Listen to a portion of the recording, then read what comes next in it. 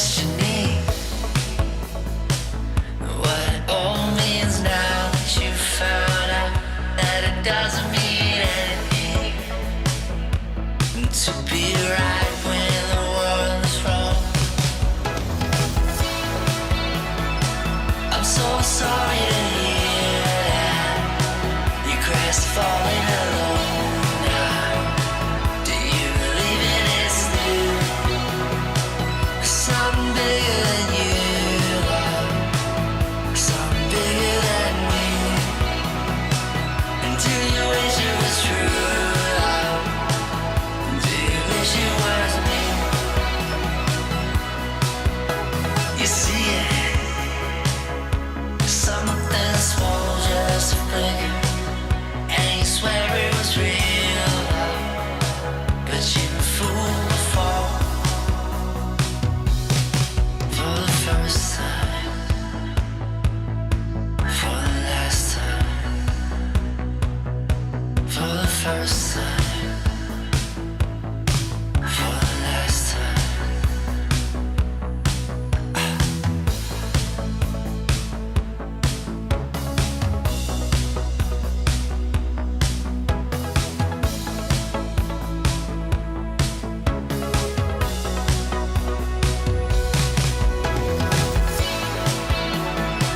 I'm so sorry to hear that you crashed falling alone now. Do you believe it is new? Something bigger than you, love. Something bigger than me. And do you wish it was true, love? Do you wish it was me?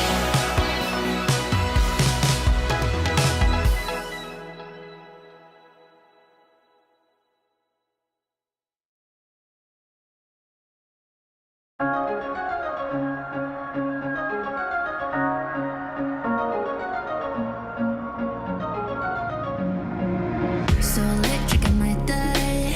Yeah, the feeling, yeah, makes me high. But I'm in for the ride. And I thrive in the street lights. Lose myself in the currents of time. I got you on my mind. Everything that I feel is so new. I'm pretty sure you're gonna feel it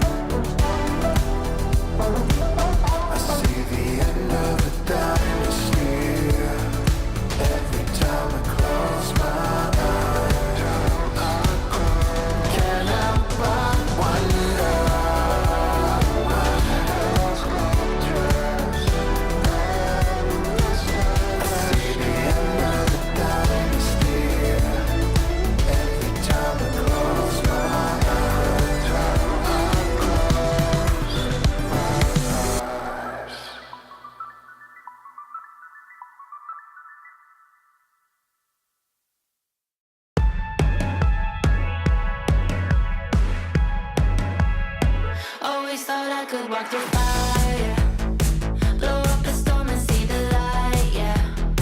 I told my friends that I could run on water, and they said nobody can.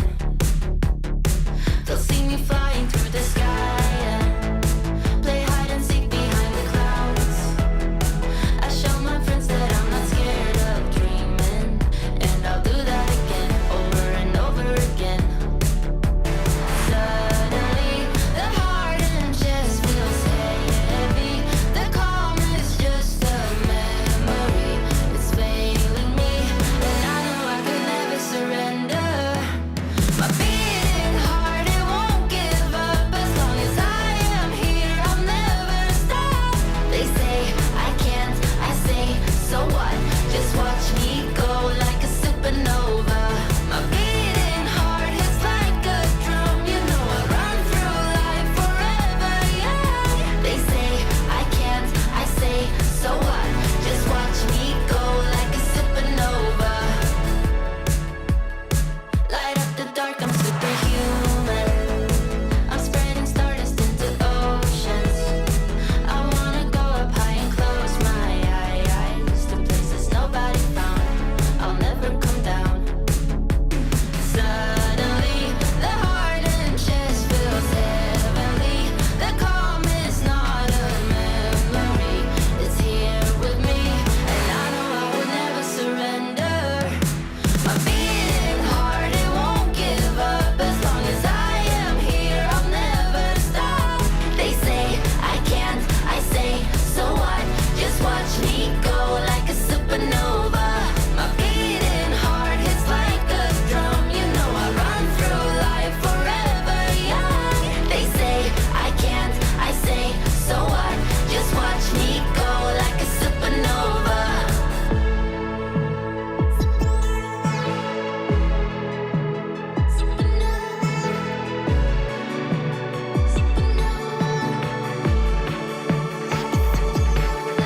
My beating heart, it won't give up. As long as I am here, I'll never stop. They say I can't, I say, so what? So what? So what? So what? So what? My beating heart hits like a drum. You know I run through life forever young. They say I can't, I say, so what? Just watch me go like a supernova.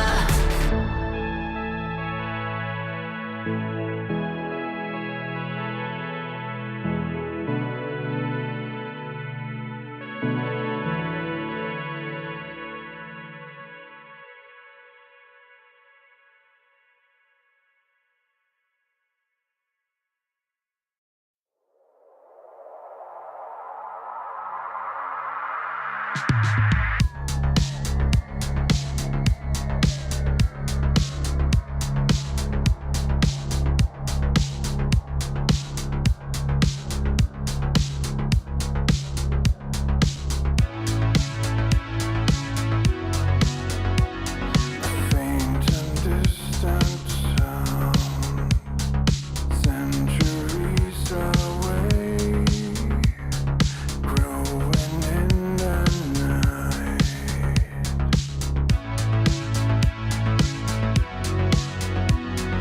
Hammers crashing down, a million beating drums echo through the dark. They echo through the dark. Thunder in the sky, the sound of civilization, a brand new foundation. Thunder in the night, the sound of civilization. It won't let you down.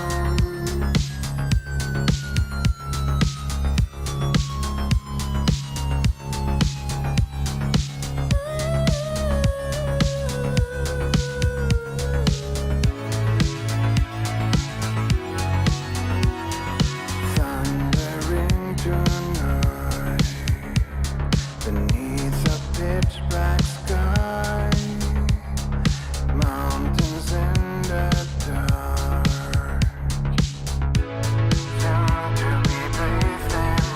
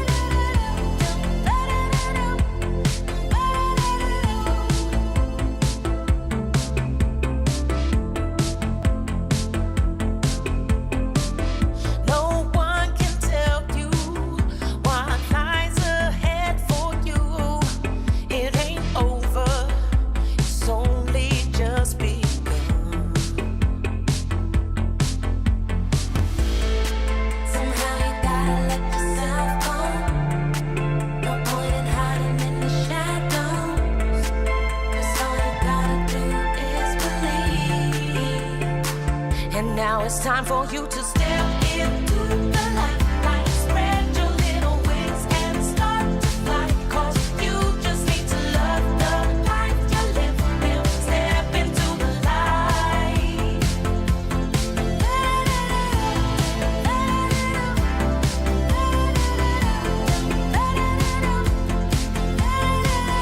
See all the colors, don't fade back into gray. And remember, it's only just begun.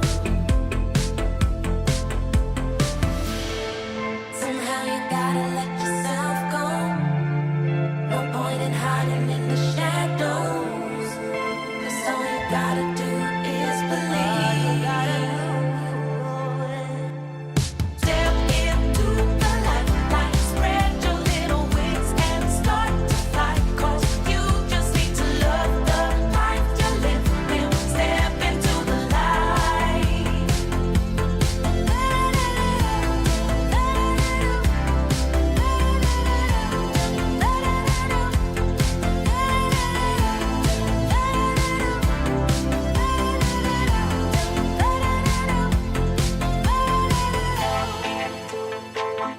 Spread your little wings and start to fly. 'Cause you just need to love the life you live. Then step into the light. And now it's time for you to step into the light. Like spread your little wings and start to fly. 'Cause you just need to love the life you live.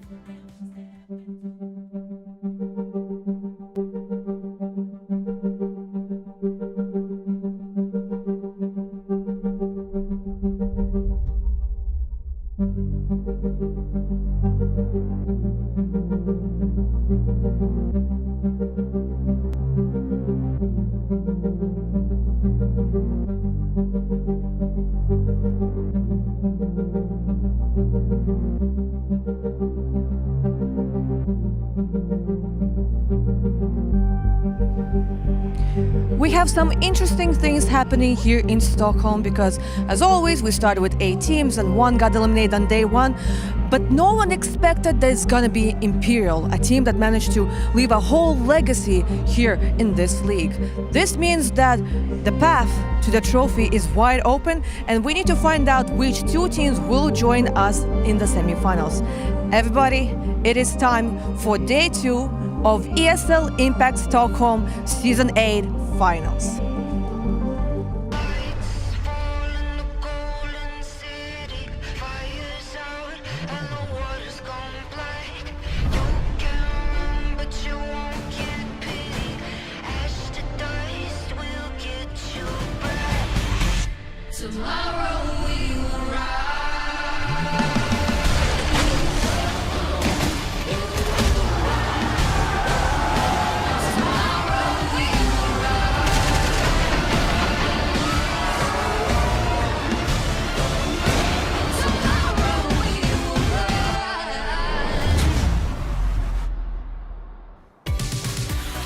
Welcome to day 2 of the ESL Impact Season 8 Finals. We had a wild first day of action, upsets galore, crazy results. The Queens of Impact, 6-time champions of the league, gone in the first day.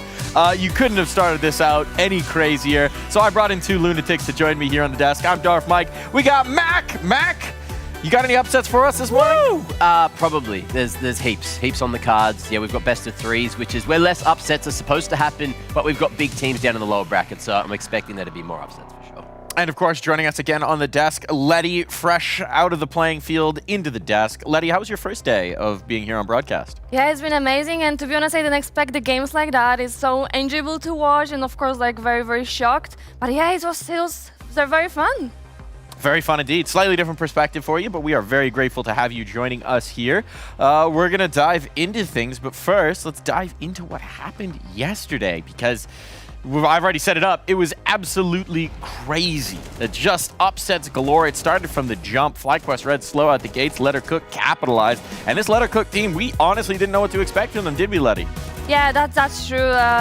Like, I don't know what happened in this game, but Let Her Cook just cooked. Basically just cooked. As I said, they didn't have any pressure on their shoulders, so yeah, they just play in their own game. And of course, like the same what I said yesterday, sometimes when you have this hunger of the game, you just feel like you just want to play basically the game you already played. You know how to do it. It's just like riding a bike, right? It's like you never forget it. And Sakura, a stunning one as well. Maybe that shouldn't be so surprising based on what they did last season, making it all the way to the grand finals, but still, we had high hopes for Big Equipa, so starting out strong for Sakura, surprising here, Mac. Yeah, I think we just underestimated them a little bit for whatever reason, but they showed us exactly what they're capable of and that they're here for a title again. And this is where the trouble started for Imperial. Opening matchup against NIP, the classic game. It went right down to the wire, but it was Vilga and NIP who triumphed this time. Yeah, I mean, this game was very insane, not gonna lie, and I expected it to be actually not that close, because I think I said it's gonna be 13-7. But yeah, it was very enjoyable to watch. And then things kept getting weird. We went down under. Atrix, we didn't know what to believe about them. We didn't know what to think. Fresh faces here at the Impact Finals, and they really did deliver. Yeah, they delivered in the first game, not so much in that second best of one, but still, we got to know them pretty quickly and show what they're capable of. So yeah, later today, that's going to be a solid rematch. I mean, you know, one wild upset a day. You got to pace yourself, right? Exactly. You can't get too crazy early on. We then saw our teams make it through to the semifinals. Sakura booking their spot. NIP on the other side of the bracket. They're going to be waiting through to Sunday, so they booked themselves that day off, which has got to be feeling good. Yeah, NIP needs to feel very good, and I think everyone kind of expected they're gonna manage to actually go to the semi from these 2 BO1s. So yeah, they're gonna have a free day. We'll see if they're gonna actually like prepare or actually like a chill day for them, because I believe they had like a lot of preparation before the tournament already. And this was the matchup of the day. It was our first elimination game, our first best of 3 of the tournament. Imperial MIBR. Imperial, the 6-time champions of Impact, laid low after a reverse sweep from MIBR, Mac. Yeah, absolutely insane. And it all kicked off with, one of the plays that we managed to break down yesterday, but it was crazy. We also got to have a quick chat with Olga this morning, and she seemed, ecstatic about how yesterday went. It's interesting as well, right? Because Olga, it was the individual performance that lifted them over the top, especially on that Inferno. But when you speak to her, of course, now that she's in the leadership role, now that she's the veteran, it's all about the team. She's talking about the things that they did well as a team. They're talking about our roster. I just want to talk about all the pop-off rounds, and she wants to focus on the overall structure. So yeah, it is cool to see that evolution. She's very as humble a player. Got to put the team first, I suppose. Now we have our remaining lower bracket matchups. We do have the Atrix Esports MIBR game. That rematch is going to be very exciting. We heard Olga talk about it yesterday, saying that they felt like they didn't really display what they could in that first matchup, just to be a 1 here in the larger sample size, expecting revenge. But before we get to that, we have a little bit more. And what we have is we have a game between FlyQuest Red and Big Equipa. It's elimination again. Yeah. 2 teams that we maybe had tabbed going through the playoffs might go out first in their group. Didn't expect both the teams to be down here. Thought, maybe FlyQuest could have had that potential upset, which we saw yesterday. And yeah, they're down here. But yeah, Big Equipa as well, going up against Sakura. We kind of pegged them as the favorites, especially in the pre-match, but then Sakura showed them exactly how to play the game. I think it was like 9 rounds they managed to stack on them after losing the pistol in that first best of 1. And now both these teams playing for their lives on day 2. Before we get too deep into the weeds on that matchup, because we certainly will, we've actually got a very special guest standing by in Stockholm with Heku. Yeah, I have Affinity here by my side. It's great to get to talk always to the players, but also maybe let's say to a fellow colleague.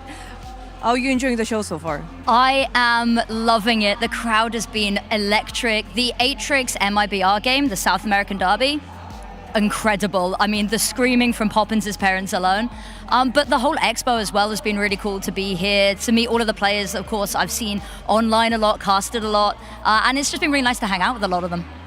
And usually when it comes to Impact, we talk a lot about the players, which makes sense. It is made for the players, but besides that, there's a lot of talent when it comes to the broadcast talent that's being brought up. What kind of influence did Impact have on your career? I think Impact pushed me to be a better caster like no other event has. It's been like a real driving force for me for a long time. And I think it's also been a really good stepping stone for a lot of talent that wants to go into this industry as well. So on the last day of ESL Impact, when there was 6 games per region, I reached out to a lot of people, and there were a lot of young women who really wanted to get into casting, who jumped at the opportunity to community stream this. So I think it's been a really good product because it really encourages women to get involved, not only in maybe the casting as well, because we talk a bit about that, is in production as well. We've had a team of really amazing women putting on, all of the online stages as well. Hedwig, the producer, I'd be remiss not to shout her out. She's an absolute angel. So there's a lot of women who have had some really awesome opportunities, and we've seen Hedwig go on to do I Am Chengdu as well now. So this product, this event has just been incredible for women in sort of every aspect. But when it comes to this event, you were kind of responsible for the North American region. I was. How are you feeling about the results that we got to see yesterday? So I'm technically here as Sakura's media team. Is I was looking at the options. I was like, if I can't be here, casting, I want to be here doing something. So I reached out to Empathy. I was like, hey, can I film some content with you guys? I'll be honest, and they kind of know this. I was a little worried coming into this, casting the EU teams this season. The caliber is beyond anything we've seen previously. But they absolutely stormed through. It's my bad. I trust their coach, Ink, with my life. He could sell water to a fish. So I'm set on this one, but the FlyQuest result hurts a little bit. They've got a really difficult game today versus Big Equipa. Big Equipa, mixed results. FlyQuest, mixed results. I couldn't call this, but I'm here for North America and a little bit biased. A little bit biased, but considering that Fury did not even qualify to this event and they were the last ones to lift the trophy, and now Imperial are out, who do you think is going to be the one to lift the trophy? Well, of course, I've got to say Sakura. I'm here with them. But I think the other contenders up there, NIP. I think we were talking for a while about the grand final being NIP versus Big, and that was sort of the derby, and that's kind of on the line right now. So if this game doesn't go Big's way, I think, obviously out of the running. NIP up there. Sakura's got to be in the conversation. MIB, I don't know. Honestly, it's too difficult to call in any direction, even this kind of day in.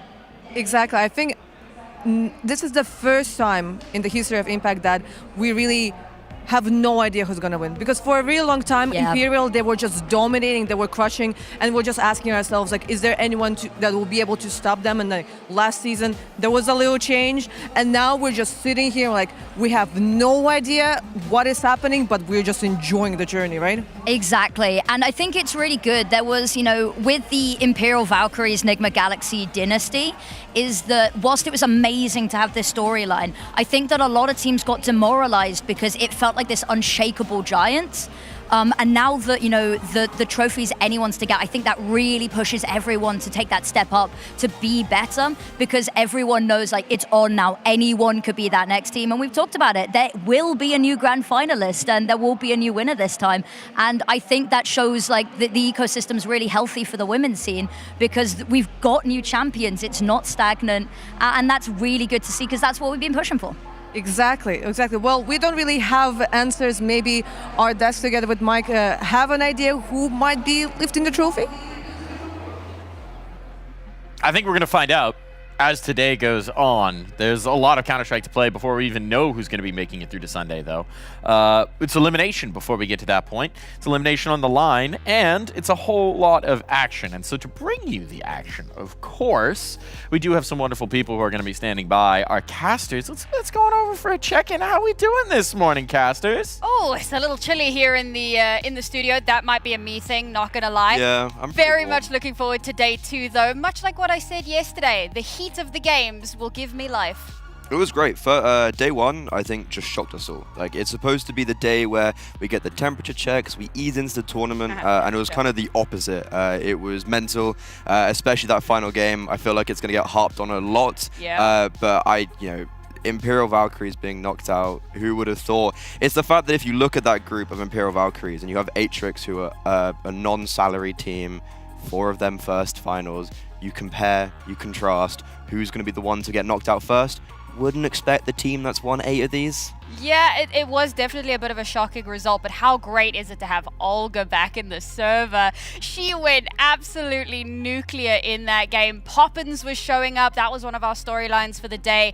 But today is a really big day as well because we start with another elimination match, and it's like 2 teams that yesterday we agreed were not playing at their best caliber. Yeah, well, you could probably actually compare these teams to MIBR, right? Because MIBR started so badly yesterday and then stepped up massively. So when we come into this first game, FlyQuest Red, Big Equipa is looking at yesterday, both these teams were timid, they were bad at the first half. Yeah. They both stepped up in the second half, but they had too bad of a first half to redeem themselves and find retribution.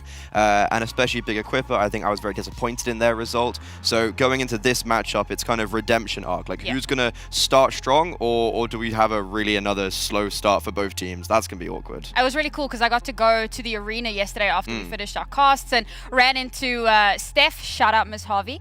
Had a bit of a chat with her about the FlyQuest ladies and how they're feeling, and she's like, yeah, you know, they know they didn't do too well, but today they're feeling a lot better. I ran into Hanka. She was also like, nah, it's all about today. So they seem to be ready, but will they actually be ready? Desk, what do you guys think?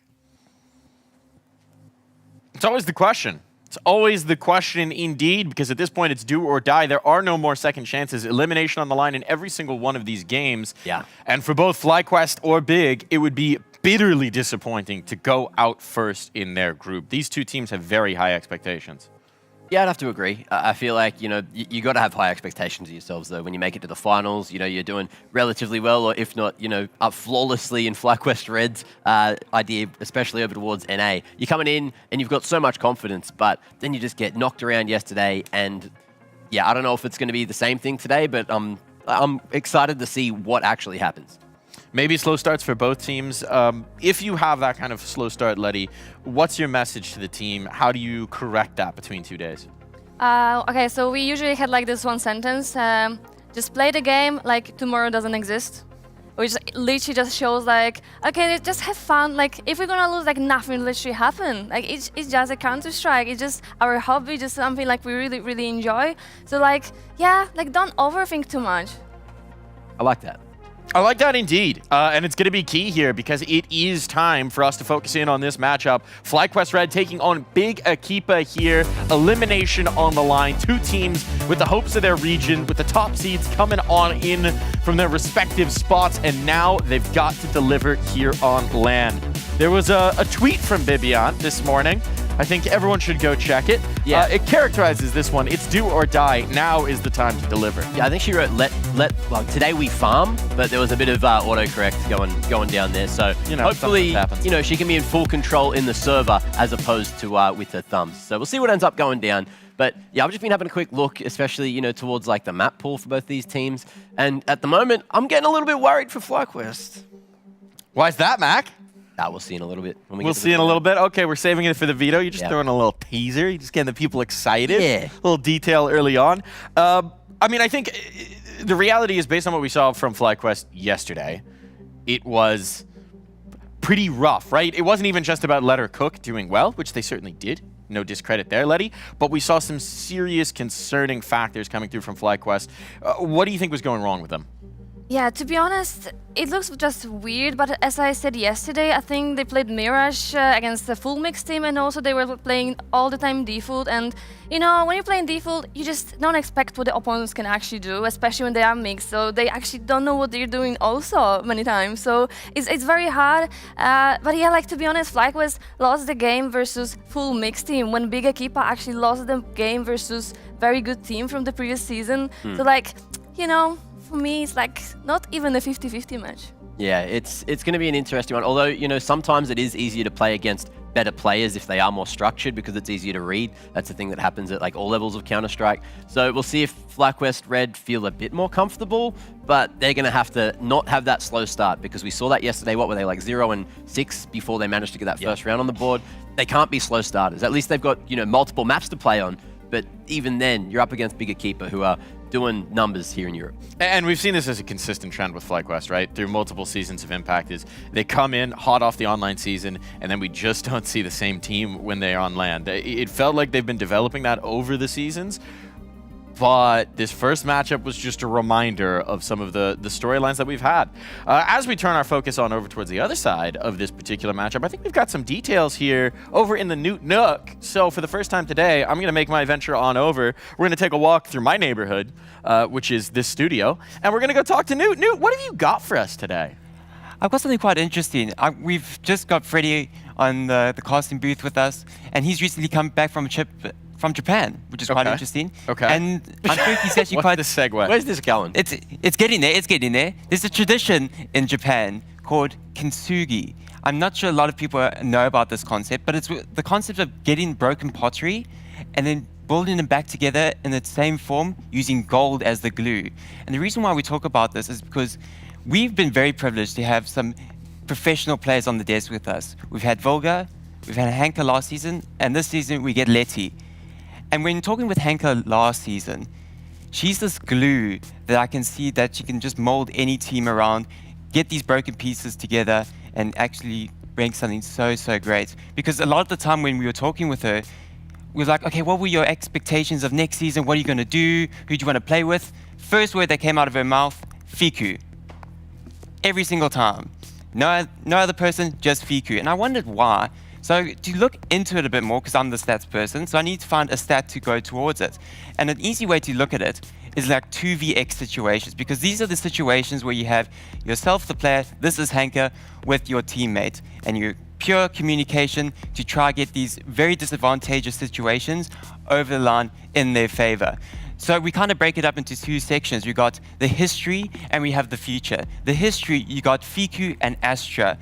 Na'Vi Javelins, you all remember the name, Hanka with Astra. Then when they became an international lineup, Letty was a part of that lineup with Fiku as well, with Na'Vi Javelins. I can really see she's reminiscing over there. That's very touching to see. And then we got the future, Kyosa and Emsan, the newest additions to the big Equipa roster. And Hanka has been the one that actually molded this whole roster together. She was that goal that they needed. And you can even see it in the stats line here, because in these situations, you've got these new players, you've got these old players. The older players, you can see she's got a bit of a better chance of closing off these 2vx situations at 53.3%. Then you go over the side of the future. It's very good. It's not that 50% mark just yet, but in perspective of other teams, this is far beyond other teams right now. These 2vx situations always come out in Big's favor, purely because we got Hanka to control the reins here. Hanka has been this gold, this glue that brings this team together. So that's why also when Big Equipa first formed with this new lineup, immediate success. I can't remember what the tournament was that they got into. And all of a sudden, they just started winning. They started taking down teams like Imperial, like NIP, everybody. And then I think Hanka was the one that set the bar for the rest of the team, and that's why they're carrying the momentum. I know they struggled in the first day, but I think they're all fired up. Hanka's definitely fired up. And these kind of situations are going to come in clutch if they want to take down FlyQuest Red today. I gotta say, Newt, I was doubting the metaphor, but you stuck the landing. That was beautifully done. You stitched together that narrative like you were liquid gold as well. So we're gonna move back over to the desk. How do you like pottery, Mac? It's great, especially when it's repaired with golden glue. That is the best kind, and Hanka apparently is that golden glue. You know Hanka well, Letty. What does she bring to a roster? To be honest, she's, I think, the most vocal player I ever played with. She can manage people around her very good, and I expect watching the game, there's gonna be always action around her area, just because she's really good in it. So yeah, she's very good. Team player. Yeah, and yesterday as well, she was the top performing player. And look, was only going 10 and 15. It was a rough performance yesterday to kick things off in that best of one. And on the other side, I've got BBN and her head-to-head, mostly because there's bias, there's favoritism going on here on the desk. Don't know why. Maybe it's countrymen or whatever. But yeah, 20 and 14. BBN had a huge performance yesterday, and then also, tweeted that she's ready to go again today. Yeah, we've seen this again from Bibian a few times, where she is the player who tends to translate the success to LAN best, but I think it's about getting everyone along with her. I think it's about motivating the teammates, keeping everyone locked in, making sure that all the pieces are firing as they should here, Letty. Yeah, they already said they like each other, so we have the beginning at least. That helps. So yeah, I'm really excited for the game, because if they actually headed to team talk after the game, what went wrong, and they sorted some things out, yeah, it might be even a close game. Yeah, I think there's definitely enough footage of what was going wrong for them yesterday to try to iron things out. And look, depending on where this veto ends up going as well, it's going to be one of these things where they're going to have that confidence, you know, like some of the things we were identifying them yesterday, like Marie wasn't able to play the game for the first like X amount of rounds, having a very rough first half, unfortunately. And that's the kind of thing where, you know, that shouldn't be happening, or at least that should be getting traded and putting FlyQuest in positions where they should be able to find more advantages. So we'll see if they're going to be able to leverage that into today's game, although there is, on paper, some more experienced individuals on the other side of the server. You saw the huddle there for FlyQuest. They seem like they're getting locked in. Coach Sheikh Zula chatting with the troops. And, I mean, an extra day as well. This is maybe a factor that we overstate, but also understate sometimes. Travel. Just that extra day to rebalance the clocks, to get yourself on schedule, to get yourself in the routine at a LAN can be huge. Getting used to the practice space, getting used to the stage, getting used to the particular setup. All of those factors can make life a lot easier for a player. Yeah, that's true. We had it also like when we were traveling to Dallas, like we needed to beat the jet lag, also like the different food, like literally everything mattered. So we also were working with our mental coach back then, and she just gave us like full plan, like when to sleep to actually like beat the jet lag in the way, in the best way possible. So it's like really, really important, and I hope FlyQuest also made it happen. I'm sure they will, but to hear a little bit more, we might as well check in with the players themselves. It's time to hear a bit from FlyQuest. Yeah, I mean, I think I've grown quite a bit. The things I've experienced as a person, moving cross country and all that, also Impact just being there, pretty much backing me the entire way, and something for me to chase after has been a privilege, yeah. The team is very well balanced in terms of like personalities as well. Marie and Emmy on the extroverted end, very loud. And then you have like me and Vanessa. I think Marie brings a lot to the team. The first thing I recognized with her outside of the game was just her energy. She's a very high energy person. A lot of good vibes come from her. The current state of FlyQuest Red, I think we're a team that's always adapting and trying to evolve and be the best versions of ourselves. We're probably the best we've been in a long time. That's probably going to continue to happen for us. I think we're always trying to do better, and I think we pick each other up well. We know our strengths and our flaws, and I think we do what we can to be like really well-rounded. You know, everyone wants to be lifting the trophy by the end of this event. I do think we're a team who can do it, and I have a lot of faith in my players. I'd love to see the fruits of our labor pay off. I'll tell you one thing, they certainly have a lot of fun on Media Day. Yeah, that's true. But you know what? That actually shows that they have really good connection, and like it's very important in a team. Maybe not like the most important, but it's really nice to feel, you know, really nice around each other because we spend a lot of time together, like outside of the server, inside of the server. So like, yeah, it's very important. Yeah, it's good for the team to sort of know the ins and outs of each other, and especially how they respond when things aren't going right and when things are going right. You know, who's going to be the hype person, who's going to be the one to sort of cheer everyone back up and sort of make things turn around, especially when you need it most. And I feel like, you know, there's going to be a situation today where that's probably going to happen. I don't see this going like 2-0 FlyQuest's way. I feel like they're technically the underdogs. They're going to be the ones doing it the hard yards, and big Equipa, they are, you saw them, they're locked in already. Yeah, I mean, certainly if we saw a layup matchup, it was going to be yesterday's. Now it's all the hard road. There is no easy way to pass through this. We expect big things from Big. We expect big things from this matchup, and we have big ambitions coming through for the Equipa as well. These are players, rather, who know what it means to make a final. Yeah, I mean, Big definitely wants to show themselves from like the best side, especially after this insane season they had. And yeah, I mean, they have like only good names in the team, basically. Everyone knows them, everyone saw them in the Impact already, so like, yeah, I think people expect from them a lot. You were on some of these teams that reached these heights here with Viku and Hanko, right? What does it do for your hunger as a player when you hit that point to try and get back there? You have no idea how, you know, painful it was to like constantly lose in the grand final against Imperial. It was like very, very painful, and we needed to like discuss it a lot.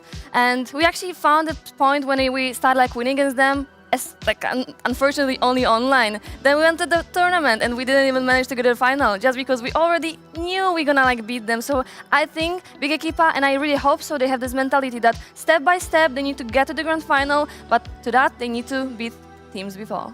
It's time to find out what maps we're going to play on. Train and Ancient out. Anything wild we're expecting here in the picks? I'm kind of expecting Mirage to be floated back in, but there's a huge number for Big Equipa, and if Inferno isn't this first pick, I am going to be very confused. There you go. Yeah. Inferno comes in from the big Equipa.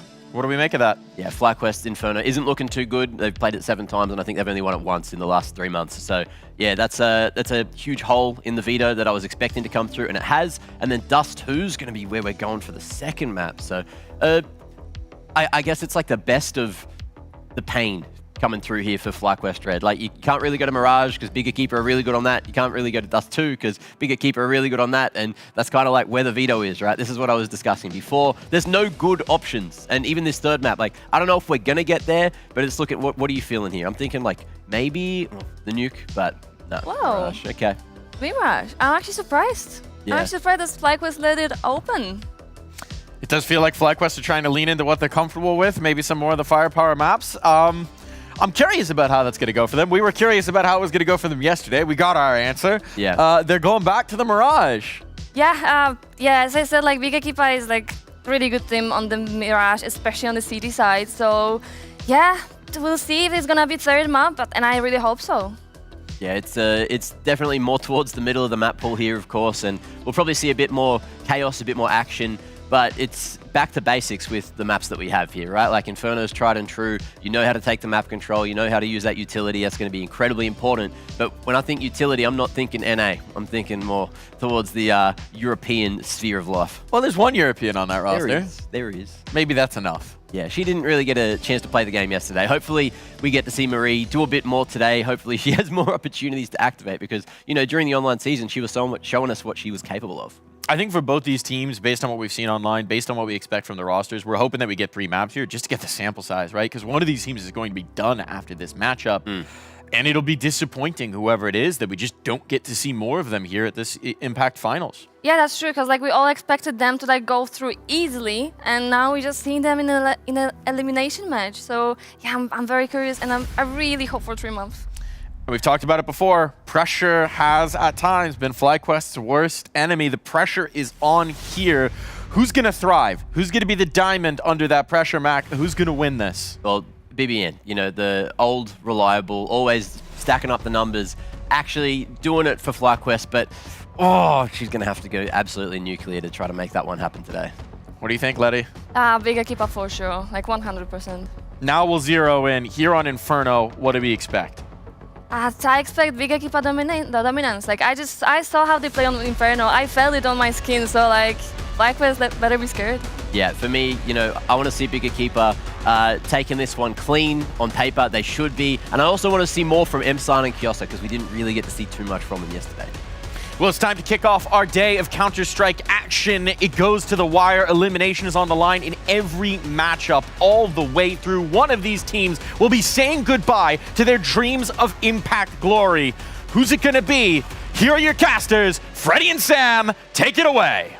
Will they crack or shimmer with glory? An elimination game, it's all on the line. And Inferno, I have a bad feeling about this map for FlyQuest Red and this veto in general. Seeing Mirage being floated as a decider and them not picking into what ordinarily should be their main map, it doesn't fill me with masses of confidence for this North American side. Absolutely, but let's kick things off straight away right at top Banana, and already Big Equipa have taken that control, slammed open the doors onto the site, and that's going to be an easy plant for them. And I got to echo your sentiment there. This entire veto, I'll be honest, coming into this, it's exactly what I predicted the veto would be, but on paper, it absolutely favors the Big Equipa squad. So to kick it off in such a dominant fashion perhaps doesn't bode too well, but it's early, you know, it's very early. It's 10:30 here in Stockholm. The ladies might need a moment or two to warm up in more ways than one. Big Equipa, however, do not need time, do not need a moment. They're going to start instantly with strength and prowess. Goosebreeder all alone, but cannot make the miracle happen, and it's a strong start for the Big Equipa squad. Yeah, that's setting the tone for the future. When you look at this veto, it's like Inferno. I'm hoping to see a better start coming out from Big Equipa.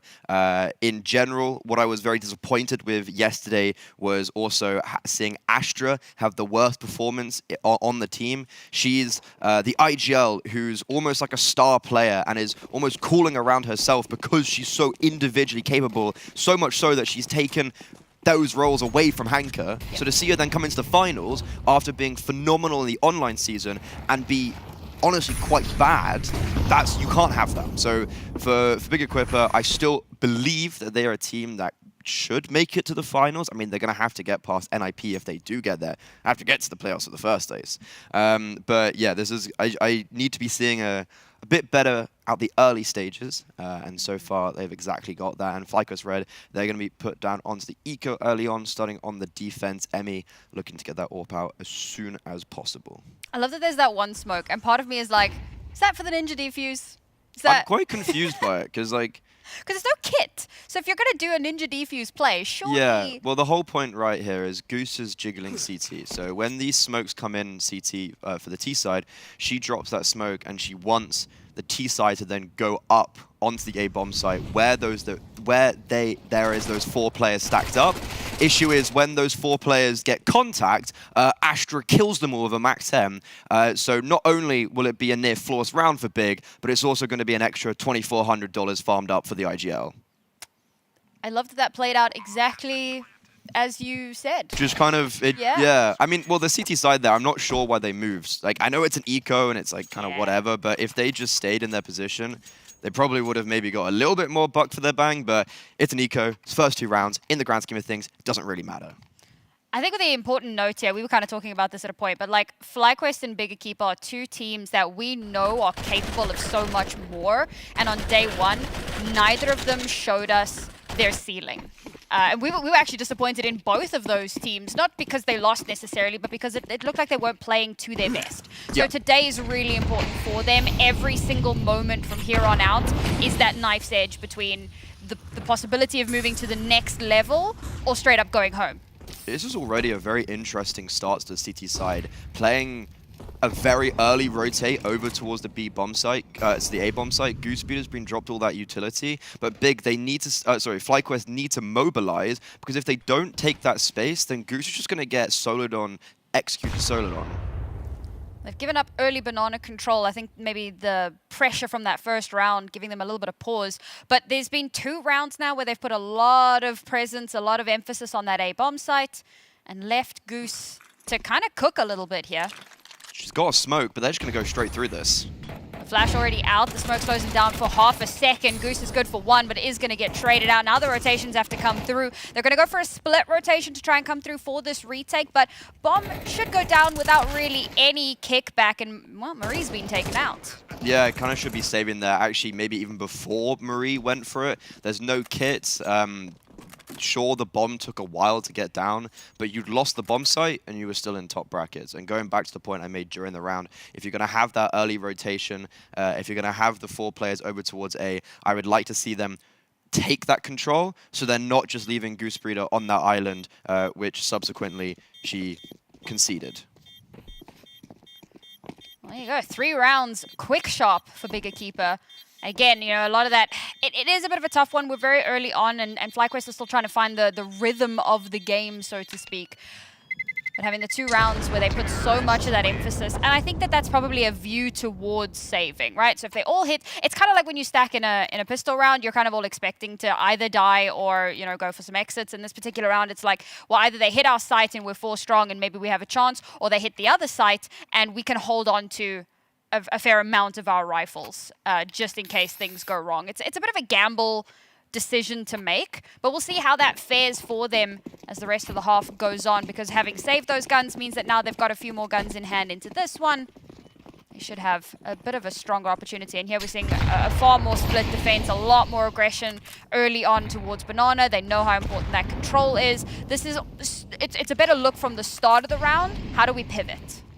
Well, right now, Goose is being set up by Bibian with a flashbang. Normally the other way around you'd expect, but Goose should be taking contact soon. However, her escape is now being blocked. This is very difficult for Goosebreeder, but she's still going to fight her way through.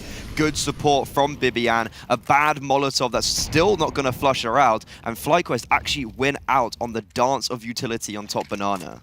And it really was a little bit of a back and forth there. Flashes coming out, smokes, Molotovs, trying to flush Goose out. But that final flash that comes out that allows her to get that player that swings, Hanka, shuts her down really early on. Now they have control of the B site, and they forced a little bit of a rotation here from Big Equipa. Not so much so that the bomb has pivoted entirely. They've done a little bit of an exploratory mission across the map. But it looks like they're going to re-hit towards this B site. And another smoke comes down. So FlyQuest doing their best to take down the time as far as possible. And Emmy gets the kill onto Emson. That's the lurk, and that's a huge opening. That's massive as well because Goose Breeder had no more utility. I was thinking we're going to have the same as last round, right? Where Goose Breeder gets executed on by herself. But no, because of Emsan being caught off on the lurk, the rotations come in. Vanessa's even here. There's 4 players on the B bomb side. And Big, they're just walking to their grave. They will get 1 kill, but I would hope that is just it, especially because the bomb is dropped on Banana. 9 seconds, just gotta hope that they don't die after time now. Kiosa, they're not facing her. They're not fighting her. The clock's ticking down, and honestly, luckily, she dies before time. Good resurgence here from FlyQuest. Good to see them starting to make some of those adaptations. This is what we were kind of waiting for. Those first few rounds, they can be really difficult. You know, you lose that pistol and it can turn into a bit of a snowball and the economy starts to become a problem, and there's so many factors that you have to try and deal with and make the exact right decision to give yourselves a possibility. And so that save in the previous round starts to make that little bit more sense now. Emmy's got an AWP in hand, so she's got an opportunity to try and get some openings, but Viku has one as well. This has been a good start to Big, and despite the fact that they did lose that round, they kept the previous rounds one-sided enough that just losing 1 round doesn't break their economy.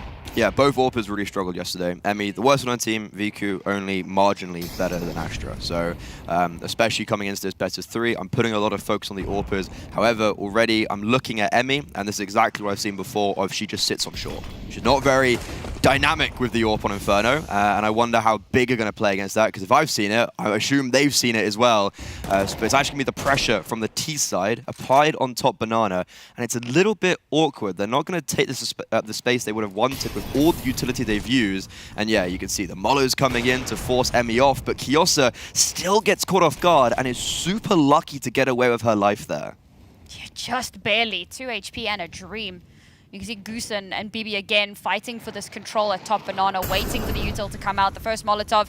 Oh, Emmy dies in the interim, but it's the perfect opportunity for Bibi to get the first into Goose, for Goose rather, to follow up on that. So despite losing someone so early on, they keep the numbers in a formidable space. But all of that is a bit of smoke and mirrors over towards the B site. The bomb is still posturing A. We're only 2 strong here.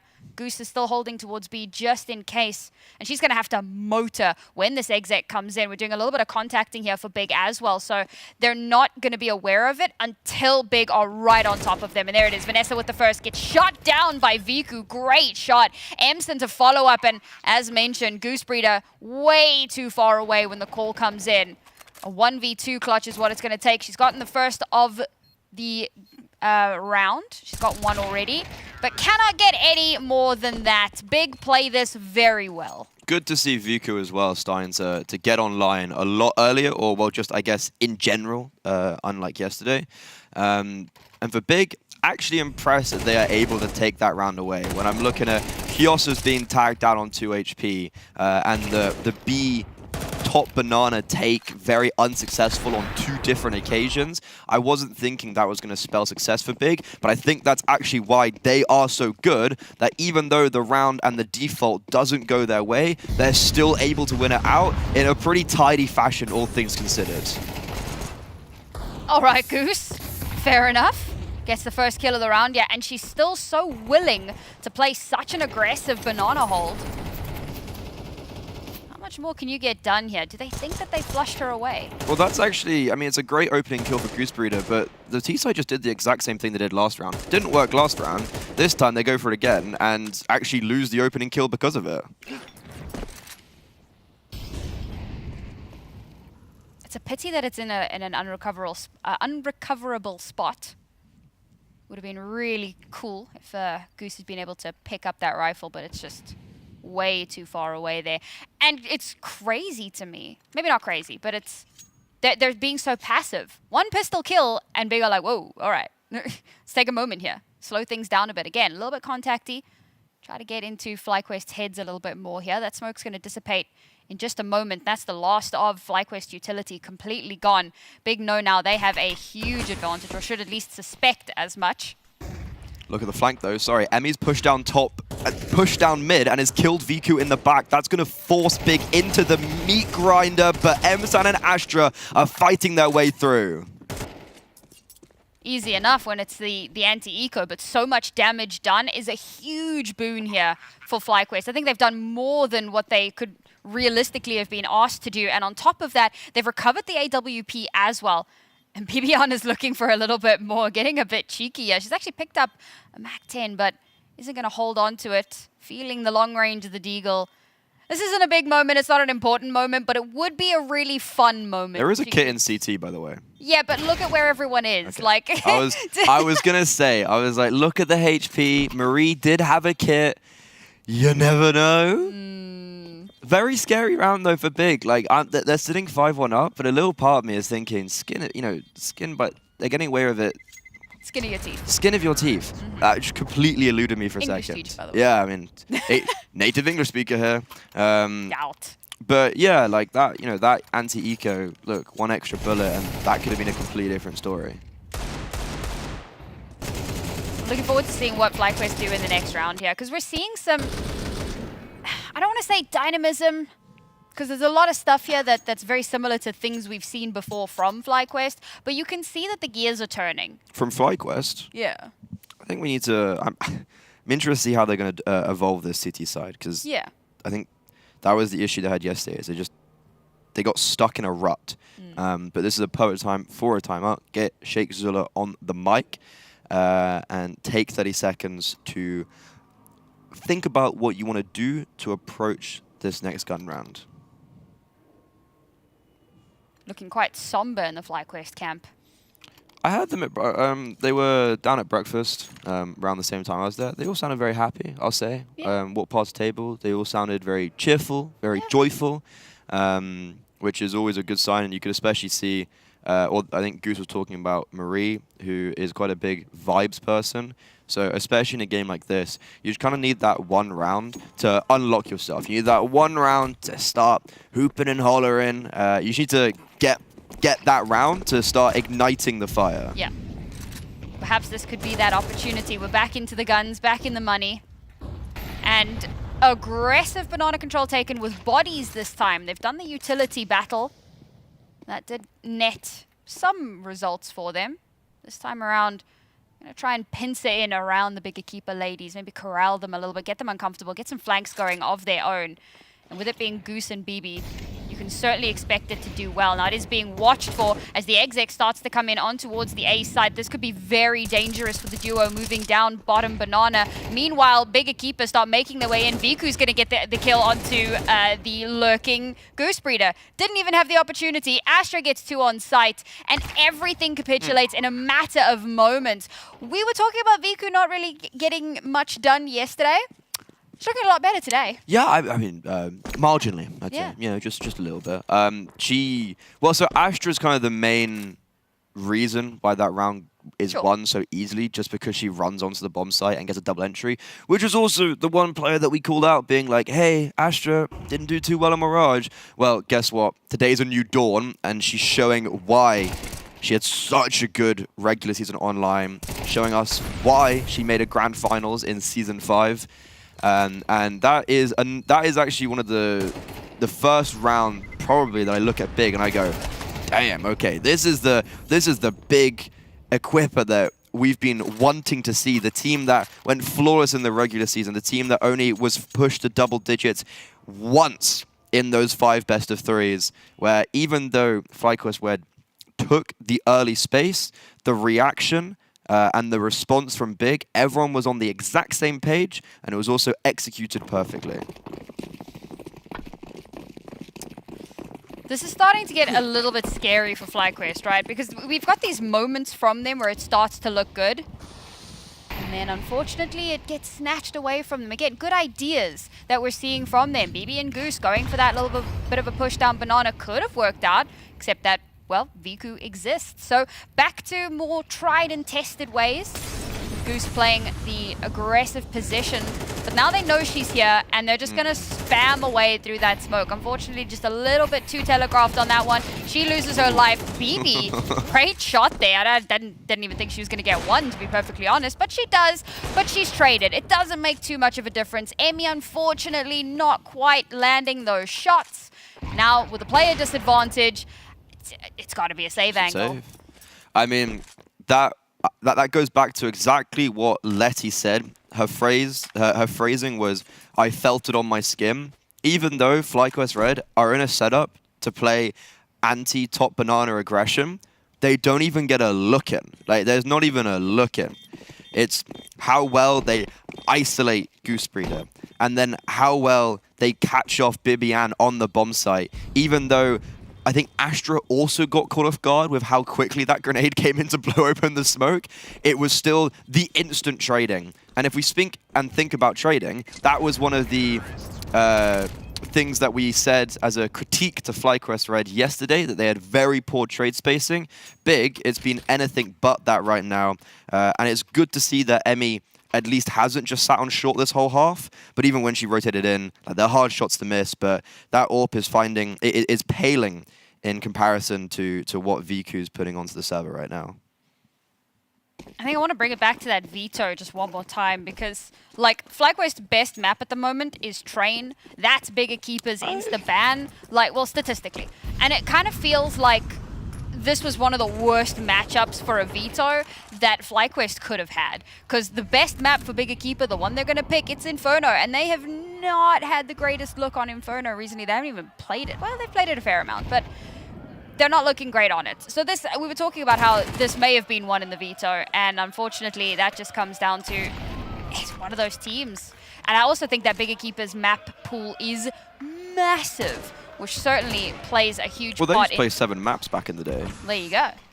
I mean, kind of actually a completely different roster, but Big, you know, same name, so same team, right? Yeah, same. Same, This, different, but same. However, though, you know, this finally some salvation for FlyQuest. They get an opening kill. Emsan gets caught very aggressive on the lurk. There's 4 players that are rotated onto the A bomb site. Surely this is the round that FlyQuest win, and that is exactly going to be it. Goose Breeder and BB both rotating from the B bomb site, both getting a kill apiece, and now Hanker and Viku, a duo that has done so much in this scene, even they can't win out this round. And Goose getting a lot of value from that connector position. And obviously it all comes off of that first kill that came through, and Big still up to push in towards the A side, even though they've lost the Apps player. Still feeling confident enough. They kind of full send their way up bracket. And Goose is there, ready and waiting. And this is what we were worried about when she was kind of still playing that top banana position. And we're like, it's becoming telegraphed. They know you're there. She moves over to the connect over towards A. And I don't know if it's just maybe a better spot for her. Maybe it was unexpected. But she gets a ton of value out of that. Well, because BB took first contact, so like BB, Oh, they were looking at her. Goose just catches them off guard. They don't expect it, and it's all because Emmy was AWPing over towards B. So even though Emmy might not be putting pen to paper, she's still facilitating success from her team with allowing them mobility. But pedal to the metal, this dastardly dance of Util on top banana, well, it's favoring Big right now. That is a great flashbang, but there's just so much on the other side. Everyone, Par, Kiosa on the lurk, was on banana for Big, and just with brute force, they're punching their way through. We've brought it down to an even kilter, though. Oh, that's a nasty angle from Vanessa. I love that so much. Kiosa seeming to expect that maybe there'll be a cheeky off angle, but can't win the battle. Oh, the timing! Timing! I don't know why Astra's not just holding long there. Not expecting her to come around that way, I suppose? I don't know, but Biku's now all alone.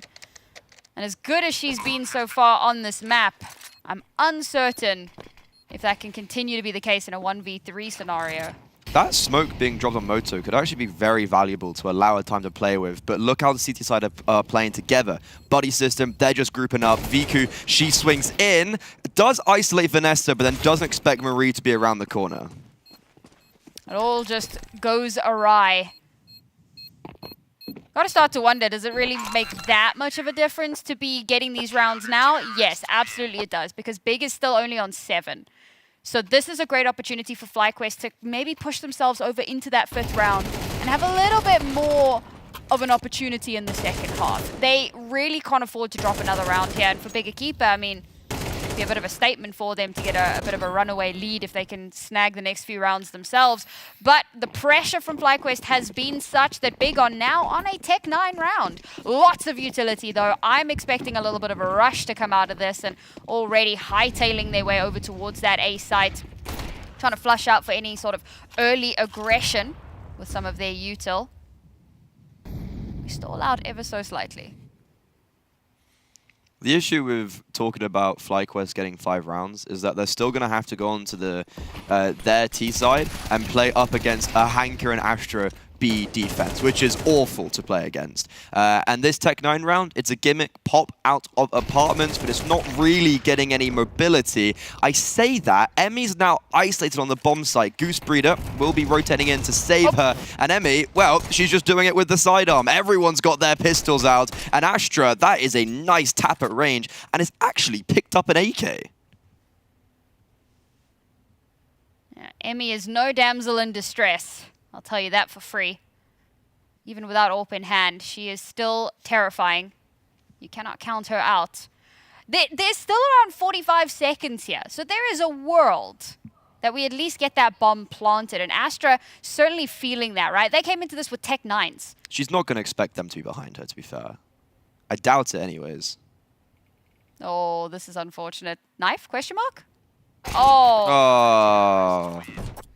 Second, 2 pistol kills there from Emmy. Yeah, almost as many pistol kills on a pistol than with an AWP. Damn, Freddy. See, this is why Freddy and I work. Because he's mean. And I'm the ray of sunshine. It's a tough job, but somebody's got to do it. I'm the dark cloud. A solemn British man. 1 round left here in this half. And both of these teams going to be scrapping for it. Could be a very big game changer into the next half. So who comes out on top? Emmy's posted up over towards the B bomb site.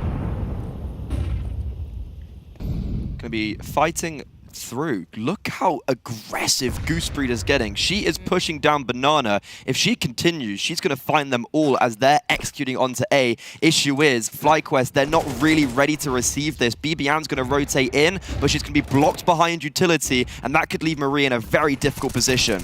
The entirety of Big Equipa are making their way in. The lurk hasn't activated yet, but BB and Marie and Vanessa, in fact, geez, everyone getting involved in these fights where possible. Emmy gets caught out. Finally, Goose starts to activate, but Emson is all alone on an island, doesn't have the bomb anywhere near her. The bomb's been mollied off as well. She'll be able to get 1, but now her position is very much known, and they know what her target is. She needs to go and try and recover that bomb. And once again, we're in that 45-second territory, but it's BB and Goose. And these two play off of each other so well when you give them an opportunity. Oh, BB's got her back turned. She's looking in the wrong direction. Now Goose Breeder again knows where this last player is, but also knows that there's a free rotation over towards the B site. So Goose has to read into this. She's made the wrong call. She's expecting the pivot back towards A, but the bomb is gone. And it's going to be a retake angle. Now she still has a smoke and a kit. So there's a chance. She's got a smoke and a kit, but the bomb gets planted when Goose Breeder is just leaving the A bomb site. She's going to take so long to get here, and Emsan can reposition anywhere and also has some util at her disposal. Some really good util as well. First to come out, second to follow, the flash. Just slow things down ever so slightly. Could have saved that molly for bomb later. Doesn't even need it. What a shot, Emsan. Exactly the ending to the half that Big Equipa were hoping for. It's 8-4, and FlyQuest have an uphill battle ahead of them in the second. Cat back to B now. They got back. We have up on B. One star. Pick. 2. 1 more. Nice. Good. One more. I got to reload. Coming to me. One lane. Vanessa, And can you Arch. flash Moto? It's no. both. One. No. He's up, Moto. Dinked. Okay. Dink. Lester. I'm lit. I'm just jiggling. For All you, baby. He's gonna isolate me. She's dinked. I'm pushing. I'm Pushing Moto coming now. Arch. I'm coming Arch. She's lane. She's coming lane now. She's dinked. She's holding for push. It's up. It's up. She might try to save. What is saying? Nice. That's all we need, guys. Just keep it up. Nice fucking air on, guys. Keep it up. Good comms. Let's go.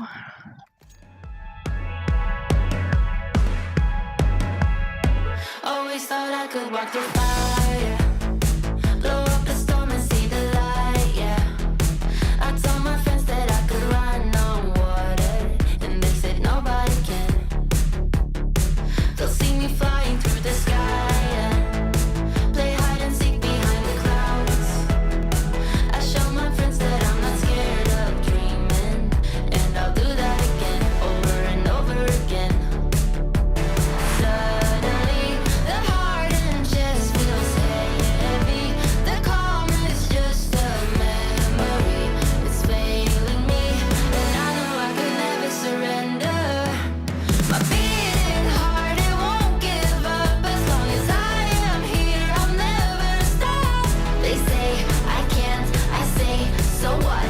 Just watch me go like a supernova. My beating heart hits like a drum. You know I run through life forever, yeah. They say I can't, I say, so what? Just watch me go like a supernova. Light up the dark, I'm superhuman. I'm spreading stardust into oceans. I wanna go up high and close my eyes to places nobody found. I'll never come down. Suddenly, the heart and chest feels heavenly. The calm is not a memory. It's here with me, and I know I will never surrender. My beating heart, it won't give up. As long as I am here, I'll never stop. They say I can't, I say, so what? Just watch me go like a supernova.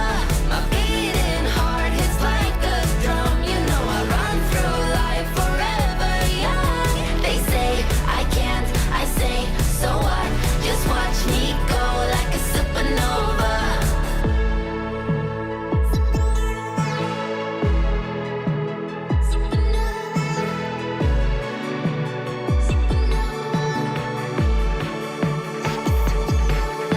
My beating heart, it won't give up. As long as I am here, I'll never. The only homegrown player here at DreamHack Stockholm, ESL Impact Season 8 Finals, ends the first half with a 1 versus 3 and a 1-tap as well. Kind of the juxtaposition of a Goose Breeder who's played since the dawn of Counter-Strike, and Emsan who is fresh on the scene. We always love to see those kinds of stories come into fruition here, but start kicking off the second half, and it's Kyosa who the desk had pointed out we wanted to see a little bit more out of. Well, great way to kick off the second half, give your team the numbers advantage. Now Astra under a little bit of heavy fire. Has been forced off of her angle, but not to the point where she's running scared. She's going to keep jiggling this, see if anybody's brave enough to swing her. FlyQuest playing this super passive. I like that Goose is still kind of giving the illusion of presence here while the rest of the team moves, but ooh, Kyosen Boiler. She was watching for bracket, but now she's pivoted her attention away. Looks back at just the right time, follows it up with a second. BB finally puts her down. That is the bomb, it should be recovered, but is it going to matter? Because it turns into a little bit of a firing range, and BB is left all alone now. They lost their B player. So she has to somehow 1v3. Now, 2 players still need to rotate in, but she doesn't know where Emsan is. Oh, looks up, maybe hears something, gets the kill, and should at the very least be able to get this bomb planted. And now suddenly this round has some legs on it. It's a tough one, but it is a pistol. Yes, it's a 1v2. But neither of these teams have a massive advantage in this final moment. It's going to come down to this positioning. The experience now from Bibian spots out both players. Knows she can be swung by 2. Gets the first. Oh, the ducking and diving. Somehow Astra surviving. They both have to reload. And it's Hanker from the top rope to get that final kill. The defuse to come through. A devastating pistol round loss for FlyQuest Red. That's actually going to be such a tough pill to swallow for Bibian, because she's going to finish that round knowing Could have won that. Really Could have won that. And I was thinking, taste of their own medicine, right? M-San ends the first half of a 1v3. BBN begins the second half of a 1v3. But unfortunately, that's not going to be the case. So all FlyQuest are going to have to suffice with is a bomb plant. They're going to have to force back into this following round because it is looking a little bit difficult. They're going 9-4 down. If Big win the first gun round, then we get into a position of I don't know, that's kind of map done. Obviously, we came into this veto saying, Inferno, it's going to be difficult. So for FlyQuest, I do put a lot of my expectations on map 2, on Dust 2, but it would be nice to see a little bit of fight back on Inferno, and we're seeing a second tactical pause come out for FlyQuest, getting Sheikh Zula on the mic very quickly after the halftime, I would assume, more than anything, to just talk about their prep. Possibly, yeah. And to maybe because at this point it's very close to double digits and things are starting to look a little bit stressful. So maybe it's also just a thing of like, all right, ladies, it's okay. Don't lose that focus. You know, don't get too much in your own heads. Yeah, it's looking a bit rough. Call a Map set one. play, probably with the Tech-9s. Could be, yeah. We've got a Galil in the mix as well. So there's some really strong firepower here. They've missed the Molo. Luckily, it doesn't come to bite them. Kyoso could have crossed very quickly over into Doghouse there. They've got some decent pathing here in towards the A site. Circumvented a lot of the dangers of the bracket position by coming through Boiler. There's 4A already, so FlyQuest, they're going to be going onto this bomb site, and Big are there ready to meet them.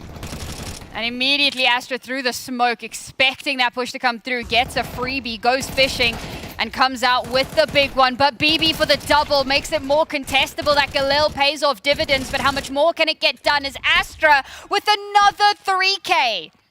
She had one with the Mac 10 earlier. My God. Okay, Emmy. Tech-9s come up even more powerful, but it's a 1v1. Oh and it's Hanka again in the 1v1 clutch to come out on top. 2 rounds in a row, but that is disgustingly close. I have no idea how Emmy got there. I was like, where is she? And I was like, oh my God, she's in the moto smoke? How did she get there? Regardless, though, I come away from this round feeling very bad for FlyQuest because they get those opening 2 kills very cleanly by the hands of BB. Unfortunately, when you look at the rotations, it's Hanka and Astra. It's like, oh, now we have to deal with these players? And that's ultimately, in the end, what delivers success. And even though it came down to that 1 versus 1, no bomb plant for FlyQuest, they don't really have the means to purchase up in. So this is just a free 11th for Big. Oh my God. Oh my God, Viku. Oh, that's disgusting. Oh my God. Go off, Queen. Cha-ching. Ooh. Oh. That is the definition of from the top row. Yeah, I'll be honest, you know, the box was a bit of a stretch, but I wasn't sure if we That is it, yeah. There you go. I think that was, by the way, 1 minute and 38 seconds in second mid. Sakura who? That's just Viku was like, I'm going to farm up. And also, it's best case scenario. She gets the 3 kills, gets the extra $1,800, dies, so she can buy an AWP. Mm-hmm. We had the very next kill was an AP9 kill as well, so... Next 2. There you go. So, lots of money farmed up here. Like we're still going to be in on this round, but let's face it, losing this one... this is a very important round, and pressure certainly does seem to be building for them. But look at this aggression, Viku! You're actually unfair! And it's so good to see her showing up, but... FlyQuest are having a really rough time of it at the moment, losing Emmy so early in the round. Who had an AWP but didn't even get to use it. As rough as it sounds, I mean, that feels like it's kind of been the case for most of this game. Yeah, I mean, you can just already see the comparison of the 2 AWPers. Emmy had an AWP out for the majority of that first half, and I think only utilized it in 1 set piece to get an opening kill where they didn't find contact. First round, Fiku has an AWP, goes for an opening kill, gets the kill. Astra's been incredible. She's sitting on 19 and 10 at the moment. Just been so much fun. Like I said, 2 3Ks at least. Stepped up. Huge performance here. Kyosa, unfortunately, gets insta put down. Great opener from Vanessa. BB with a solid swing. Kill. That's going to open up the A site quite nicely for them. They've actually managed to recover a little bit in this round. They've got the entire site free and clear now. You can see that paranoia, right? Checking every angle before we go for a plant, making sure that there's no one hiding out somewhere. bomb will go down. hello. Wait, oh my what? god, how did that not finish it up? Sorry? She must have moved. What? And then it went through like the wall or something. It's the only thing I can think of. I think Vika's in there being like, sorry, what's happened? Look at the smile on her face. She's like, Yeah. okay. Sure.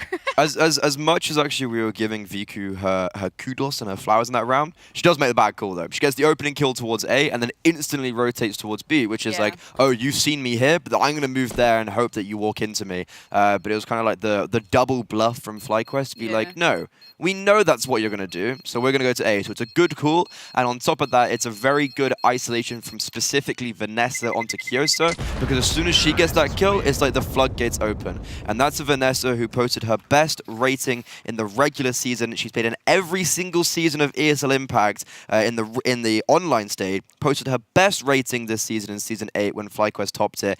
Hasn't lit up the server yet in Stockholm, so just seeing a kill like that brings her to light a little bit more.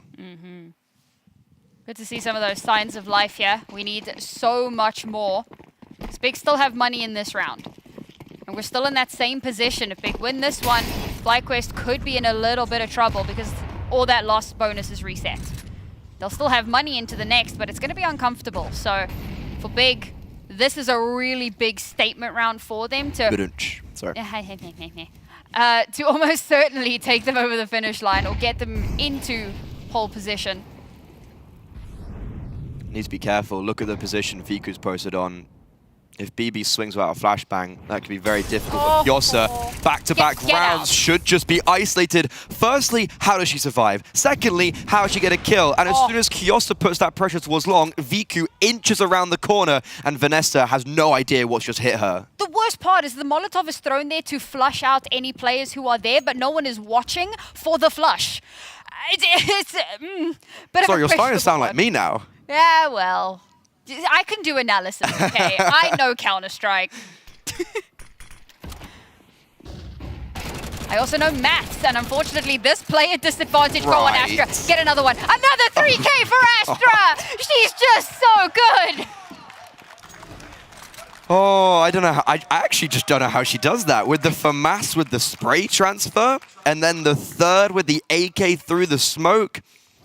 Astra, and I think it's fair to say now after seeing this performance, played so badly yesterday. Oh, yeah. And I was thinking, like, this ain't the Astra I know. And today she's gone, yeah, sorry guys, I just woke up on the wrong side of the bed. I'm still one of the best players at this tournament, and I'm going to show why, as she's having one of the best performances so far we've had in Sweden. Incredible. Map point now for Big Equipa, and as mentioned, little bit uncomfortable for FlyQuest. Not the worst that it could possibly be. We'll see if they can make some miracles happen here. Oh, Goose is already gone. Hanka.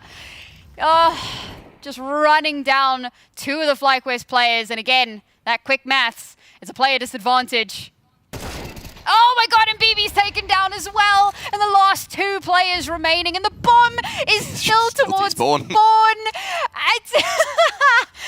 And it's map point. Yeah, I mean, that's exactly what I was saying when we were going into that second half of like, oh, FlyQuest might get 5 or 6 at the half, whatever. They're still going to have to play against Hanka and Astra on the B-bomb side. And even though Hanka's having a pretty poor game by her standards, is still able to pull off rounds like that. And also a small micro, their utility on Banana, they threw a nade first into Wood, also on the left side, and then threw the nade on the right side, so Goose got naded first on one side and then wanted to run away from the second nade, but then ran into the second one.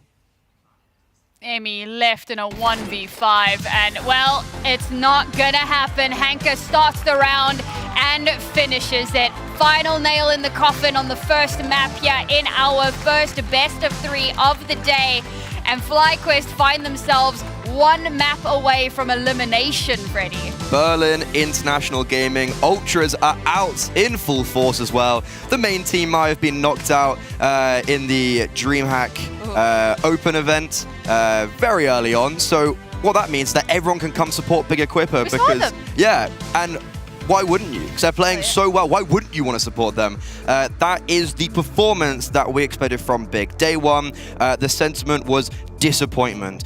They come into day 2, all guns blazing, individuals on point, the game plan on point. that genuinely was just the flawless performance from a team that we expected. I pick on you, Astra. Yeah. Gotta behind you up. Short. Side. Say left. Half HP, maybe. She's first box, like insta to the left. Spacing a bit. She's still on first. I pick now. You could have moved a bit. Rocket. I rocket right side. Go. Do.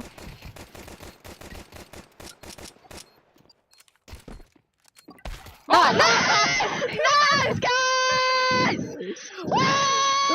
Woo! Thanks God. What like? What a fight, bro! What a fight! Impeccable vibes there for big Equipa. Very strong showing to open this series on Inferno. Maybe some moments for FlyQuest, but ultimately that was big all the way. Yeah, to be honest, like this is what I expected. I know how we play Inferno, and this is the masterclass they showed us. Yeah, it was like very good by them, and yeah, FlyQuest should be scared for the next one.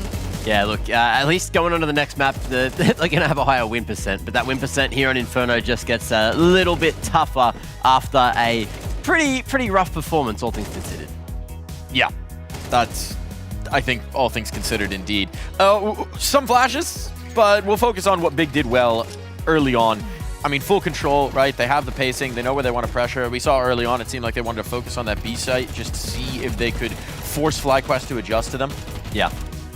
There was just like, they won both pistols and then converted both pistols swimmingly. And then also won almost every other gun round. Like, there was just so many things going their way. Big Equipa looking crazy, like Astra as well. Just so many openings, so many bloody multi-kills, just a level of impact as an IGL like that, obviously lifting up all the troops around him. And it was good. We got to see a bit more out of Kyosa and M-Sten there as well. Yeah, and Hanaka also, maybe she didn't kill that much, but she had like very important runs and clutches that might be crucial in this kind of game. So yeah.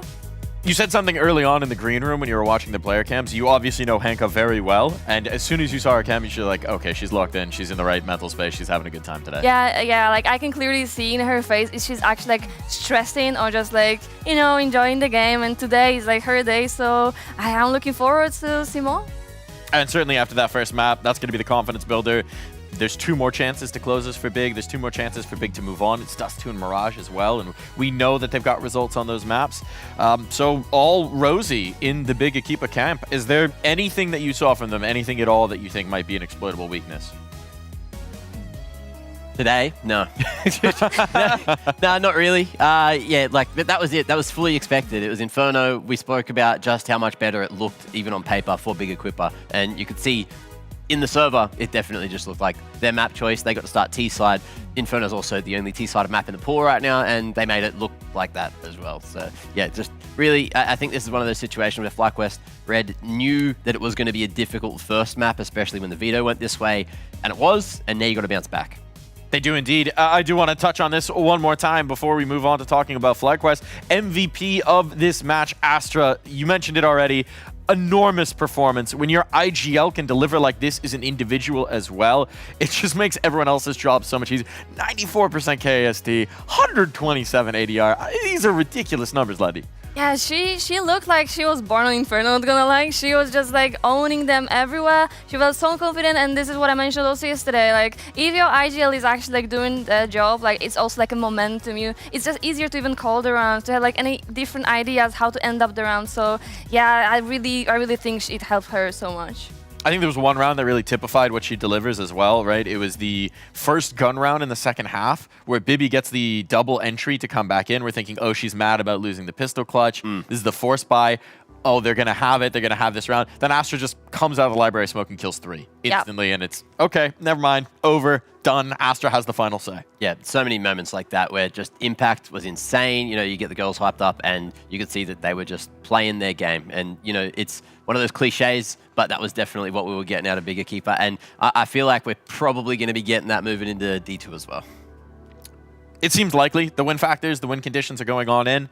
Let's look at the other side of things. FlyQuest started to put some things together late in that first half. They got to a respectable scoreline, but we do see those rounds slip away from them. The 3v1, just too many numbers up situations where we see FlyQuest lose it. What's going wrong for this team? I think it's just missed opportunities. Like, there was so many moments as well, it felt like, Emmy was getting swung dry and then just unable to hit some shots, and sometimes that's all it takes. You miss those opportunities. They're the ones you need to hit there to make the difference, especially as the AWPer. Yeah, completely. And of course, like, just because of the runs like that, then it's like so hard to find any like different idea how to like play the run, how to finish it. And we saw it like at the end of the T side, like they were just clueless in some rounds. Like they were just like doing very weird stuff that they usually probably not do. So like, yeah, it was just a little bit painful to watch, but I really hope they're gonna just restart their mind and they're gonna hop on Dust 2 because it's their map pick. If you were in this team right now, if you were in the huddle in between maps, Letty, what would you be telling them? You knew that first Inferno was going to be rough. What would your message be to the troops? Definitely to just, Lishi, just calm a little bit down. Like, we don't need to speak with each other because sometimes it might be frustrating because everyone reacts different way. So whoever wants to speak, just speak. Whoever wants to just chill. But we're gonna go back and basically do stuff better because we are capable of it. They know they're capable of it. So like, yeah, it's just stressed, I think, for them right now because it's of course like elimination game. Now looking forward into this Dust 2 elimination now on the line for FlyQuest. What are we expecting? What are we looking for? What are going to be the key details here on D2?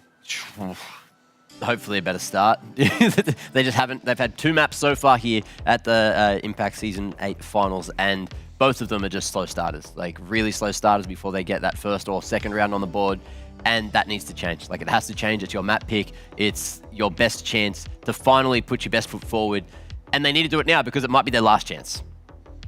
It might be indeed. If we're focusing in, Letty, who are you looking at on this FlyQuest team to maybe be a difference maker?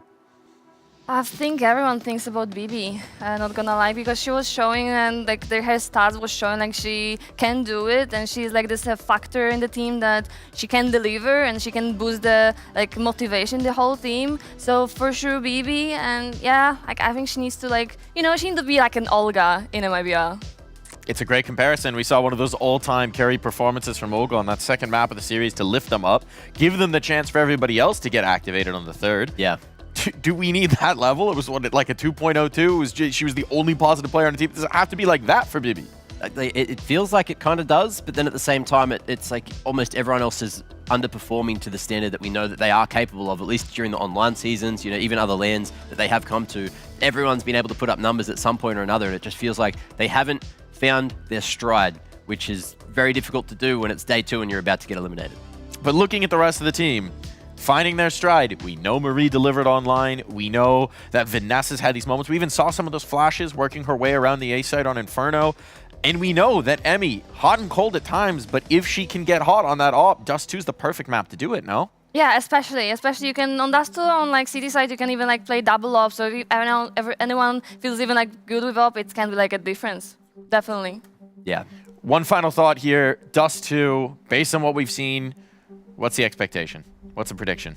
I'm gonna stick to my prediction. It's gonna be big Equipa.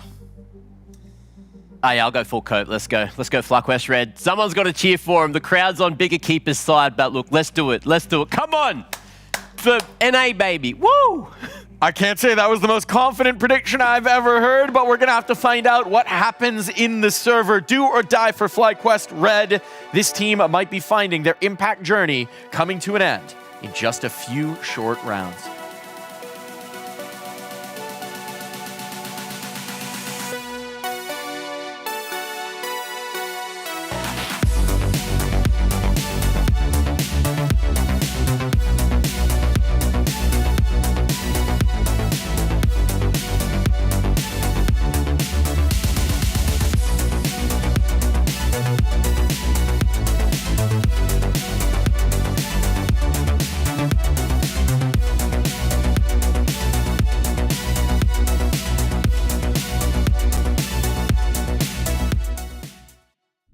ESL Impact is brought to you in part by Intel, DHL, and Qiddiya City.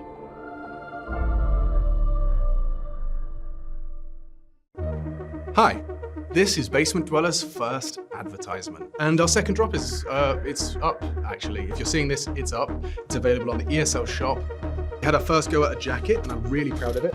I've always had an interest in clothes, but seeing behind the scenes how the sausage is made has been a lot of fun. And if you like the clothes, tell me. If you hate the clothes, tell me, but try them before you slag them off. I think they're really comfy. So yeah, that's my advert. I'm gonna try again. I'm gonna record another one. Here's to the challengers, the ones who don't just settle for decent elo, but hunger for something more. The ones who don't just queue for another match, but prepare for war. You can doubt them, overlook them, even count them out, but you can't stop them. Right now, I'm with Dupree, who I can see has got tears. While others play for fun, they play for legacy. This is ESEA League, where challengers take their first step.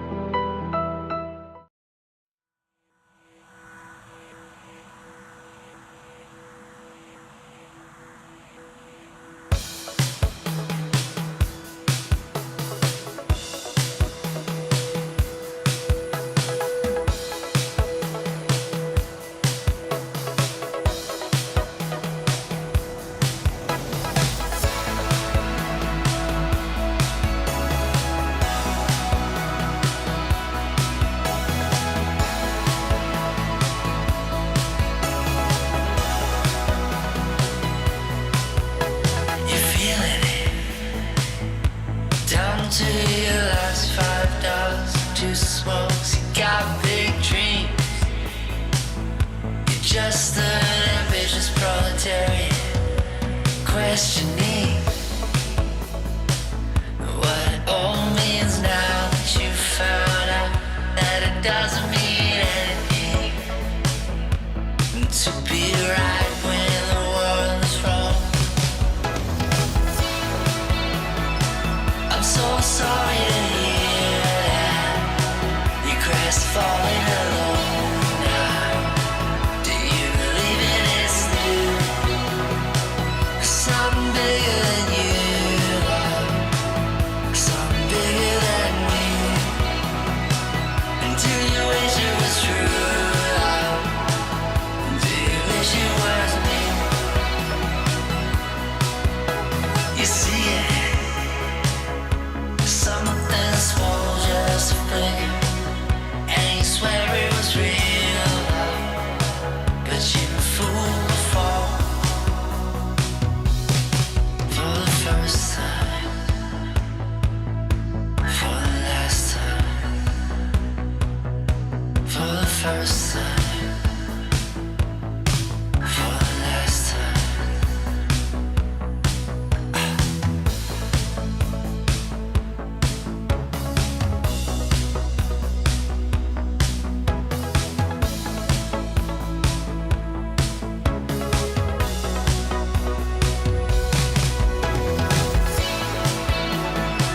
I'm so sorry to hear that you're crestfallen alone now. Do you believe it is new? Something bigger than you, love. Something bigger than me. And do you wish it was true, love?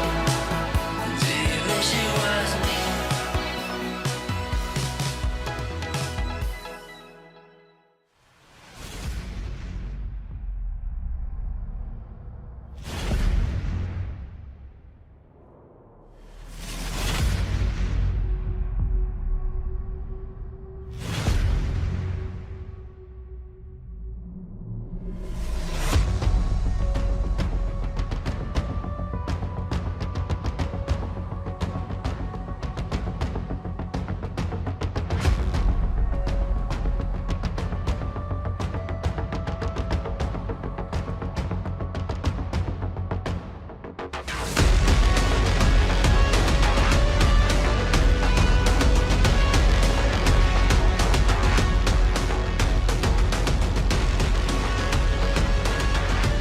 Big Equipa, the diamond of the organization. They have been playing out of their mind, and now they go on to Dust 2. Their opponent's map pick, albeit, but they have so much momentum. They have all the wind in their sails, and I certainly have them pegged to go 2-0 and advance through their group today. They've got the wind in their sails. Do FlyQuest have the wind beneath their wings? They're wanting to soar, but so far have not been able to do that, and it's now do or die. It is FlyQuest's map pick. They've had some decent performances on this map leading up until now, but we did mention that Emmy's been having a bit of a rough day, and Viku has been looking on fire. It's Dust 2. It's the Orpa's paradise. I'm unsure. Yeah, the one thing I will point at for the FlyQuest side is in their most recent meeting between them and Shimmer, they 13-1 Shimmer. So that gives me a lot of confidence. However, right out of the starting gate, it has just collapsed beneath them. What a statement of intent from Big Equipa as they go 3 for 3 for pistol rounds 1. Oof. Very dominant start to this one. Tried to have a little bit of that mid-aggression, and, well, pistol rounds, they can be a bit coin flippy, but When you do that, I don't know, yeah. in the case of like the previous map, they were in fact a very solid indication of where that map was going. So will that be a repeat performance here? It's a bit of a rough one for FlyQuest because obviously no bomb plant means no money, honey. Smoke and a flash is all they have. I would assume they're probably going to try smoke mid to B and run up, or short and try get a bomb down. It's kind of the hope. I will say though, just straight away, that in general, when we look at this FlyQuest side and when we look at the tenure of some of these players that exceed even the thought of ESL Impact, right? Like some of these players have been the reason why a lot of women may have even got into Counter-Strike in the first place, who are playing now at ESL Impact. To see them from basically like Season 3 onwards be going 0-2 and like not getting maps has been disappointing, but especially in this final Season 8, they've looked so good in the regular season. We had so high hopes. It would just be quite disappointing to see, especially these players, go out without a fizzle. Not with a bang, but with a whimper. Well, we've just kicked off this first half. And FlyQuest have weaponry available to them. And again, we know that they can perform on the map. Let's give them an opportunity to find their stride once again. All of those demons, it's like Letty said, right? It's all about today. It's all about right now. Tomorrow doesn't exist. You've got to focus on the round in front of you, as James Bardolph likes to say. Yeah. Easier said than done, though. Hell yeah. The one thing I'd be very scared of for FlyQuest in this first half, Astra moves a lot. She plays kind of that star role, especially on Dust 2, and is moving. You can already see she was a mid, and now she's coming back over towards short, dropping util. Like, she is omnipresent, and especially from that first half, she's going to be packing a punch. She must be so irritating to play against. But it's such a boon on your squad. I mean, Letty was saying it, right? Big have some of the best puzzle pieces in this roster. And we're finally starting to see that on display. Yesterday was a disappointing performance, but today they have definitely woken up a little bit more. We're seeing the big that we were expecting to see. Now FlyQuest have burned the clock down to 30 seconds, so very clearly it's going to have to be that A hit. Util's going to start to come out now. The smoke blossoms, gives them a bit of space to walk up, but obviously that's going to give away the game. And Viku with a two-person spray down, and Astra is there just in case anyone gets cheeky. Not even going to have the opportunity as Viku gets a third. Amsan brings it into a 1 versus 4. And all right, BB. Fair enough. I don't know if you win this round with 4 seconds left, but hey, you've certainly shown that you've come to play. Unfortunately, not too much more to be done in that one, and it's yet one more. FlyQuest maybe overcooked that round a bit. It's interesting you say kind of BB the only one come to play. That has been the sentiment for this FlyQuest Yeah, side. Max said it as well. For especially last finals. I think she had like a 1.5 rating or something like that on HLTV. Like, it's actually just genuinely ridiculous. Yesterday, the only player to, I'd say, get consistent work done. And then also, even in that first game, like, it was difficult across the board, but she was definitely one of the outliers. So what I was really hopeful of when I saw Marie's performance in the regular season, when I saw Vanessa putting her best rating up, Marie's performance, the focus was actually the improvement from season 7 to 8. I was super hopeful that it isn't just going to be the BB show. Unfortunately, that's kind of what it's been. And as we go on to a low buy for FlyQuest Red, they are just being chewed up and spat out. So it's a very early 4-0 start for Big. Very much what we saw in the previous map as well, right? Started off in much the same fashion. I believe it was somewhere between round 5. No, I think it was a bit later. Was it round 5 or 6? They got their first round in round 4. I think it was actually the first gun round. And I was like, yes, we've got a competition on our hands. And then it nosedived. Yeah. Bit of a tough one there, unfortunately. Recovery here seems a bit difficult. Obviously, Emmy's just on a mission here to do some damage, but is not going to be given the opportunity. Spirits are high in the big camp. It looks like they're not willing to get too ahead of themselves just yet. A reminder, as good as that first map looked and as good as these first few rounds have looked, they know that losing here is the end of the line in ESL Impact. Trust me, if you are a Big fan, you know you never want to count your chickens too early. I'm a big fan. Unlucky. No, I'm just a big fan. Oh, you're just a big fan, period. fan. Oh, okay, yeah, fair enough. Which is interesting coming from someone as short as I am. Very quick positioning. Outing yourself. You say outing. Everybody's seen the video of me next to James Bond. This is fast, though. Look at this. Already up long. They managed to force from... who was it that they forced off position there? It doesn't really matter. They've made... Yes, forced Emson away. Have moved it, moseyed their way up towards top A. Already in position, but Astra continues to be a problem. Gets that first kill. Looking for more, but it's BB who puts her down. Even kilter here as the smoke blooms. Emmy gets spotted out and sprayed down through the smoke boost. Trying to keep it contestable, but it's the USB from the low ground that gets that kill. 2 players remaining now for FlyQuest. By the grace of God alone, BB is able to get that bomb planted. But how much more can they possibly expect to accomplish in this round?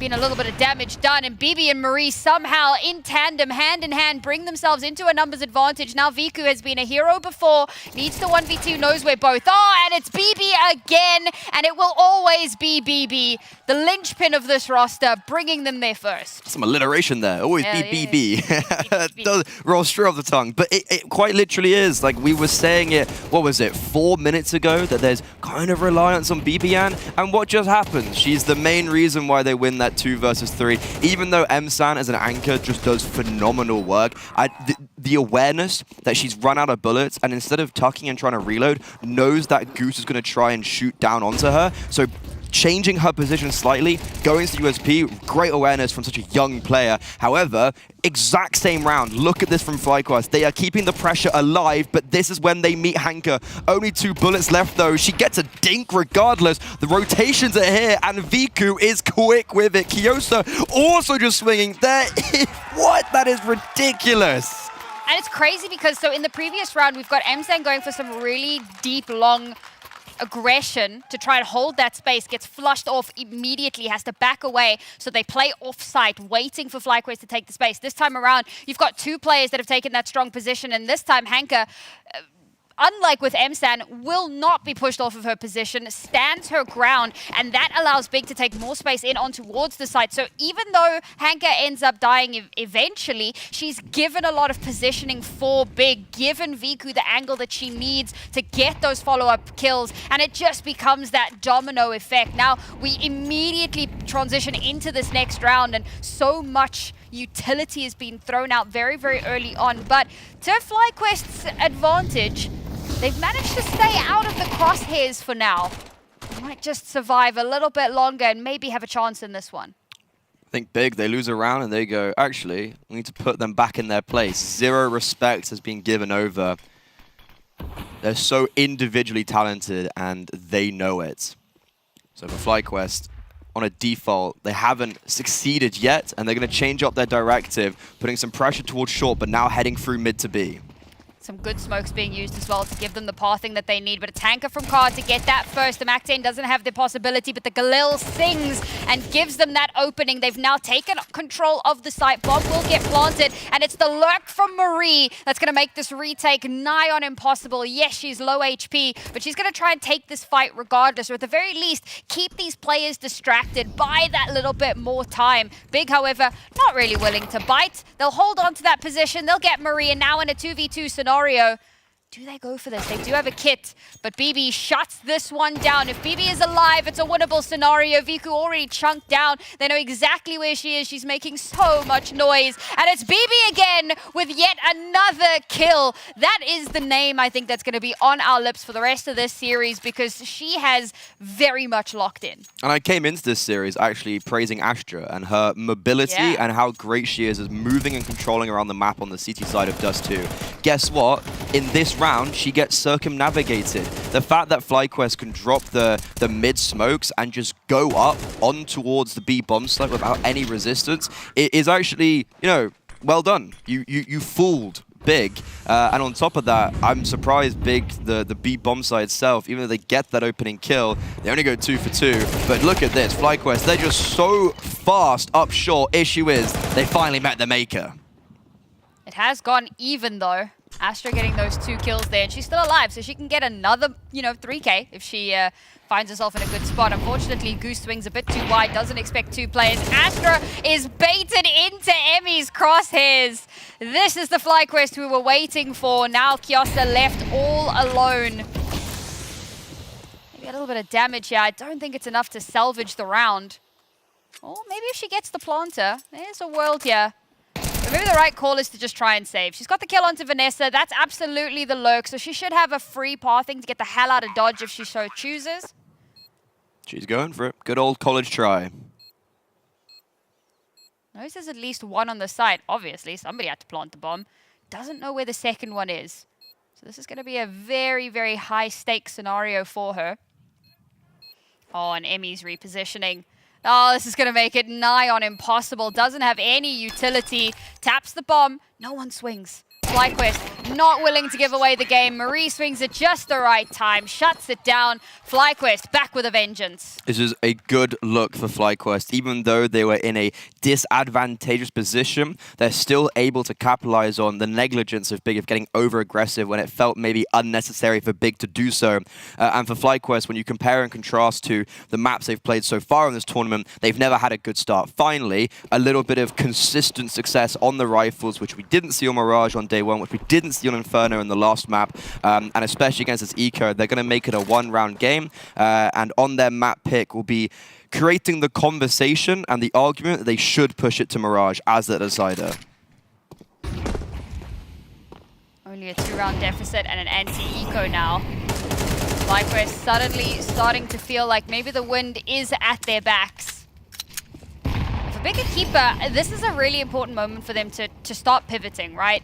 And obviously, this has been a bit of a snowball for them, so I'm expecting to maybe, if they lose the next rifle round, we'll probably see a timeout come out from them. And of course, at that point, BB? Odd. All right. It was, Not too sure how that happened. Whatever, it's an anti-eco. Still not great, but they're feeling confident about the round itself. It's a good old question mark there. Yep. Damage is the name of the game right here for Big. They've got a lot of players on the flank. Emmy is holding the line. She's been dinked. I mean, this round isn't winnable, surely. Just damage, right? Yeah, but okay. I was just getting worried for Emmy for a moment there. I'm still worried for Emmy, man. Again, it doesn't really matter, but boy, would it be spicy. Yeah, okay. Yeah. Good smoke. Keep Emmy alive. You want to make sure that as many players as possible live to see another round. It's actually very good to see that 4 players, as of now, are surviving. Great for the economy, especially because some of these rounds have come down to a 2vx or actually, yeah, all of them pretty much been 2vx's. So to see them keep those 4 players alive, sustain the economy, and allows them to delve deep into the coppers when necessary. But, as mentioned previously, it's that one-round game, and for the first time this series, it feels like Big, maybe a little bit hot under their collar. So what I was saying, I think that if they lose this round, we'll probably see that timeout come out. Because obviously if they lose one round, their economy starts backsliding, they're at a bit of a disadvantage. The second round, obviously, they're at that disadvantage. And then the third round, it's pistols, like what are you going to do? So now we're back in the rifles. They've had a chance to kind of chat through those last few rounds, especially the last one, figure out what the plan of action is going to be coming into this one. Looks like the plan of action is just spam damage early on. Not that that's anything new for this team. They've done some very decent damage, particularly onto BB, and this is pretty big. If BB doesn't play safe enough, she might not find herself in a position to get those clutches later on in the round. What a cheeky angle from Kiosa. I was looking at that. I was like, what are Hanka and Kiosa doing? That's it. And I wouldn't be surprised if we see Hanka maybe move more aggressively towards A because they know Vanessa's the player that normally resides towards B. Flash out. Astra avoids most of it, but has to tuck back in. Molotov. Oh my god, she's got 3. Get me out. You know what? She's been the 3K queen. That's not a 3-person stack you want to go into. But even though she doesn't get a kill, and even though, sure, FlyQuest are able to retreat without taking casualty in that position, they've got no util. They've got 2 molos and a flash, and also no map control. Big doesn't have too much going for them either, but Bibian, even with low HP, still able to get one. Astra trades it back though, and here it is. This could be the end of this round. 1 player remains, Kiosa. That's what we've been waiting for. A little bit quiet on the previous map. Dust 2, she comes alive. There you go. Not a fan, though, of the VQ Astra double push on short and poor trade spacing. That got me trembling a little bit. That scared me a little bit. But regardless, everything works out successfully. And FlyQuest, a unsuccessful default where we saw it maybe in the earlier rounds where they were defaulting and just not really putting any pressure anywhere. So they'd then go for an execute, and Big are just like, well, okay. And it definitely doesn't help when your lurk dies before, well, she can even throw any utility because of a nice, savvy heads-up play from Big. 6-4, they've already secured an even scoreline at the half, but you know they will be wanting to exceed that. It's a FlyQuest tactical pause. They do like to use them a lot, but I can't say that I've seen maybe like the immediate success come from those pauses necessarily. Or even the long-term success, for that matter. Somebody had to say it, Freddie. I'm starting to think that we're changing roles right now. Like you're the one getting pessimistic. I'm like, are you feeling okay? This is a weird dynamic starting to form. I've been wearing high heels for 2 days, man. That does something to people. Yeah, it seems to be. Even the strongest warrior. That's oof. We're like standing here and we're chatting. Sorry, did you just see that? I did not watch it. Emsan couldn't open the bottle. And then, really was struggling. And then when finally cracked it open, it was a bit of elation. Oh, bless. Love to see that.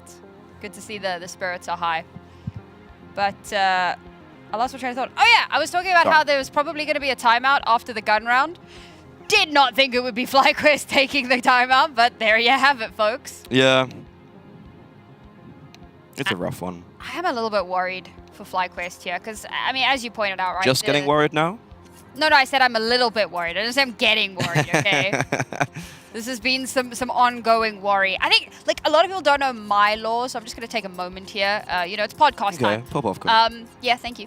I started my ESL Impact casting career in South America, then got pivoted to North America for a few seasons, and I ran with these teams and these ladies, and I fell in love with FlyQuest, and then I got moved back into South America. Don't get me wrong, I also adore South America, but there's always... Your heart lies with North America. No.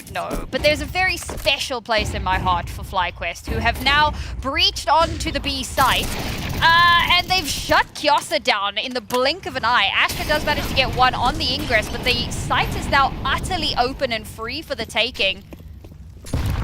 Bomb will go down. Look at Bibian. She's literally a Nadia, But they're all going tunnels. They're all going mid. She only will get this 1 kill on Astra, but it's all the information. Will she? Oh my god, she doesn't get the BB. kill. BB? Oh my god, Astra goes down. It's so important now. Good Goose does get that kill, so thank God they've shut that out. Now, the final vestiges of this big squad coming in through main, and thankfully, Emmy, not an AWP in hand this time. It's the rifle to get the job done, but it's Viku's AWP that's going to have to 1v2 here, struggling to find an opening, to find a sightline on any one time. Ticking away, not on her side, and Goose is the savior of that round. If I'm Vivian, the biggest sigh of relief ever, thinking, there it is. okay, we won the round, we won the round, we won the round. I didn't get the kill, but I got the information. All good. Team player, team player. Good. This is what people say, you know, stats don't tell a full story. She got the information. That's all that matters. Rating is a strategy. 5 rounds for FlyQuest, and importantly, they get that success from a low buy round. If they'd lost that, even with the bomb down, it could have been a little bit difficult with their economy in this round. So going into the 12, Emsan won't be able to escape. She gets mowed down as she's trying to find coverage. So big, they might just have sufficed with 6. It's a great look for FlyQuest. And it's not the first time. I mean, Emsan's been doing the long control, and previously she was able to get away. This time, BB holds down that M1. Wants to make sure that Emsan can't escape. Also, BB 12 and 9 at the moment. Only player on double digits, fun fact. BB's on double digits, and she's on 12 to 9. But look at the amount of map control that Big have. They've got Hanka, who's got aggressive in towards tunnels. That's allowed Viku to securely rotate over. Issue is, Viku maybe pulls the trigger too early, flashes her teammates through a smoke, and they get flashed their demise. Who cares about map control, man? Just kill them. 2 players remaining. Hanka now deals with Goose Breeder, and that's a free rifle upgrade, but look how dangerously low they are on HP. They know it's the last round and a half. They have to move, and it's telegraph these final kills, or these final players will be coming from this position. Viku now under so much pressure. What a no-scope, all right. I mean, again, not going to amount to much, but it's always flashy. It's always fun to see. Almost dies to the Molotov, gets another kill onto Vivian. And look at that She's smile. smiling on like, them. she knows that she can't do anything in this round, but damn, it's got to feel good to be hitting those shots. 360 no-scope into... She knows someone's long. I mean, there is no time. So unfortunately, with that no time, FlyQuest finally some signs of life.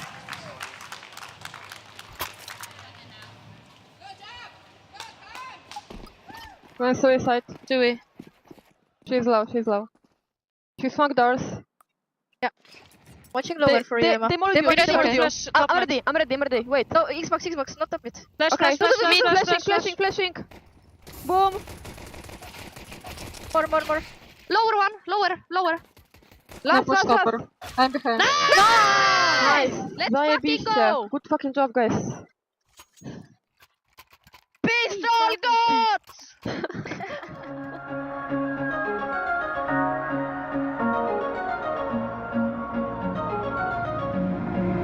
So electric, I might die. Yeah, the feeling in the air makes me high, but I'm in for the ride. And I thrive in the street lights, lose myself in the currents of time. I got you on my mind. Everything that I feel is so new. I'm pretty sure you're gonna feel it.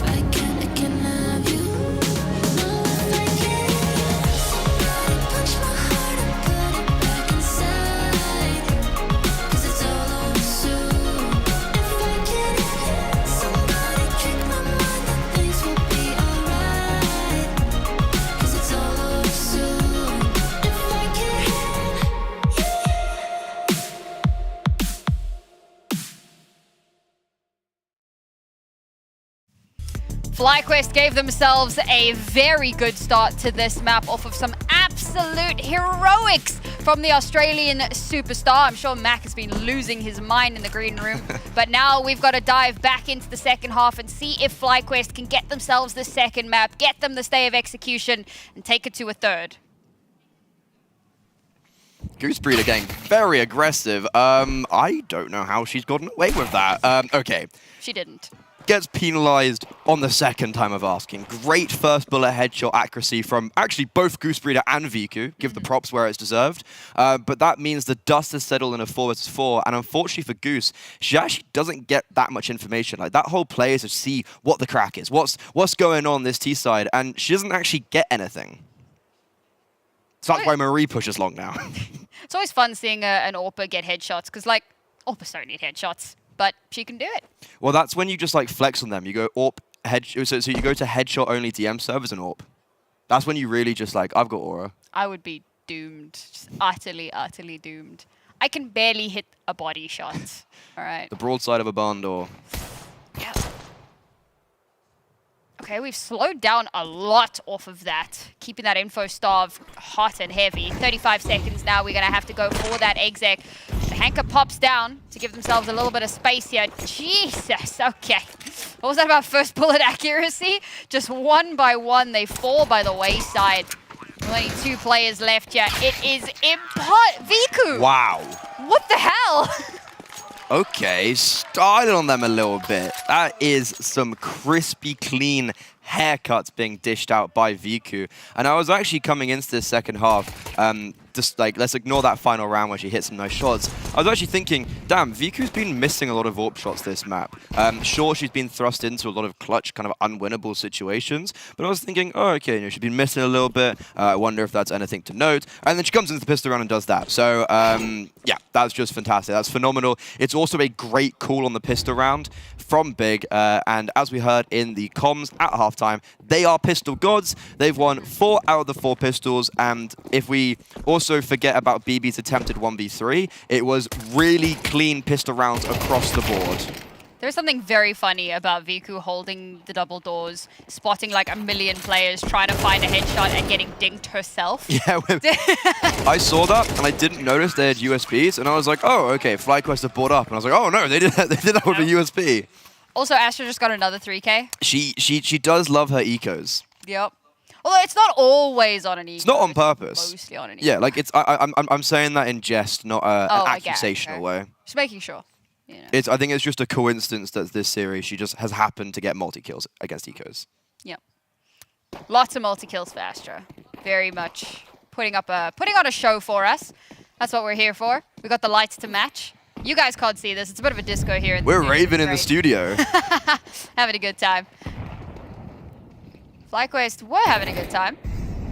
Hope is what kills you. Hope is what kills you. Come in second half. Jesus, Freddy. 6-6, and then like you're sitting there, you're like, yeah, okay, we're actually gonna give him a little bit of sun, and then this first gun round is actually super important. That might be the worst thing you've ever said. Hope is what kills you. That is literally some Disney villain slogan. Hope is what kills you. Damn. All right, Ursula. Okay. Thanks. Thanks, he says, as if that was any way a compliment. All right, Goose. Her team will be thanking her. She gets that first kill. My God, Ebson. Spray down through the smoke. Goose instantly traded back, and a lot of damage has been taken. But BB, come on, BB. She saw what Astra did and went, hang on, guys. Hold my drink. I can do it too. Kiosa will try to bite back, but she's left now in a 1v3. And, well, BB is still alive. Flash over the top. Can't quite connect it. BB with a 4K. She just might be the GOAT. Might be? She just might be the GOAT. That is such a good round from BBN, but also if you compare that mid to B to the in the first half when Big were on the CT side. FlyQuest did a mid to B, and FlyQuest, that was, I think, their first gun round. Big had no contestation. There was no one spamming through the CT smoke. There was no one applying that pressure on the T side. Where if you look at that, sure, BB gets the majority of the kills, but there's also the teamwork and cohesion around it to make it super uncomfortable for those players who were going up mid. They were never secure of where to look, and BB capitalized upon that pandemonium. Bringing that deficit down to a far more doable scenario and leaving Big's money on a little bit of an uncomfortable spot.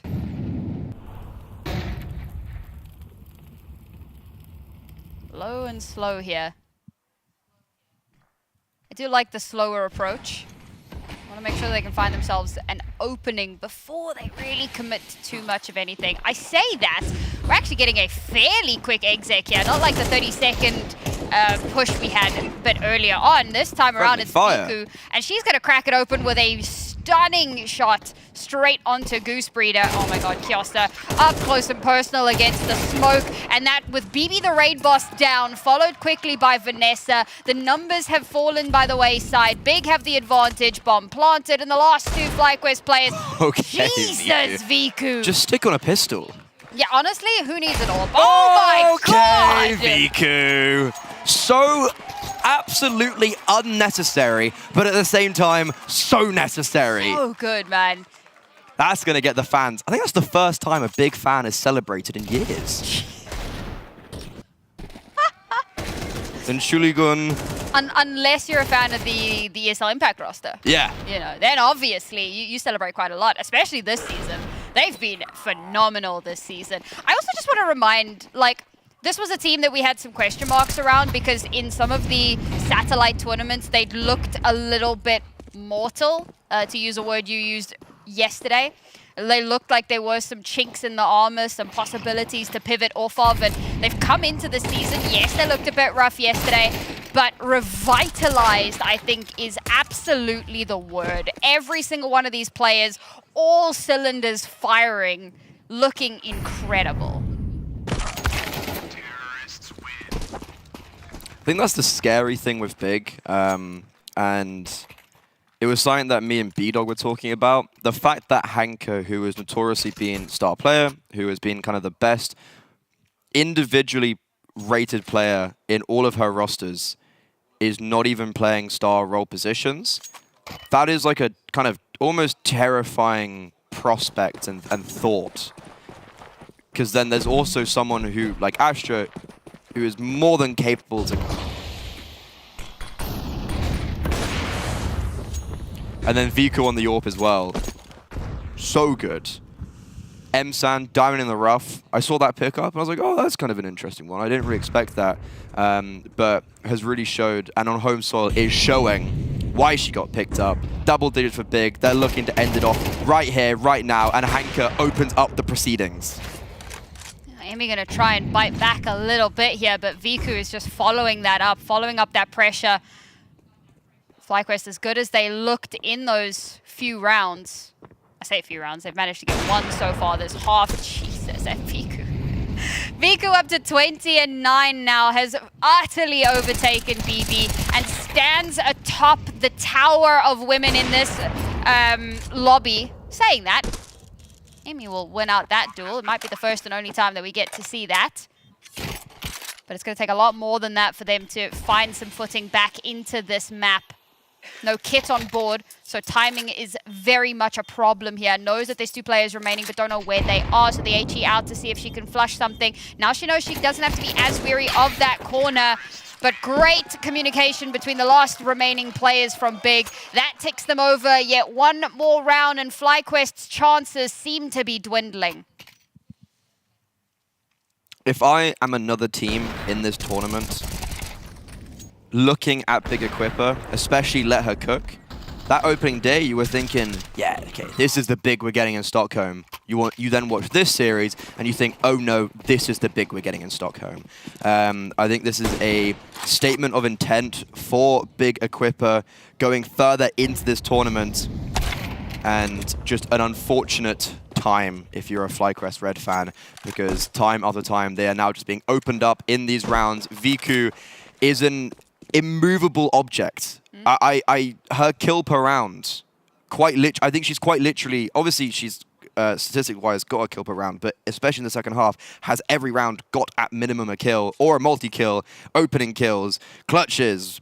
It's like she's doing it all. And at the same time, there's also then no weak link around her. This is very difficult to look at Big and think, how are they going to lose this game? I have a fun question for you. Hit me. We were having the Forks discussion, and you said yesterday that you think maybe Forks overtook Viku for 3rd place. That's a question. That's why I asked it. Well, the only way that we can decide that is a possible grand finals matchup. So the only way that Sakura and Big Equipa are able to meet each other again would be if Big go on to beat Let Her Cook later today in the winners match of Group A, and then also beat NIP Impact in playoffs, and Sakura also beating either Atrix or MIBR.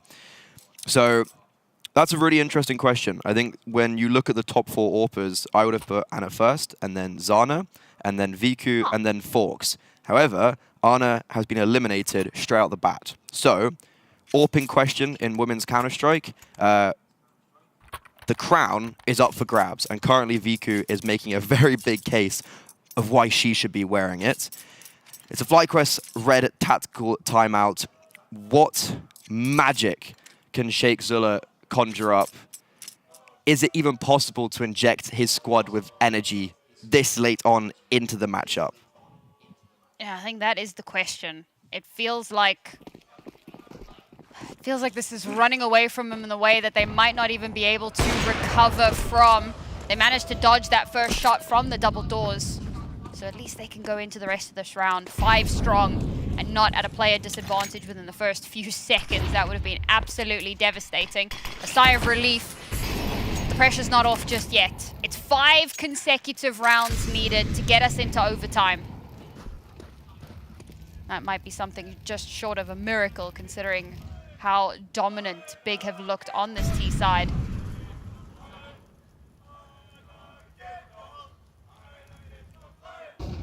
With the fans behind them, they're getting loud in the arena. Big looking to end it off here. They're putting a bit of presence, faking it towards middle, but Emmy sees all of this. She knows it's a ruse. However, Viku gets the best of it, and Viku jumps down and somehow doubles up. Somehow, Viku has been a revelation on this map. She continues to be, I called BB on a raid boss a little bit earlier on. BB has not had a kill in a handful of rounds. Viku, however, continues to be such a problem. Vanessa tries desperately to be that anchor that her team needs, but can only get one. Gooseberry might have a timing here. Gets the kill onto Viku. It was a little bit labored, but it does come through. With only 2 players remaining, though, this retake is nigh on impossible for all the marbles now. FlyQuest have to mount that miracle. They've got a little bit of utility that they can play off of, but they have to find an opening. And Big Equipa have done well to hold on to some of their utils, so they can keep running this clock down as far as possible. Not playing too aggressive, not getting too cheeky. Spots the barrel of the gun, the shot's firing down. That's Marie taken down. Gooseberry, the last one left alive, cannot get a single kill. Emsen shuts it down. Big Equipa take map 2, take the series, and book their ticket to the semi-finals. The Bears are roaring today in Stockholm. Viku, a goddess amongst mortals. What an absolutely sickening performance from her, and Big Equipa looking leaps and bounds better than yesterday. That's an understatement. If I am Let Her Cook later today, I am potentially a little bit cautious of going into that game.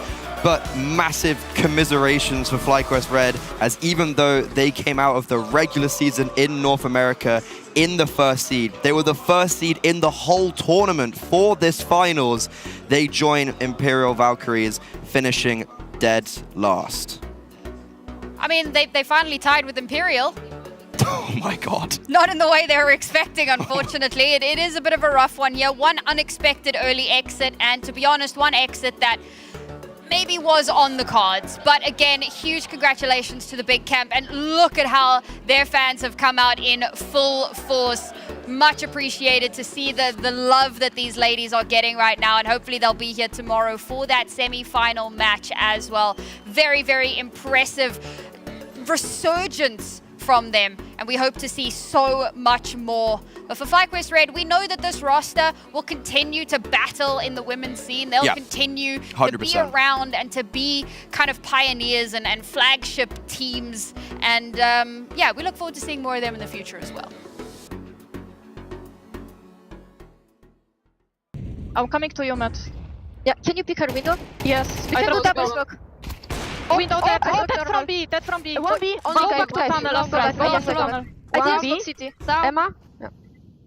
Can be picking B. She fell back from long. Only one piece still. I hold Xbox. I will run. Come with me, yeah? I am on the safe. That's city. Only one Opa piece live, still. Vika. Still one B. Wait, I check car. I'm only short. Car. That's Nice. Last offer. Last offer. This city. Is she? She will. No. She will go for it, guys. She will go for it. Good after plant, please. I will pick up the smoke. There is smoke on. Yeah. She switched to gun. Yeah. Pick on them above. Emma. Okay, fine. Window picking slowly. Pick on Emma. Pink. Nice! We're up. Wait, up, door. I have Hanka here by my side. First of all, congratulations. Hanka, you've been playing Impact now like for so many seasons, and we can even see like improvement like on all of the teams. Would you say that this is the most competitive season that we had so far? To be honest, I think it's the most competitive for sure. Like we can even see yesterday crazy matches, like kind of some upsets. And now like every team is like really close with like level of CS. But I think it's also influenced by just CS2, you know, from this change from CSGO to CS2 had huge impact on women's scene, I would say. Yeah, and even though like it means that like FlyQuest is eliminated, I feel like throughout the seasons they were actually growing. Maybe not having the best results, but it was because everybody was growing with them. But most importantly, they did improve, correct? Yeah. Sorry, I didn't hear you. I just like also wanted to point out that even though FlyQuest just got eliminated, they, in comparison to how they were in the beginning, would you say that they also improved and grew like with the whole scene? Yeah, like to show up on LAN, you need to be improving all the time. So even like appearance on the LAN is like kind of good thing in the end. And I think they were progressing, they were changing coaches, they were trying to new systems, new adaptations. So it's also like huge like effort from them made. And yeah, but here in LAN it's just like kind of rough life. We need to just be better, you know. Yeah, you gotta be better. You gotta adapt. And a person that on your team probably had to adapt is Viku, because you know previously you played with her on the fully polished team. This year she went international. I think I never actually had an interview with her in English, so I wonder like how is the communication? Is there any kind of language barrier? No, not at all. From the very beginning, Viku and me were like really comfortable with like talking in English. I think no one felt it from team that we are even Polish, only when we swear. But overall, no problems. Yeah. The conclusion I can make here is that the next person that I should interview on your lineup is Viku and finally get that interview. But this means that you still have like one more match happening today. It's gonna be against Let Her Cook. Probably maybe a familiar opponent, a European one. Do you feel like in a best of three should be doable? I think it's gonna be interesting match. Like I only think about like my team and how we're gonna play. Like nothing to be scared of. We're just gonna show good CS and better gonna win. Yeah, and you're gonna be showing good CS for the fans because the main team was sitting there. The fans were supporting. They were roaring. They were loud. Can you hear all of it while sitting and playing? Yes. It's so crazy. It's like lovely, to be honest. I really love it. Like it just gives crazy energy and crazy motivation to even push more, and like win this round. So thank you guys for the support. It means a lot. Go big, go big, go big. Hey. Woo! All right, then. Looking forward to seeing you again for another best of three today in the end of the day, and looking forward to seeing your fans. Hopefully, they will still have enough energy. So, Hanka, for sure. One more time. Thank you very much for the interview. Congratulations and good luck in the next one. Thank you so much. Now let's go to the desk. These Bears know how to roar. Big Equipa triumphing in 2-0 fashion, looking strong there.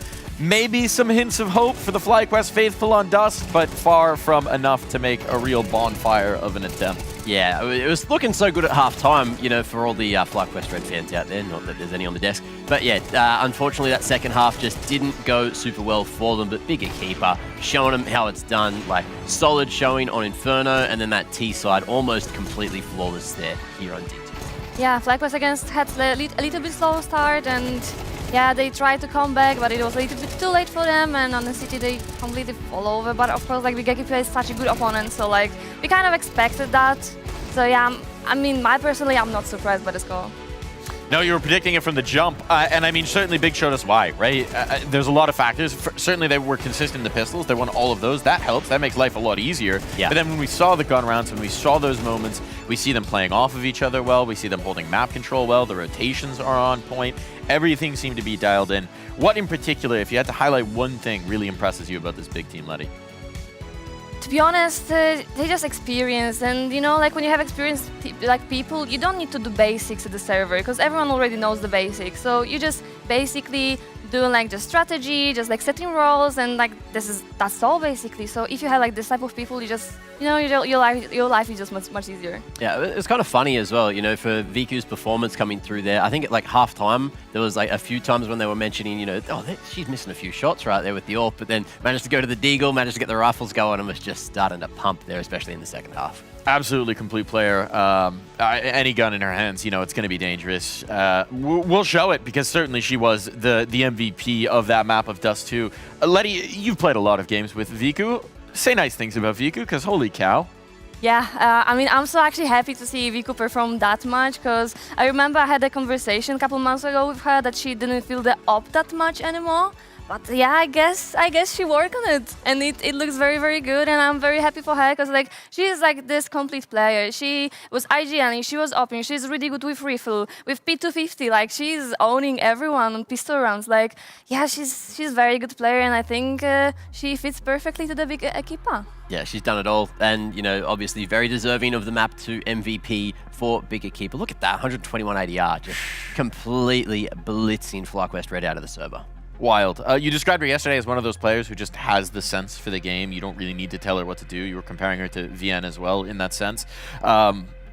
Obviously has that lethal instinct. I mean, we saw it again and again. Just in terms of the op comparison, Viku was unmatched. Yeah, that's true, and our coach was always saying like she's a very talented player, like she was literally born with the skill because she didn't need much practice to actually understand what she's supposed to do, why she's supposed to do stuff. She just knew it, she just had this instinct, and yeah, like I'm so happy to see her like perform that great. Now, looking at the sample size, we have 3 maps now for Big, right? Yesterday, obviously going to be disappointing for them, but today they looked lights out. What do we make of this Big team? What do we make of their chances to actually take it all the way into the playoffs? Well, look, it was a pretty solid showing here, the 2-0. Obviously, there's going to be a little bit of time between now and that best of 3 later on. And I feel like, look, over there, chances are looking pretty good. You know, I'm sure they've got a couple of reps against Letta Cook, you know, throughout the season. So we'd expect to maybe see them, you know, coming in with a bit more of an idea and maybe avoid some of the maps where Letta Cook were trying to farm towards the middle of the map pool. Yeah, yeah, completely. And I really think Big Equipa finally woke up, kind of, because of course, like showing on the tournament, first BO1, you are not able to play another game the same day, so you kind of might overthink even during the whole night. But yeah, I think it's gonna boost their motivation and confidence so much for the upcoming game. Now, there were 2 teams in this matchup, and we do need to discuss FlyQuest because their journey in Impact comes to a close. Their journey in this final comes to a close. Not able to get any wins on the maps here at this particular Season 8 final. They're a team that's been here from the beginning, right? They've been through so many seasons of Impact. They've been a consistent contributor in the Red program to supporting women's Counter-Strike. They posted a great media piece before this tournament about how they're going to continue supporting, about how they're here for the long haul. I think there's a lot to love about what the Red program has done. So I want to start with a little bit of a celebration, and I think there was one round in particular that you wanted to highlight over on the telestrator. Yeah, of course. Letty and Mac. It's a 2-piece on the telly for our Qiddiya City playbook. Yeah, Kadir City playbook, of course, and we're going to be having a look at a few things here. Mostly, it's going to be a mid to B take by FlyQuest, which did go incredibly well, but then it's also Marie, who we are going to focus on in just a little bit. So, Yeah, exactly. So we see FlyQuest right now like doing kind of like mid-split, but like of course like towards B, but with both smokes on CT and to the left side, and they're crossing the left side smoke, so they are kind of, so CT kind of don't expect them where they're actually gonna go. Right now they are like entering B side, they have full B side, and we see Mari right now activated on long, and she did huge impact right here. yeah, right here. Exactly. She got a kill, she was low, she knew she didn't need to pick much more because CT now has like this pressure that there's someone behind. So she played very, very good time, because if not that, CT just would go on the B side and would try to like, you know, have a duels and just retaking the side. And you can see just how much time she bought as well, just by surviving it long, not over-facing, and it made the rest of the round that much easier, less pressure on the two FlyQuest members remaining on the B side. And that's it for the Kadir City playbook. Well, come on back to the desk. Welcome back in. So some moments for FlyQuest, but ultimately it wasn't enough. It wasn't enough this time around here at the Impact Finals. That's just the reality of it. Disappointing, I think, for a lot of us who expect more from this team. It's certainly going to be disappointing for them as well. But it's a consistent problem that's plagued them across this, which is that we know there is an ideal form of FlyQuest Red. We see it in their online competition in North America. We see it in North America in general. It just doesn't tend to translate as consistently here to land. What do we think is going wrong with this team that causes these problems?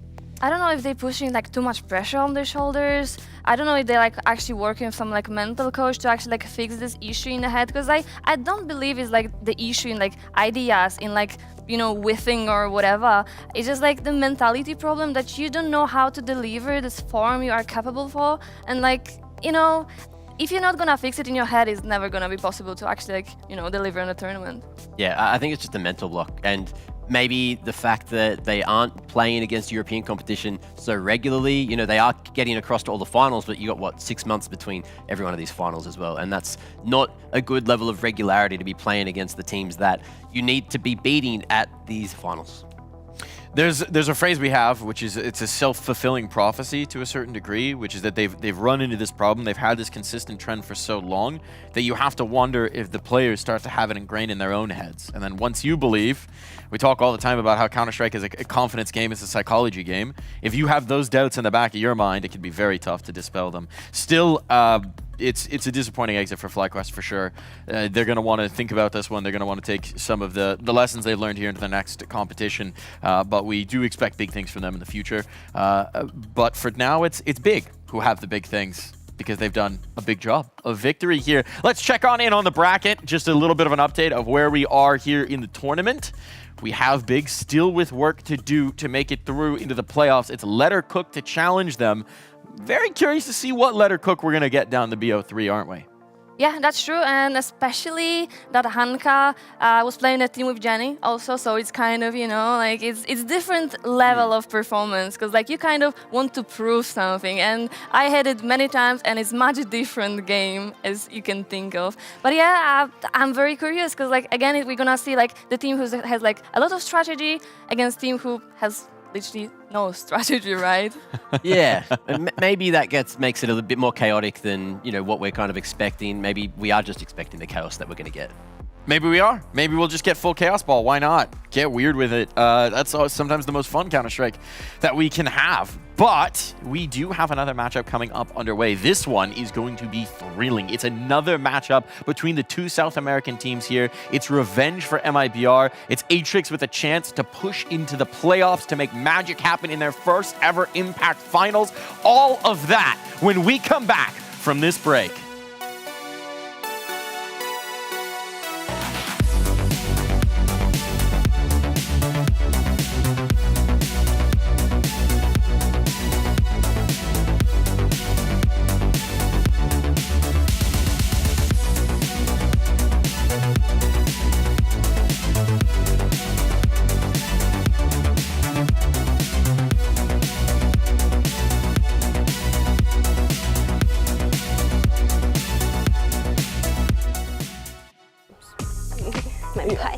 You're lucky you cannot see the guns right now.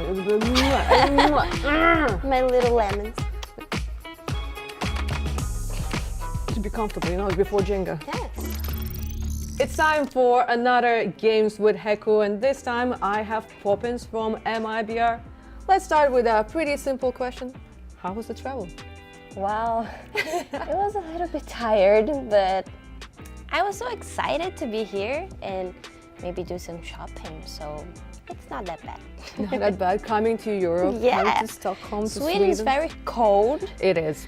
But it's very pretty. We're here to talk, we're here to but also we have a Jenga tournament happening. Okay. So in the meantime, while I'll be building the tower for us, you can start maybe sharing a bit of things about yourself, because we know you are a professional CS2 player, but are there any other games that you play outside of CS? Yes, of course. When I was really a child, I started playing Minecraft with my brother. He taught me everything about games and also sports that are not electronic sports. And yeah, I'm really grateful for him, because that's because of him I'm here. Do you want to do the first turn? You probably have an idea how Jenga works, right? It's Yes, pretty I know. straightforward, yes. Yeah. Then You can go first. I can go first. Oh, Yes. okay. Ladies first. Wait, Just kidding. You're just like, I think you're the older person. No. Yeah, I was gonna joke about it, but thank you. I felt really bad. Maybe. Okay, let me see. This one. Okay. I'm like. Yeah, and just in case, if you touch one and you feel that it's like not a good idea, you can change your mind. Just in case. Okay. Just in case. I'm doing something not. You are doing definitely okay. something. Oh. I'm thinking just. Okay. Okay. So the biggest question right now: who is the main caller, since Goddess is not on the lineup? Our leader is Olga. Olga. Mhm. Yes, she is really great with leadership, but also she plays really aggressive, so that matches. It fits perfectly for us. But also we changed the coach, and the coach is pretty good.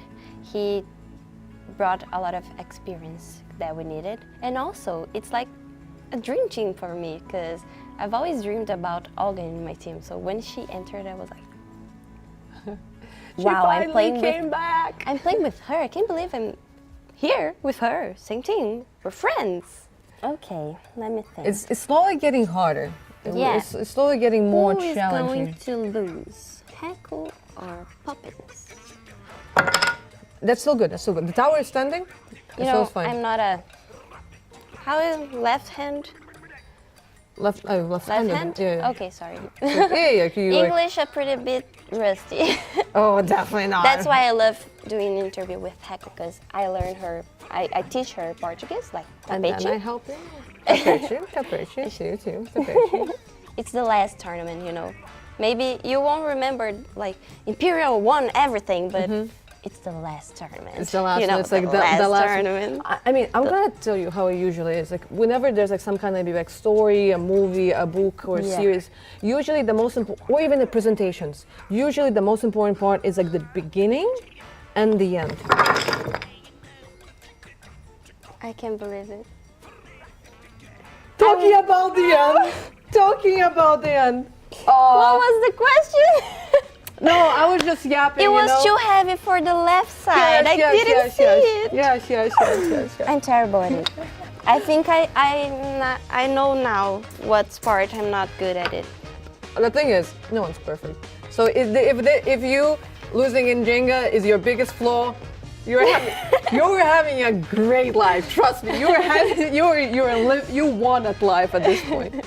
But yeah, I enjoyed so much this Jenga. I Yeah. love doing this. So nice. it was amazing, and I even got to win a Jenga, so I definitely take that. Fair, Thank you very much. fair match. Thank you very much for the Jenga tournament. I want a rematch. A rematch? No, this is a best of one. I gotta win. I'm not taking Best of three. No. We're doing best of ones here. I'm taking this. All right. Thank you very much, you, and good luck. A little bump. Yeah, I always remember you do that.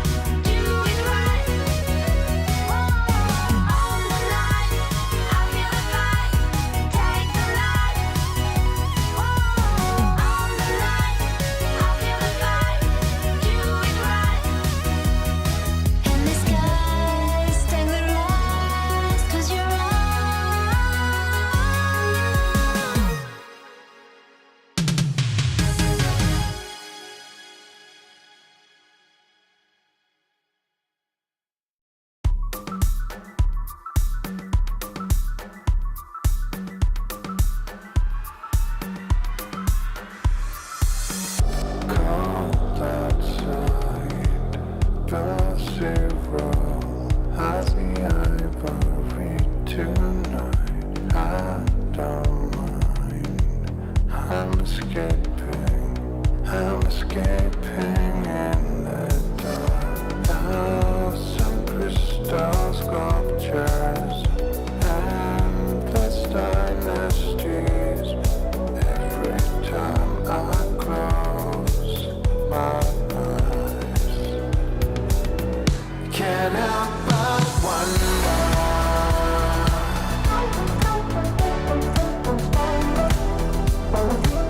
I see the end of the dynasty every time I close my eyes.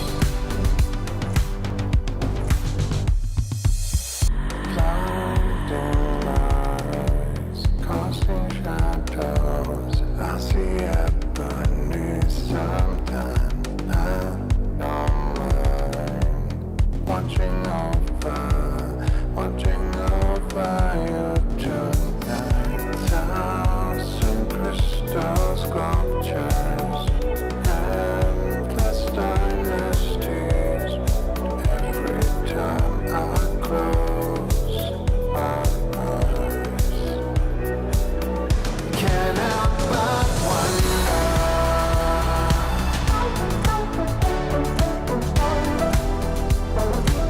I see the end of the dynasty every time I close my eyes. Can't help but wonder why. I see the end of the dynasty.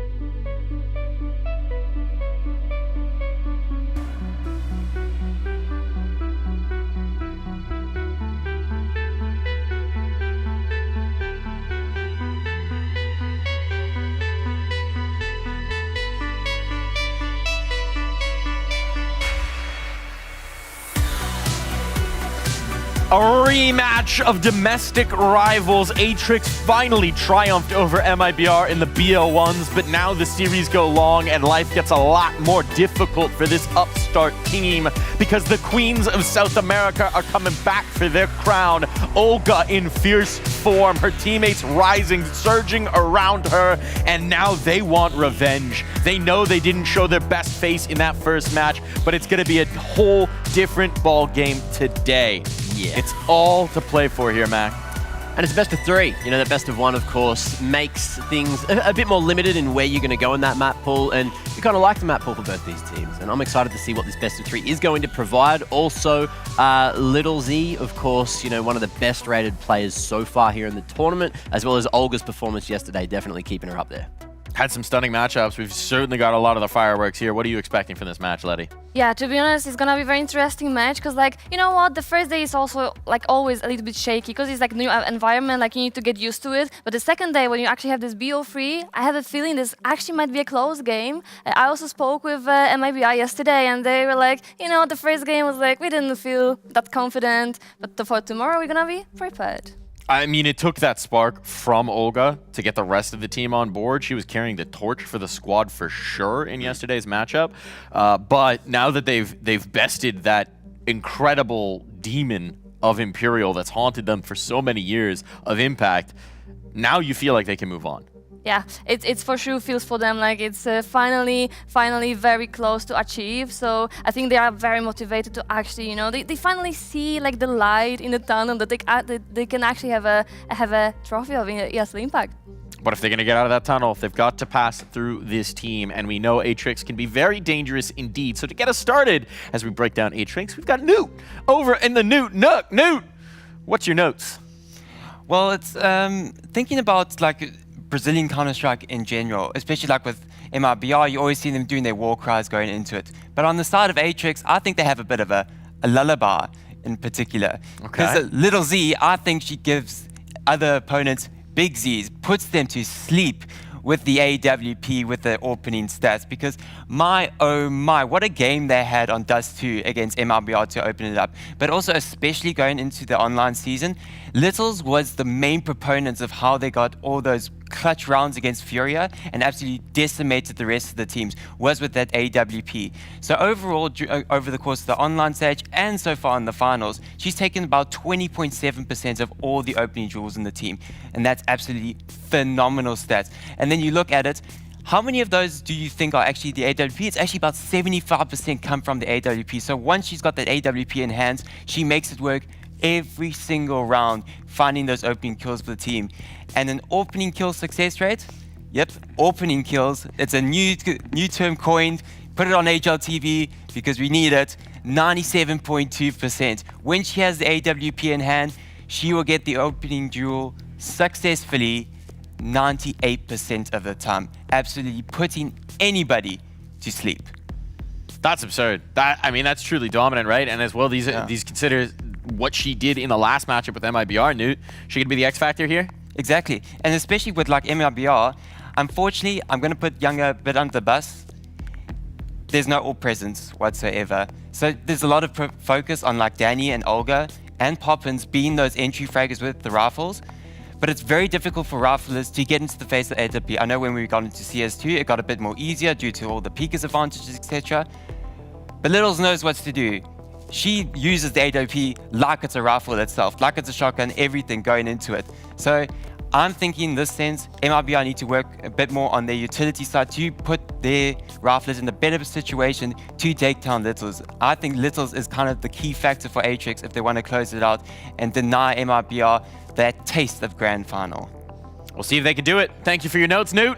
We're going on back to the desk. We're going on through Atrix off the back of that strong op of Littles. Do we think they've got a shot here? I do. I think they've got a shot, especially with how they were performing yesterday, and we get to see more of their map pool. That's the thing, teams going through with just 2 best of 1s into this position.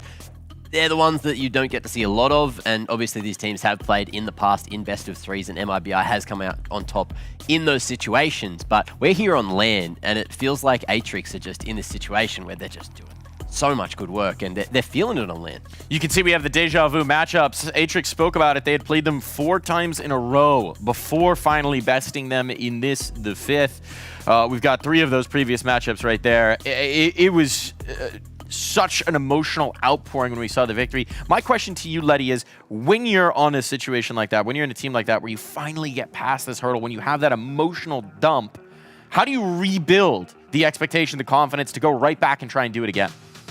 As I said, I'm gonna repeat myself constantly. It's just about huge, good mentality. This is whenever you have everything sorted out in your head and you know what to do to actually achieve this. It just makes life easier. But of course, it's not easy to actually find, the way how to do it. But once you know how to do it, it's amazing. It's an amazing feeling. I'm curious about what they're feeling, and there's no better one to find it out from than Atrix themselves. So we got a little video to hear from them. In Brazil, we actually have really good teams right now. We have Fury, MIBR, we had Farmagic, very great teams. Players were actually getting really better, so it was getting a really close matches, a tough tournament. You couldn't tell who was gonna win. Our team, we were preparing so hard. We've been boot camping for almost 2 months in a row. Our play style, I think it's a little bit different in South America than is here. In South America, we play, I think, a little bit more aggressive. It's a bit of a different style because everyone there plays that way. We can always adapt to the other team, but we prefer to propose the game. We want them to play our game, actually. But if necessary, we can adapt anyways. That's not a problem for us. It has been almost 3 years from Valencia. But it was a great tournament. It was my first experience, my first LAN, my first international tournament. So it was everything for me. I've acquired a lot of experience in this tournament. I loved it so much, and I really wanted to play again. I was just so happy. I still couldn't believe, especially because it was the last ESL Impact Finals. So we were just extremely happy, and I was thinking oh, I can do it. I felt that I could prove myself that I could be there again and play against top teams, Making it to this point is already such an achievement for this Atrix team, a team that we just didn't know what to expect when they were coming on in here. They've certainly shown that they belong, that they merit being here, that they merit competition, and now I think it's up to them to prove that it's not just making it to the dance. They're going to take center stage. They're going to take the spotlight here in Impact. Yeah, completely, and especially, of course, like the game against MIBR, but even the game against NIP, when they actually faced like really, really good opponents, they had still good score against them. It wasn't something, you know, they should be sad about. It was still, you know, it was still a good match. Right down to the wire. We've got our veto coming on through here. What are we looking for? We're looking for the nuke for sure. Yeah, a bit of nuke. Finally, like, change up the scenery. Who's going to pick it? Will it be the third? Or are we going to see it in these 2 picks? Okay, Dust. Not yet. That makes sense. That makes sense. They won against them, Dust 2, so that makes sense. I'm for the nuke. Yeah, I'm excited for Dust 2. You know, we got Little Z who was popping off yesterday there and might be doing it again. That's not nuke. That's not nuke. But it could be that third. It could be that third. Are we going to be saved? Do we get to finally see a bit of difference into the veto? We will. Nuke coming in as that decider. If we need it, and looking at the maps that are there, I feel like we might need it. We might need it. Yeah. We might need it. We're gonna need it. And certainly if you're Atrix, you'd imagine this route. Look, if you're just watching this event, you might be thinking, why are they talking about this? Atrix won the last matchup. That was a BO1. That was a small sample size. This MIBR team has a pedigree. They have experienced players. They've been here. They've been to these events before. They have Olga, who's perhaps the strongest player we've had come out of South America, if not at times the world in Impact. They have the prowess to really make this tough for Atrix. Yeah, I mean, if MIBR will play like they played yesterday, if I would be in Atrix, I would be a little bit scared. But of course, it's just like one-man army for the game from yesterday. But if actually the whole team gonna deliver and help Olga to actually win the game, it's gonna be like even like a speedrun. Is it gonna happen that way, Letty? Are they going to win? I think MIBR will win. Taking it? Mac, what do you think? Oh, I feel like MIBR have to do it, but I'm going to go for Atrix just because I like what they're doing. I like that they're bringing in that land feel. They're screaming, they're getting up, they're getting real loud, doing the Brazilian thing, and I love that. Hype that's after our own hearts. We don't know which way this one's going to cut, but one thing is true. One of these teams will be in the playoffs of the final of ESL Impact, and one of these teams will come up just that little bit too short. Who's it going to be? Who's going to advance? Who's going to triumph? Your casters will let you know. Lucy and B-Dog, take it away! A South American team lifted the trophy last season, and now we're going to have at least one in the semi-finals. But Brandon, the question is, will it be MIBR or will it be Atrix? That's the tough piece, right? The fact that historically it always has been MIBR in these best of threes. And for Atrix, look, they were able to do it yesterday. They were able to overcome their demons, quite literally, as the core of this was the Fluxo demons. And 11 immediately gets rid of Younger, but Danny with the dualies is popping off. And suddenly this crunching towards upper tunnels is absolutely phenomenal from MIBR. Well, Sophia's the only one left standing after that. Olga with a quick swing from short leaves Sophia having to deal with double dualies to get that bomb back. Now Olga slips in as well, 5 pistols to deal with and just 1 player. Don't think she's going to have a good, easy time of isolating any of these duels. But I'd like to see it. Definitely a player that's kind of been on the up this year. Last time we've seen her in ESL Impact land. Same story for Danny on the other side, who has been brilliant for this MIBR squad. We're slowly getting this pistol round teased out. There we go. Danny completes the triple kill and MIBR take the pistol. Yeah, really good work, to be honest, from MIBR. And what's good here, and what I like out of MIBR and what we saw from Imperial was how quick they made decisions. Here immediately, you've got Danny in lowers, you've got Poppins pushing upper tunnels. Everyone is on the same page, and everyone is feeling out the round. And that's exactly what MIBR need to do. That's exactly how they achieve that flow state to knock out Imperial Valkyries yesterday. Just everyone being responsible for their decisions, but also everyone just committing to the idea. I think that's the most important thing, especially for teams in South America, just having an idea of what they want to do. Yet again, this push in towards upper and lower. Bokor gets rid of Olga, but you still got 2 more players potentially to contend with here. That's a little scary now, right? This is a force buy in. You've already got the opening pick, plenty of time on the clock to work with. How powerful is the scout going to be when Tech 9s are bearing down upon you? I think Danny going to be a key piece in this round. The M4 out towards long. 11 will be playing late through that position. She's going to be really useful to bail out Younger if things get a little hairy on short.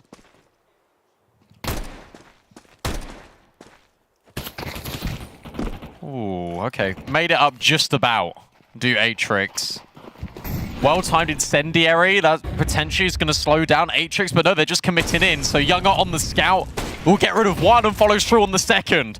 Burns alive, and then the scout is doing the rest. That means you get that quick rotate in from CT. You still got Danny in at Goose that Atrix have no idea about, and it's a complete cleanup on aisle long. 11, the only one standing for Atrix, and then just running into a brick wall of resistance. Great round out of Younger. Yeah, you know, in the end, Younger with the scout actually didn't need all that much help. The Molotov helping her out with the burn damage, but then Danny, great repositioning towards Goose. Poppins rotates at the right time. I think seeing Bokor jump up onto Xbox kind of indicated where this was going at that stage. So she's able to support in from CT, means Younger doesn't have to worry so much about that drop down all long at that point, given that was an opening. The great work from Younger. Definitely a player that on Dust 2 yesterday was very influential, although everyone was in the shadow of Olga. We mentioned, you know, against Imperial, it was going to be very important that Younger had that impact with the AWP, and certainly was the most impactful AWPer, and that's quite the statement to make when you go up against Imperial of all teams. Right now we get a little bit of an Atrix huddle towards top middle. And I think that AWP head-to-head's going to be really interesting to watch in this series, because obviously in that opening best of one on this map, Littles was outrageous. 2.0 something rating, like I think the best single map we've had so far this event. Wasn't a one-off either, that's what it's been like all season from her, just pure domination. But if Younger's firing up early, that gets me excited for this fight as it progresses. Only losing a couple of players here. Can Younger get a rifle? Not sure if one fell that she can scoop up. No, but plenty of money anyway. She might even just get rid of that scout at this stage. We'll see.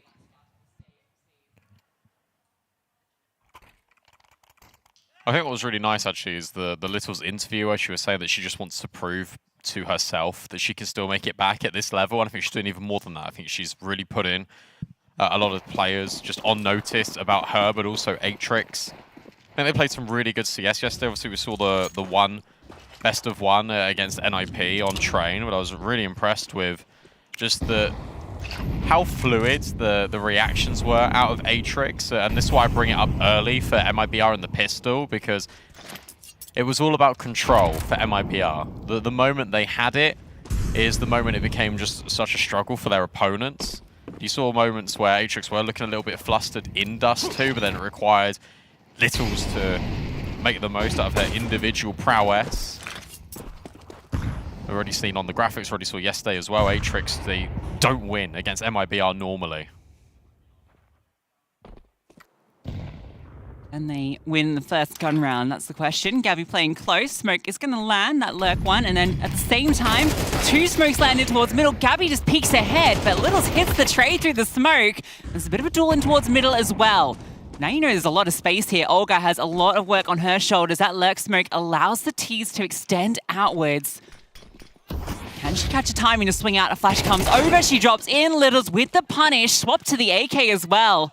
But look at Sophia in the back lines. Danny quick on the swivel, but left alone. Two players to deal with on the site. Bomb means one is busy.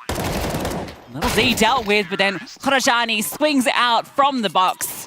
And the first gun round does indeed go their way. You know, fair play to MIBR, because I actually made that look really competitive considering how disjointed that CT side was, because all you've got is just individual gunfights. Gabby takes one in towards upper tunnels. Olga tries to find a fight by jumping into the bomb site, and sure, accommodated by a flashbang, but there's just no trades. That's the key feature piece here for MIBR. No trades whatsoever. They rely a lot on their individuals, and Atrix, they're able just to make it work. It's nice to see Danny popping off, because she was incredibly absent during that match versus Imperial. Now kicks things off 8-1. remember when she burst onto the scene a year or two ago now? Stats and were insane. Just like absurd stats. And when she got picked up with this squad, it was like, okay, yeah, we get Danny, we get Poppins, these kind of young talents together. Really cool to see her showing her potential here. Now, this is a very committed setup, flashbang, but Younger hits the shot with ease, doesn't need the support. But Olga will very happily upgrade that FAMAS to an AK. Yeah, you're going to see this a lot on Dust 2, especially on the CT side. Olga and Younger are going to be going for like these little rifle AWP pairing opening picks. I know Newt was talking a lot about Littles and how often she influences a round of her AWP, but you are going to see this pack mentality out of Olga and Younger line up. To be honest, nearly there, not quite. Danny will get out, and Sophia's also found success on Poppins. Yeah, what's that become? That's start towards middle. That's going to, yeah, leave a big gap now. And Olga look to try and just do things by herself. Does leave Younger on an island, and she's worried about that Sophia play after that space was taken in middle. But nice disengage to group up with her teammate. Maybe they want to approach this through short, see if they can find Sophia and give themselves a way back into this round. So difficult though, yeah, especially with the lack of utility. You need the clean kill instantly, and it does come in. All right, maybe there's a way back in. I mean, Littles can smoke short. So that means that Younger is going to be pretty much made redundant immediately. You can't boost, you've got to relocate. That's even if you want to go for this. You should do. It's a 2v2. Yeah, splitting up though. So Younger's going to go in through from CT. It's going to be a long wrap from Gabby, but she has a long way to go. This is really nice from Atrix, the fact that they take the space in short after just blocking it off with the smoke grenade. The most likely thing is that you've heard the rotate. And neither of these players has kits on the CT side. Bomb's ticked pretty far now. Is there one at long that can be grabbed by Gabby? Gabbed. Younger's not finding anything. You got to call it off. No kit. Time's ticked. Really good afterplan. Like the fact that you just push together, number one. The fact that you go by that short smoke, number two. Because even if there was someone waiting out there for MIBR, you're having a 2v1 immediately. And the last thing you expect if you're MIBR is for Atrix to be so close to that smoke in this instance. So I love the play. It makes a lot of sense, and now we get to see some of the moves that Atrix were pulling out in that game versus MIBR on Dust 2, in that match versus NIP on Train. Really good fundamentals here. Yeah, this is with MIBR getting an opening pick, untradeable, and then it was a 3v5 for a moment there. So great work from Atrix to find that back. Littles with the opener too, onto Gabby, boost up to find that. Younger not able to answer back, was peeking close to the doors, but didn't get that opportunity. For a second, like they wanted to immediately pounce on this B bomb site. They might still go this way. Yeah, they're very aggressive, and Younger doesn't even get a chance. Head taken off through the edge of the box. Poppins getting run at from multiple avenues, and the flashbang is perfection. I don't even think they were aiming at Younger. I think they were trying to shoot at Poppins, and Younger's crossed across. They just caught the bullet. You got to save now. You got Famison and MP9. What an absolute disaster. And I love the pace change here out of Atrix. Immediately just hightailing it in towards B. There isn't this slow mid-round. There isn't this fight for control. It is just instantaneous, and it completely catches MIBR off guard. Get an opening pick and then a decisive call. Works out well. So also I think aided by the fact that where Littles is holding for that cross, you see one deliberately jump over, you catch the second player, you don't see a third. So you know it's going to be pretty vulnerable when you rush in towards B. And they've been having success out here quite early, actually, in this half, because despite not always ending on this B bomb site, they've really been threatening mid to B. They've been dropping this smoke to try and gain the space, and it has been working out for the most part. Good start to the half at MIBR, but Atrix are now bounding back in now when the guns are in. And that money is now devastated. Yeah, it's surely got to be the eco at this stage. Time up for MIBR to discuss plans forward when the guns return. Yeah, I think this little storyline's really fun, right? I remember vividly ESL Impact Valencia, the very first year. Only our third event, second event, sorry. And she came here with MIBR, actually, funnily enough, in that initial iteration of this roster. Got to the semi-finals. I lost to Nigma Galaxy there, but I mean, she posted 1.24 rating against Nigma Galaxy in their peak. She was the third highest rated player of that event. But you know who the highest was? Olga. Olga. Now they're here together under the same banner. No, sorry, opposing banners. Same team, different circumstance. A swap, if you will.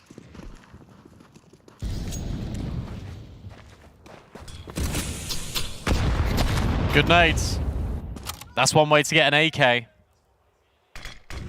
I don't think they're actually that interested in taking that space, though. I love the fact that they've actually just completely vacated long, because now you can try and gamble somewhere else. And what the hope is for MIBR is that Atrix just walk straight into this setup, which is leaning more B.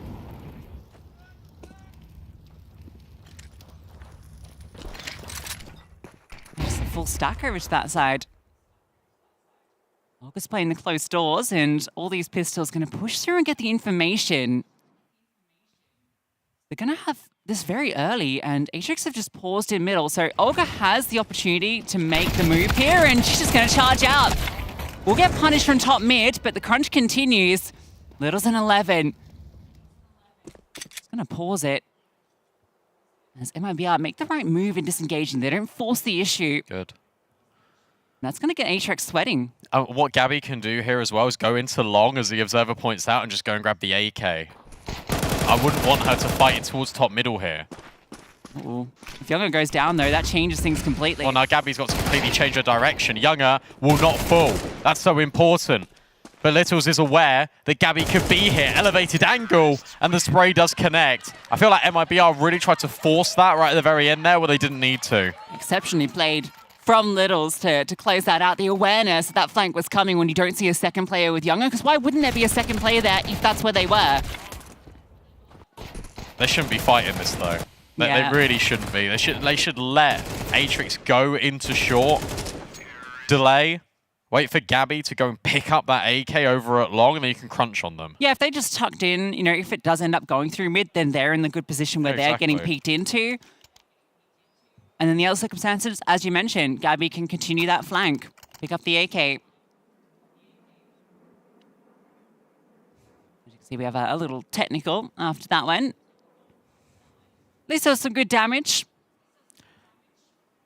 It's one of those, though. It's you can argue it both ways, because you can argue that was really good damage, but you look at the circumstance that the round found themselves in. MIBR another player advantage. They had the bomb isolated on short. You've actually disengaged from lower. You've got a really big flank going on with Gabby.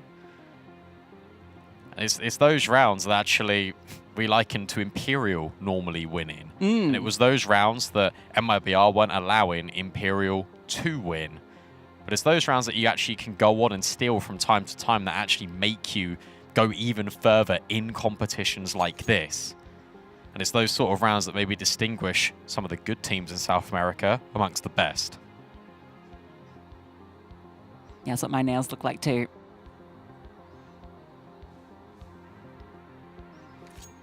Keyboard chips them up. So does the stress. So does the stress, yeah.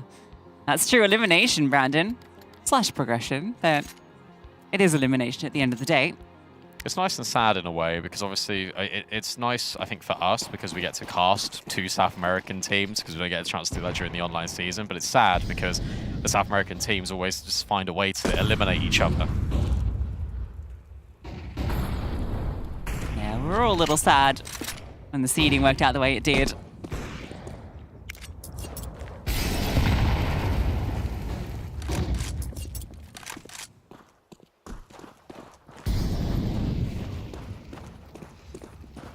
Get this fast scaling up short.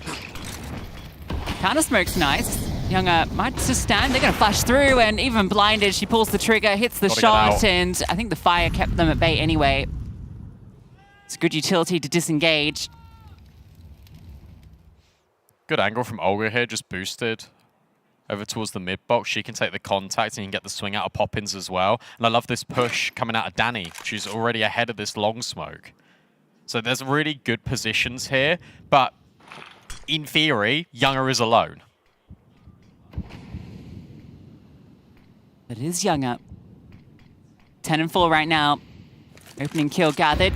Calls that the play is coming forward, ready for these fights. That one looks easy.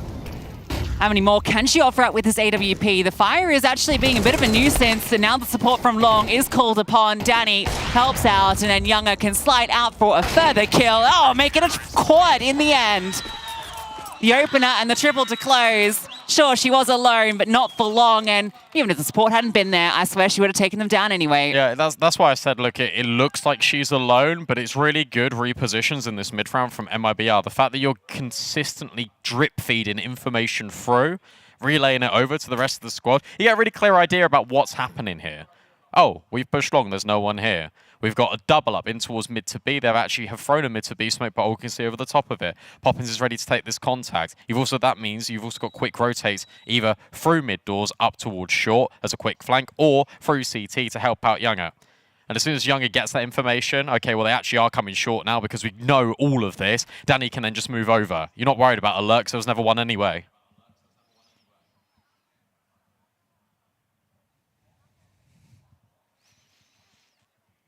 Too easy for Younger. That one is by the book. Dealing with that short approach. A lot of early pauses. I mean, obviously we had a technical throw in there as well, but a lot of tacticals. These two teams so familiar with each other. Atrix, it will be another round till we see nothing come of it. Just an attempt to pop onto this B bomb site. Maybe they can steal away a plant. Olga will be on a very quick flank though. But there is space over on B right now. Yeah, it's interesting. I was just looking at that actually. The fact that Gabby, who is typically the B player, is playing very much retake focused because the idea of this round for MIBR is to control the middle of the map. It's interesting, in low buys are actually happy to concede space on the bomb site and then fight from within. Last thing you want to do is give over a rifle. Olga will give one up, but Poppins is here to provide cover on short. 4v2. Feels very okay. 11 with the AK in her hands, needs to do something, can't find anything. Very clean from MIBR. Only one casualty and they scoop up the AK. Yeah, I feel like B bomb site's a fine site to play like that, right? When you know you're up against, what, Tech 9s at most. So you don't want to get overwhelmed and give that rifle over in a very difficult to retake bomb site. So yeah. We saw that, I think, in the previous BO3 as well, between FlyQuest Reds and Big Equipa. The fact that you can just have a couple of pistols, and if the flashbangs are good, and if your entry path is pretty successful, you can't really do anything. Yeah, and if your VQ is good. True.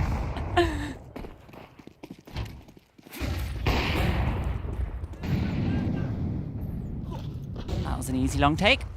3 players sent that way. No one from the T side interested instead. Back onto short they go. And hearing all this long play, they realize there's a bit more space here to gather early. I still bait with the audio there just to guarantee the util is dropped. Atrix are a very systematical team. They'll go through the motions, so when they try and execute a site, they're not dealing with all of your smokes, all of your disruptive utility, like the mollies, like the nades. If you take a look at MIBR's spread, there's one incendiary on Danny. That's it. There it goes.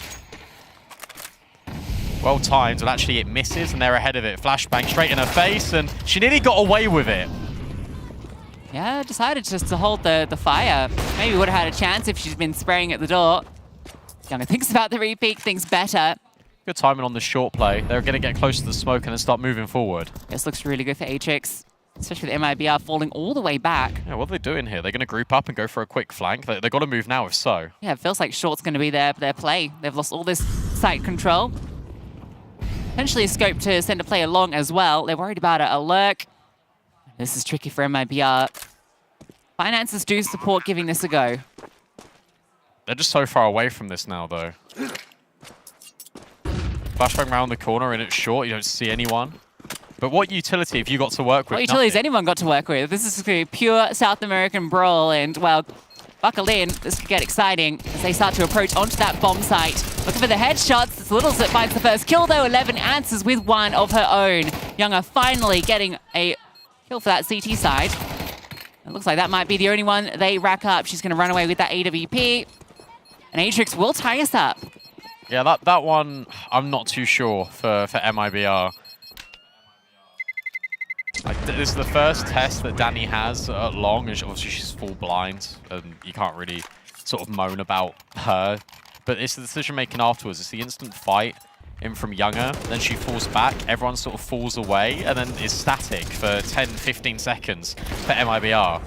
And just as I was praising them in the previous round for sort of gathering all the context clues, getting all the information by their positioning, in this round they just sort of falter. It's almost like they're just buffering in middle, and they're not really too sure what to do. And by that point, you've given over all the space, and there's no reaction. In this aggressive move with the Oppa a bit, aren't we? Yeah, they do this an awful lot on CT side. And yet again, it is Poppins or Olga with her. Danny and Olga this time pass the test over at long. And Atrix were using that molly to disrupt the long smoke. 11 finally gets that trade, and that means there's space here on A. Yeah, they need to get that as well, because the bomber's sitting in the doors too. So Olga bested, comes at a bit of cost of HP. 3-on-3, and the bomb known to be long, but it's going to cause some movement. How did that nade not break? Yeah, I don't know. I don't know. It landed at a funny time, maybe. Good news is you look at all the util this time. The only thing lacking realistically is flashbangs to MIBR, but they've got mollies to halt the progress. If Poppy wants to also drop a block smoke over at long, she can do that. But where it's all fallen silent, they're starting to get a little bit paranoid. Yeah, Gabby is really dug down in the B bomb site all the way back flat. You do have this close mid play from Poppin, so she can kind of go either direction. That's crazy. She's actually just pushing that completely by herself, just taking the risk. Well, I guess they've got the information now. It really feels like it's either they're in B tunnels or they're long, and this smoke starts to tell you what's going on. Poppins can move over with this utility. That's a useful smoke she's thrown forward. That gives Younger a lot of room, a lot of angles she can take. She needs to find success with this orb. Power position, that break does not work on the smoke, so Younger still guised under it. And spots a play over the top. She just throws that bit of utility onto the side. It could be devastating, but she wants to find the shot, and she will. Littles does spam her out. Oh, the molly missed. Molly has missed the mark. That means there's just enough time. If that had landed, I don't know if they would have got the bomb down. But maybe it doesn't matter. The headshot's coming through, and there's nothing to be done. Bomb goes down, but it will be MIBR's round. I'll tell you what, if that molly actually lands, they don't get that bomb plant off. They don't have any money. But it works out anyway. If they had lost that round, that would have been absolutely devastating. They must have got caught on one of the dead pixels on Dust 2. Go around from Atrix. I really like the idea of this. You slow things down completely. You get the defense spread because they don't actually have any natural info over the rest of the map. You don't see anyone initially coming to fight you over at long and re-challenge. So you must be thinking, okay, well, they've probably repositioned and now starting to push in towards mid, pushing in towards upper tunnels. Now's our time to go. It did work out really effectively, but Poppins making that play, pushing forward, really helps out Younger. 97%. It looks like we're falling into the 3% this time, although... Nope. As soon as I say that, she pushes forward ahead of the utility. Yeah, that was really nice angles to work with. And now Olga, yeah, this is, I mean, you do have that slight advantage, yeah. Nice. That's that left eye versus right eye peek. Very aware is Olga of that.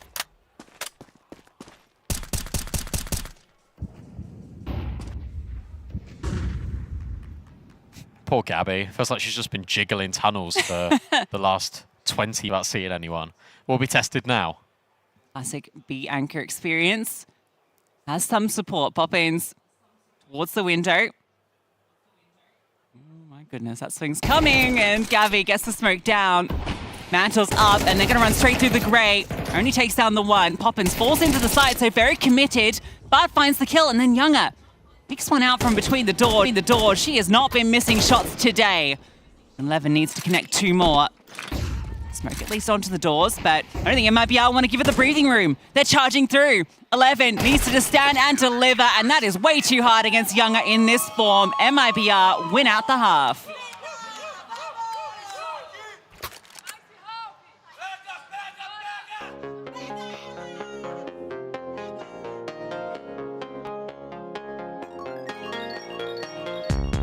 Driving in my car, destination unknown.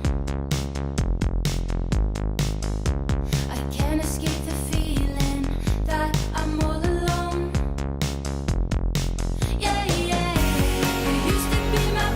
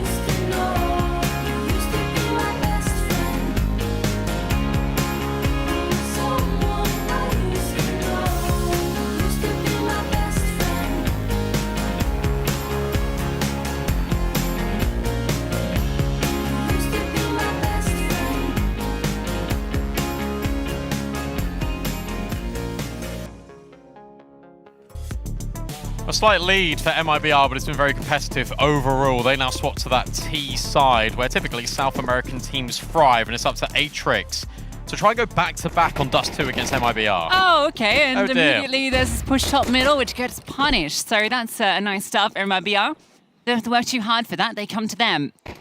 Parjani on the long angle, ready for the swing. Flashbang dodge, but bullets not too many targets. Far too many. It's a whole squad charging at you. There's even a smoke on shot, Brandon. The gaggle of Glocks. Do it again. You do a goose noise? Honk. Not really. The issue you've got is that Atrix want to go aggressive in top mid here. And this is the first time we've actually seen aggression whatsoever out of Atrix. Just in general in this map, apart from maybe when they changed the pace just a little bit and tried to rush it in towards that B side, that actually did have good effect. But especially on a pistol, it is really common just to push a couple of players up top middle. And I imagine it's really prevalent, especially in South America. So they're just holding, they're just ready. And I like the fact that MIBR show good accountability by having a double up rather than just one player holding top mid. And of course we get the force buy immediately, and Littles has got the tag on Younger. And a nice nade on the Poppins too. So a bit of damage early, going to make the scout, make the pistols a little more deadly. Oh, nearly. And the headshot, 1 HP. Come on, 99 and 2. Littles. Ooh, Flame at her back. Needs to be careful. Daddy's just been so annoying. She's got 1 HP, just keeps baiting Littles in, and she's eating all of this util damage. And Olga, she makes good on Sophia's now reposition. We want to trade Daddy. Well, you can't. Yeah, all this damage has been inflicted. This is nice. I really like this rewalk. The issue you've got, again, is that Younger's just holding with the scout in top mid. Nice shot out of 11. Is there any more in the locker? Gets rid of Danny. Can't find the headshot onto Olga, but Olga finds the headshots onto all of Atrix. Yeah, Olga, full HP, just sitting there, ready. Makes that one a little less stressful, because it was getting there. All of that damage inflicted, 1 HP, 2 players less than half. Scout and Nade doing work. But Olga putting in a shift of her own. I got to remember as well, look, we're going to keep mentioning this Imperial MIBR game, because obviously it was incredibly historic. But they weren't losing to those 4 spies. And Imperial are the best in the world at stuff like this. I like this idea, double nade, straight in towards top middle, but Danny and Younger just don't care at all. Danny is on an absolute tear. 18 and 8. This is the best game out of Danny I've ever seen from her on LAN. Brilliant to see, isn't it? She's been having a very good season.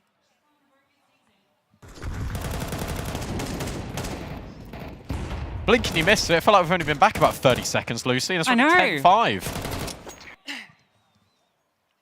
Yeah, it's definitely a very different script than what we had yesterday in this same map. I mean, how much confidence are you going to have, though, eliminating Imperial? Finally getting that weight off your shoulders if you're MIBR, because they are a very familiar opposition, especially at these LAN finals. Olga's taking the Mac 10.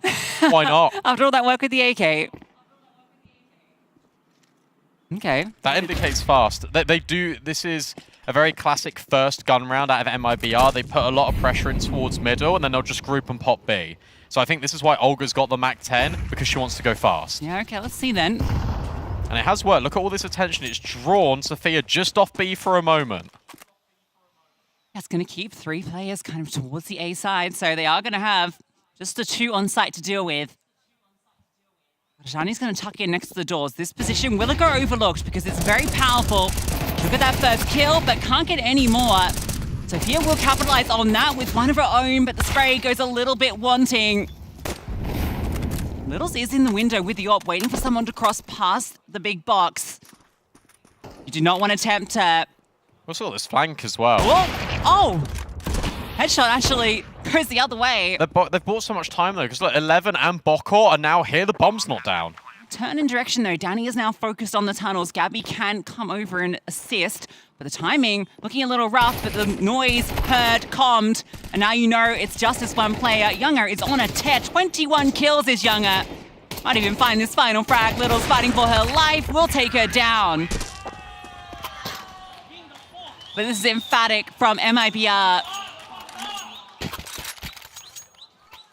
Clean trades into that bomb site. And focusing the attention when needed towards tunnels eliminates any threat of that flank.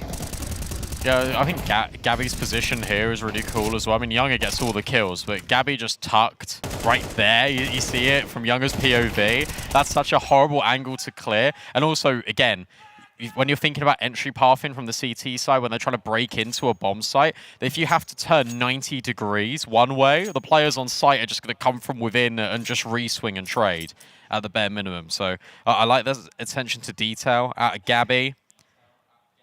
MIBR, they ran that exact same round, very first gun round against Furia in the 3G LAN just the other month. Exact same. And if they're going to go by the same script, it means they're going to go into short here. Look at these kills. 21 on both Danny and Younger. That's what you want, though, really, because yeah. like, talks about Olga, like we spoke about pop-ins. Poor Gabby's just been jump-spotting the whole map. Yeah, they're following the same script here. They're being very patient. They're waiting for aggression. And I think they're going to deviate in towards long here, which makes a lot of sense, because you're understanding that Atrix love to play for OT. They did this in the NIP game as well when they were down a number of rounds. So you go long, that means that you're using the weapons. Atrix trying to close the gap. That's the bomb dropped. Olga now needs to pass the test, and she does with flying colors. 2 kills, make it a third. Multi-kill madness on Dust 2 yet again for Olga as MIBR look to secure 12. Oh. There it is, Olga with the quad kill. You take off one head of the Hydra, but there's so many on this Brazilian roster. Olga with a multi-kill of her own, a couple of impactful ones against these half-buys. Making sure that none of them get out of hand, and now they have so many chances to take their opponent's map pick. And Inferno is waiting. We saw how good they looked on Inferno yesterday. Really good. Saw MIBR in the hotel after they beat Imperial. Goddess, former in-game leader, now turned team manager for MIBR, just looked at me and she went 2-0. And currently it's looking very easy. Yeah, certainly for the 1-0. Poppins gets a freebie on mid, Sophia punished, and now the pressure's on. They can just start to accelerate. They're already in the B bomb site. Karajian get brought over, and now, yeah, there's no one here, but that's a good kill. Still though, Olga's just burrowed into the bomb site. Now, the bomb is still in spawn. That's going to need to be recovered and linked up. You got Danny in mid, so you know there's no threat in tunnels. Unless she goes down, then there becomes a threat, but she's not going down. She's taking them down. Glock comes out, but it's Olga to complete 13-5. MIBR get their revenge on Dust 2. There's Poppins' mum, obviously getting really loud as well in the crowd. What a turnaround, because yesterday it looked like they were nervy. They said that themselves in the interviews, but here it's just so dominant with what they want to achieve here at MIBR. When they're in control, when they've got a real clear identity of how they want to build the round, they look unstoppable. They proved it yesterday, they're proving it today. Yeah, I mean, that second half was literally flawless. Any time that there was a potential for any sort of upset, it was just being held for. They were ready for everything that Atrix wanted to throw at them. You know, this is a team that has such a familiarity with their opponent that, yeah, that first day, I think that was just a flash in the pan. Pans might be flashing, but right now it's firing for MIBR. Every piece that they wanted. We've been waiting for the team to come online around Olga, and they sure as hell have in this one. Yeah, they definitely woke up for today, and like I'm so happy that they did it, because you see like a literally different team on the server right now, and they of course like showed it already yesterday, but like, you know, it's just so enjoyable to watch. And of course like it seems like they've made some notes from the game before against them, and they played completely different Counter-Strike today. Yeah, well, that's it, right? It's all about making those adaptations. It's all about, you know, doing better the next time that you get to get these shots against the people that just took you down. And look, you also took down Imperial Valkyries yesterday, so I'm sure the level of confidence for every single individual here for MIBR FE are just it's just through the roof. It's got to be, right? And I mean, we heard it from Olga yesterday in the interview. She said they were really disappointed in what they showed against Atrix. They felt that it wasn't their game. And I know that's like the classic trope, but it was true. They weren't showing up as the team that we expect from them. And today, this absolutely was. Wherever you were looking, Poppins, Gabby, Younger, Danny, they're all delivering the caliber of Counter-Strike that we expect from them. Yeah, completely. And I'm actually very curious how Inferno gonna look like, because like, to be honest, we don't have any data on like Atrix how. I mean, I personally don't have any data how they play, so I'm really curious about it because I know MIBR is like very, very confident. Yeah, look, I have to, resonate with that as well. I feel like, yeah, we expected Atrix. I expected Atrix to come out and show us a little bit more here, especially on Dust 2, especially after what we had from them yesterday. And look, some individuals did turn up, some individuals didn't get to turn up, but that's it, right? It's 13-5. They didn't really get too much of a chance, especially in that second half. They didn't win a round. They didn't get a chance to win a round. There was like 7 rounds at the end or 8 rounds at the end, just strung together by MIBR FE just to completely lock that one out, and that's what you want to see. Yeah, they've been a really fun storyline of the tournament so far over on the Atrix Esports side. I think, getting here was a nice surprise for them, delivering in the BO1 opener. You saw what it meant to them. You saw the excitement. You saw the pop-offs. Very quiet, very muted in this map. You could see it in the score lines. That kind of tells the tale of a team that just couldn't really bring the level of competition they needed to challenge this MIBR squad. Yeah, completely, and I'm actually very happy that Olga was not again the one like top fragging. We finally saw her teammates like doing the good job. So I don't know what Olga or whoever that was told them like how to perform good, but it worked. It did indeed, and we got that huge performance from the young gun and Danny as well. Just 18, freshest name on this lineup, least experienced player, delivering in a massive way on the server here, Mac. Yeah, Younger doing good work, beautiful work even, and like it's all as well. She got put on blast before we got into this. Yeah, everyone was saying, "Oh, we need to see more from her." Yesterday didn't really get to see what we know that she's capable of, and it's good to see that they must have had a better sleep. We're talking about jet lag, talking about different things. 21 and 8, and showing us how it's done on the AWP. She put up those numbers and she said, "Newt, stat this out, my guy." Well, hopefully Newt can get to work on that one, because if this trend continues, if MIBR are going to be playing like this moving into Inferno, this is going to be another 2-0. Let's talk about the Inferno, right? Because we have seen it from MIBR. It was in that Imperial game. But let's be honest, that's not the complete picture we're expecting from MIBR. That was the Olga show. To make it happen, to be able to display an absurd carry through that one. I don't think they're going to need to rely on her this time. Letty, how are they going to get Inferno?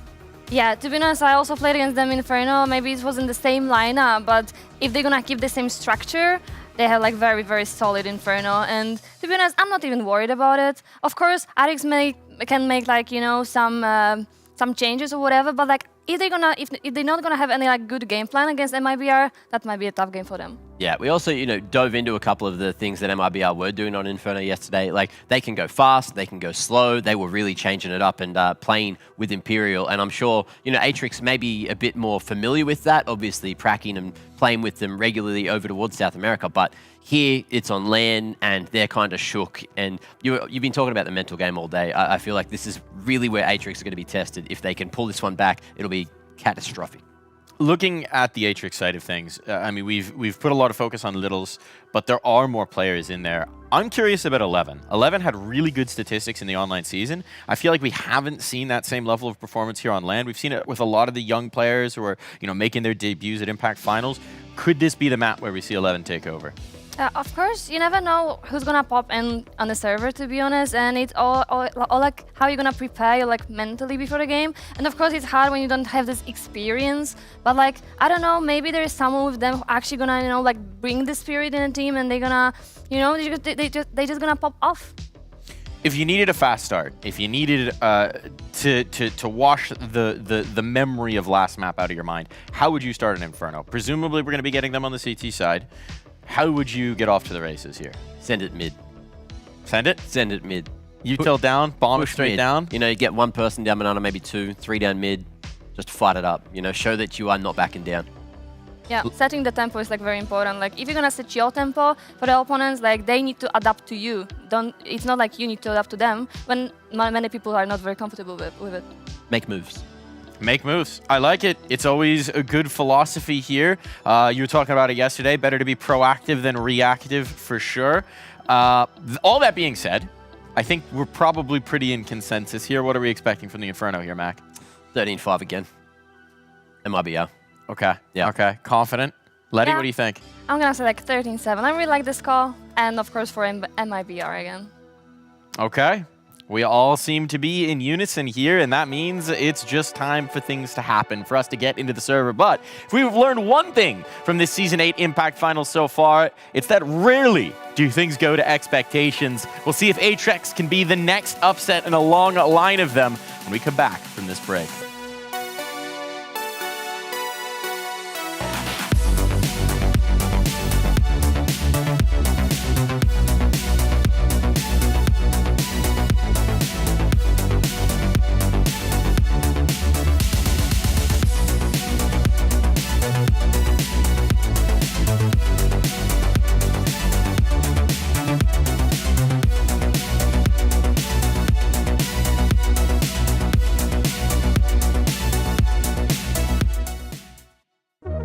Hi, this is Basement Dweller's first advertisement. And our second drop is, it's up, actually. If you're seeing this, it's up. It's available on the ESL shop. We had our first go at a jacket, and I'm really proud of it. I've always had an interest in clothes, but, you know, seeing behind the scenes how the sausage is made has been a lot of fun. And if you like the clothes, tell me. If you hate the clothes, tell me, but try them before you slag them off. I think they're really comfy. So yeah, that's my advert. I'm gonna try again. I'm gonna record another one. Here's to the challengers, the ones who don't just settle for decent elo, but hunger for something more. The ones who don't just queue for another match, but prepare for war. You can doubt them, overlook them, even count them out, but you can't stop them. Right now, I'm with Dupree, who I can see has got tears. While others play for fun, they play for legacy. This is ESEA League, where challengers take their first step.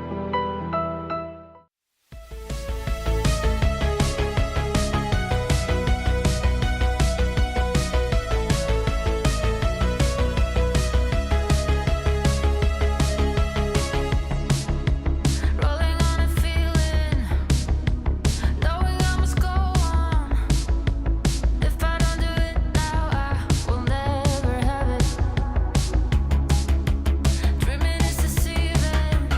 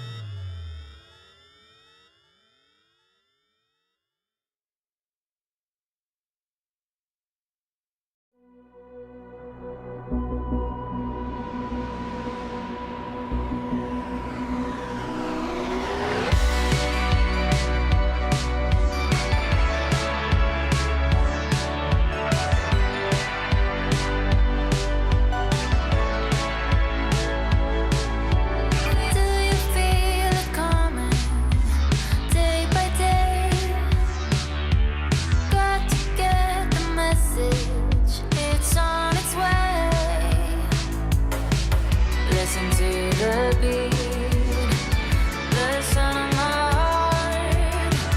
It will be alright, just to make a start.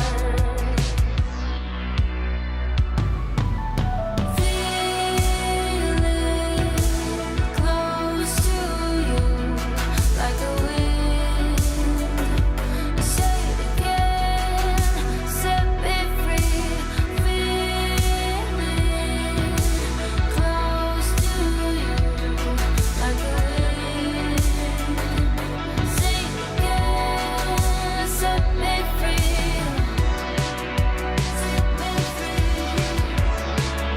Set me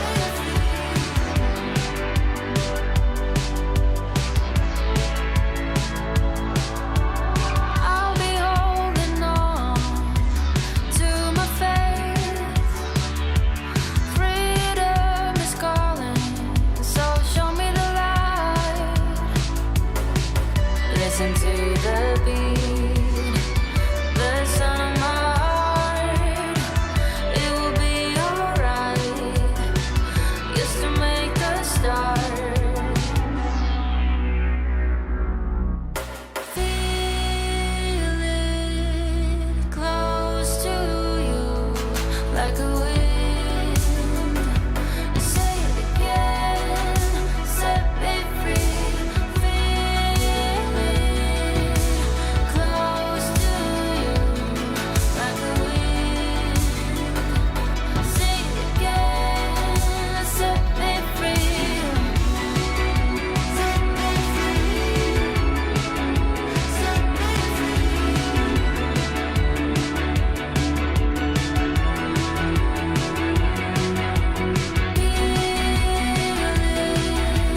close to you, like a wind. Say it again, set me free.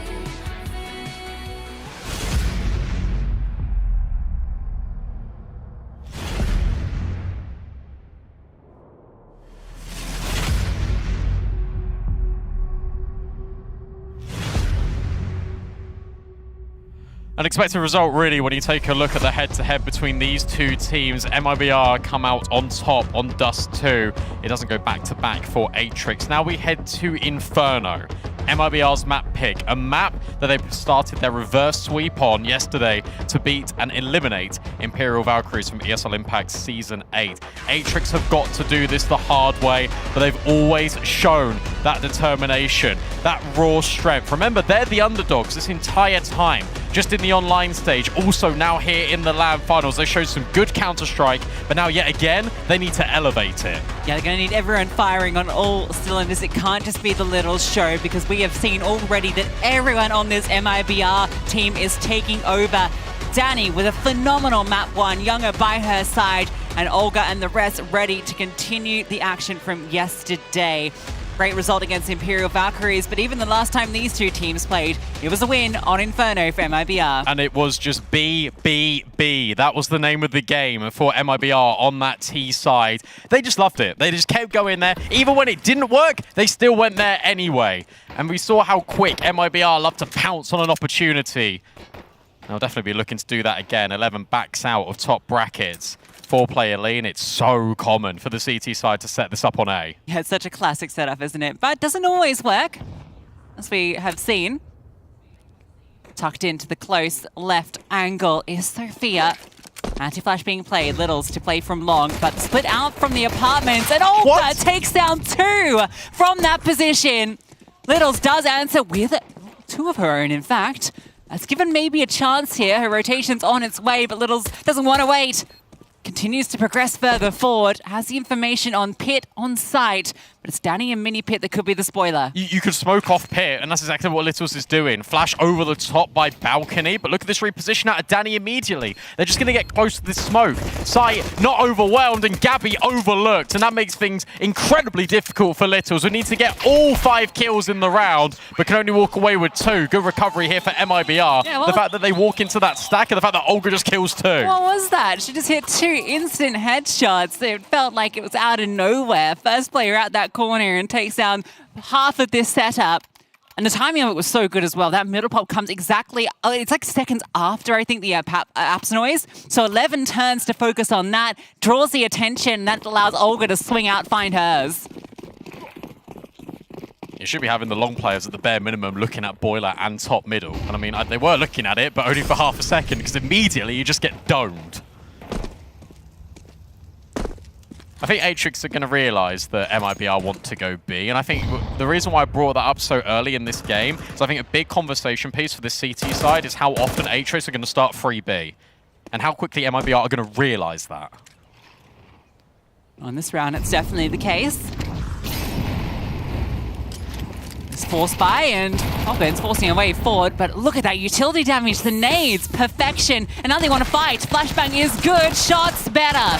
Sophia can't get more than the double, but teammate slides through and leaves it onto Younger and Gabby. The bomb in the grasp of the CTs. Yeah, I really like that play. As soon as they got the nade damage, I'm like gesturing with my hands, like go forward, go forward. They immediately follow up with a flashbang and just take the space. Gabby's going to move over and join Younger in Banana. So there's going to be a bloody brawl here to see which team is going to gain possession of this bomb. Well-timed re-smoke. Now being dropped over by Atrix, and a third rotate goes in. They are gambling heavily that it's not going to be this big walk through the A-bomb site in the back lines. And they don't really have the time to do that, so this is the right read. Ouch! Oh, that is on the money. And now smoke lands. I mean, you gotta go, you just gotta fight. And you gotta hope that you just hit these shots, but it's almost impossible. And Younger maybe just leave. Hold on to this Khalil. I think that's the only thing she can really hope to do right now. All right, well, that B defense holds well. Triple setup. As you say, the way they play off the nade damage, perfection. And you can hear it as well. I think one of the nades even bounced off one of the MIBR players, but because you're so close to that yellow wall, you get that distinct audio cue of, oh, they've actually eaten that damage. You can also hear MIBR jumping about in the top of Banana. Follow up with a flashbang. You don't go prematurely. Seen this slight mistake actually coming out of both of these teams at this event so far, where you are setting up the utility, but you get a little bit excited and you go before and it costs you. Yeah, I mean, it's not just the nade, it's not just the flash. The fact that they have smoke down at half wall as well, right? That's a CT smoke, you can see from the color of it. That's all parts of it that make it so it's really hard for MIBR to get the fair fights.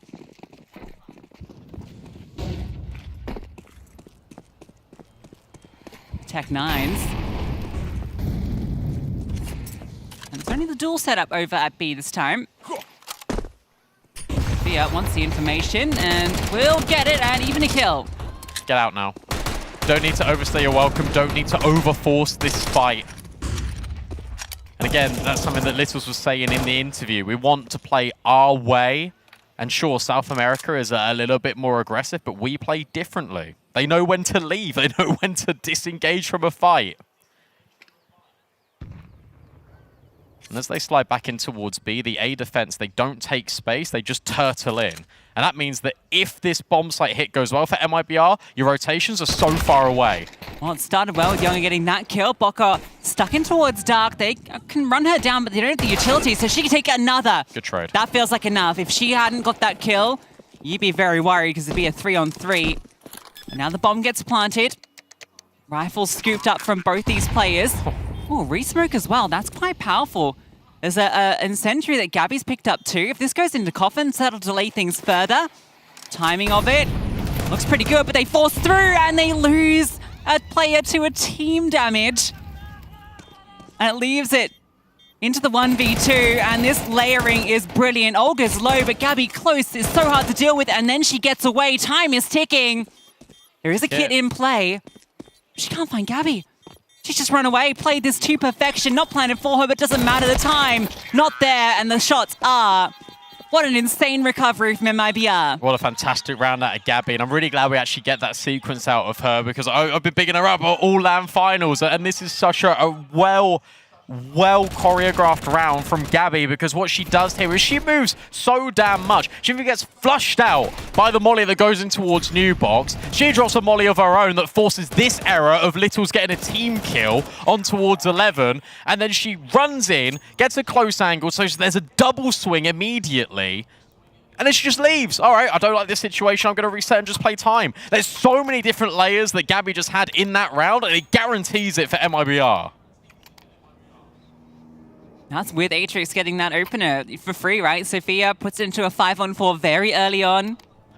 That's with MIBR again, going back to B. It doesn't work, we don't care, we want banana. B, baby. Closing the name, I guess. Made in B. Brazil.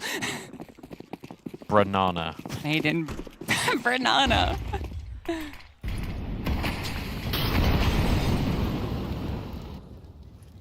Force the force back, so that fight continues. And 4 players here. This is going to be a brawl. Flashbang is brilliant, though. Sophia gets dealt with. Little steps in. 11 as well. Bomb drops in towards short. There are 3 players layered. Look at where 11 is. Up on the mantelpiece. Molly's fantastic, but the smoke lands and bails them out. Olga is on a little investigation, but gets spotted. Dinked and dealt. Okay. Maybe Gabby on this walkthrough can find something, but They're it is holding. being covered. It's by the full HP player as well. You can't really push out of here because you are worried about the timer on the smokes at Long and Library.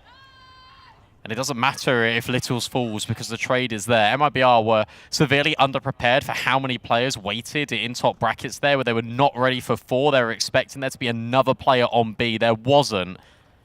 Now Gabby has got to try and yet again make a clutch happen. And as she turns her attention towards Long, they just swing in from short. Great work out of 11 and Atrix. They are unsettled and unwavered by the amount of pressure being put on by B. And if you guys don't know it, because you can't quite see with some of the camera angles we've got here, but the teams are actually facing each other, right? So we have the really cool thing from Pro League, the smart glass, where during play it's all dark, we can't see each other, but when the round ends, that goes clear. These teams can see each other, and if you see them getting fired up, that's why. Especially such familiar opponents.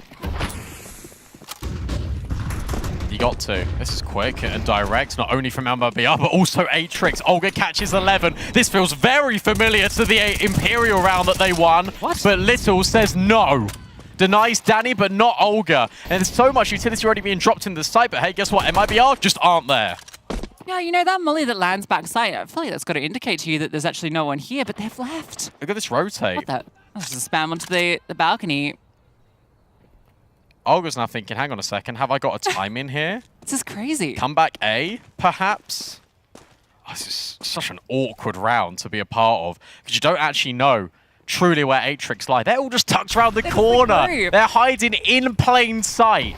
Now as smoke dribbles forward, Olga feels like she's got a time in. It's just about getting this C4 onto the site. Smoke goes up at Moto. Poppins can now plant. It's a perfect time for that to land, isn't it? There's the molly, though, disrupts Olga, but she just finds a little area to tuck into. This is so dangerous. Oh my god, they're just charging through. The Tech-9 close range is so deadly. Eviscerated. Olga plays them. The call to go back. Hiding on the edge of that smoke, and they just walk straight in. The most ironic thing about all of that is if Atrix don't throw that molly, she's never there on that corner. It's actually the most unsuspecting angle ever, and you've created it by flushing her out with that incendiary. What a crazy round. Really felt they were going to be. I think it might have worked too. No one was there. Like this. Ajani pushing, getting the double. Eventually traded out by Poppins. And now the jump spot.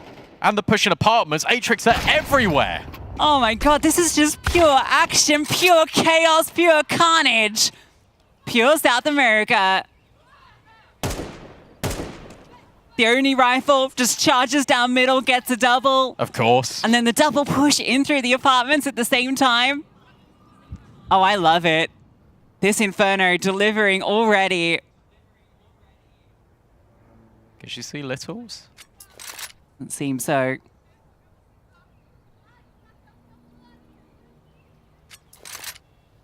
You really don't want to give them this AK either.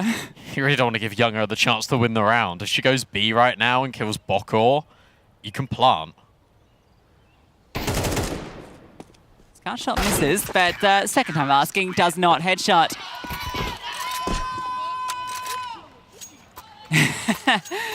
And the answer back from Atrix. And that's the first time, I think, in a gun round on the CT side, we've actually seen Atrix get aggressive and try and dictate the play really early. Well, 11 did try the round before, but was punished instantly for it.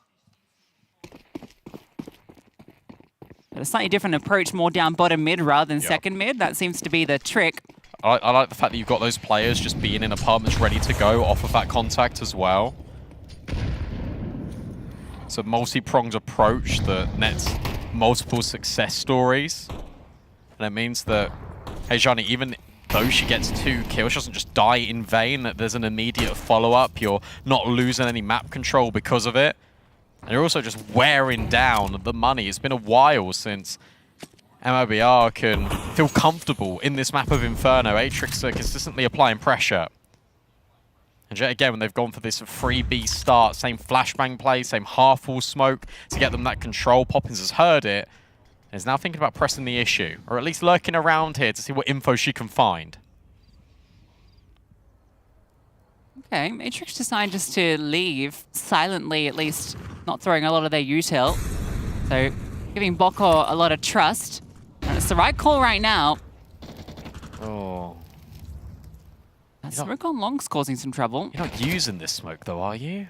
This felt very fakey. It's held. Spotted. Does Younger just want to pounce on this? It's Olga that gets the kill. The second player. What? Oh, Olga's found both. And now you can just split onto this bomb site. Gabby's getting the information. In fact, maybe they can just fight their way through to any bomb site they please. I don't know about Littles though. Like, I know it looks a little bit dicey, but she kills Gabby. Never mind, she doesn't. Completely overlooks Gabby because she hears all the audio of MIBR closing the gap. And you've still got Poppins here lurking this entire time. No one and Boko dies. can't get rid of her. That is crazy. Are we going to keep seeing these 4 spies back and forth? We love you, Poppins' mum.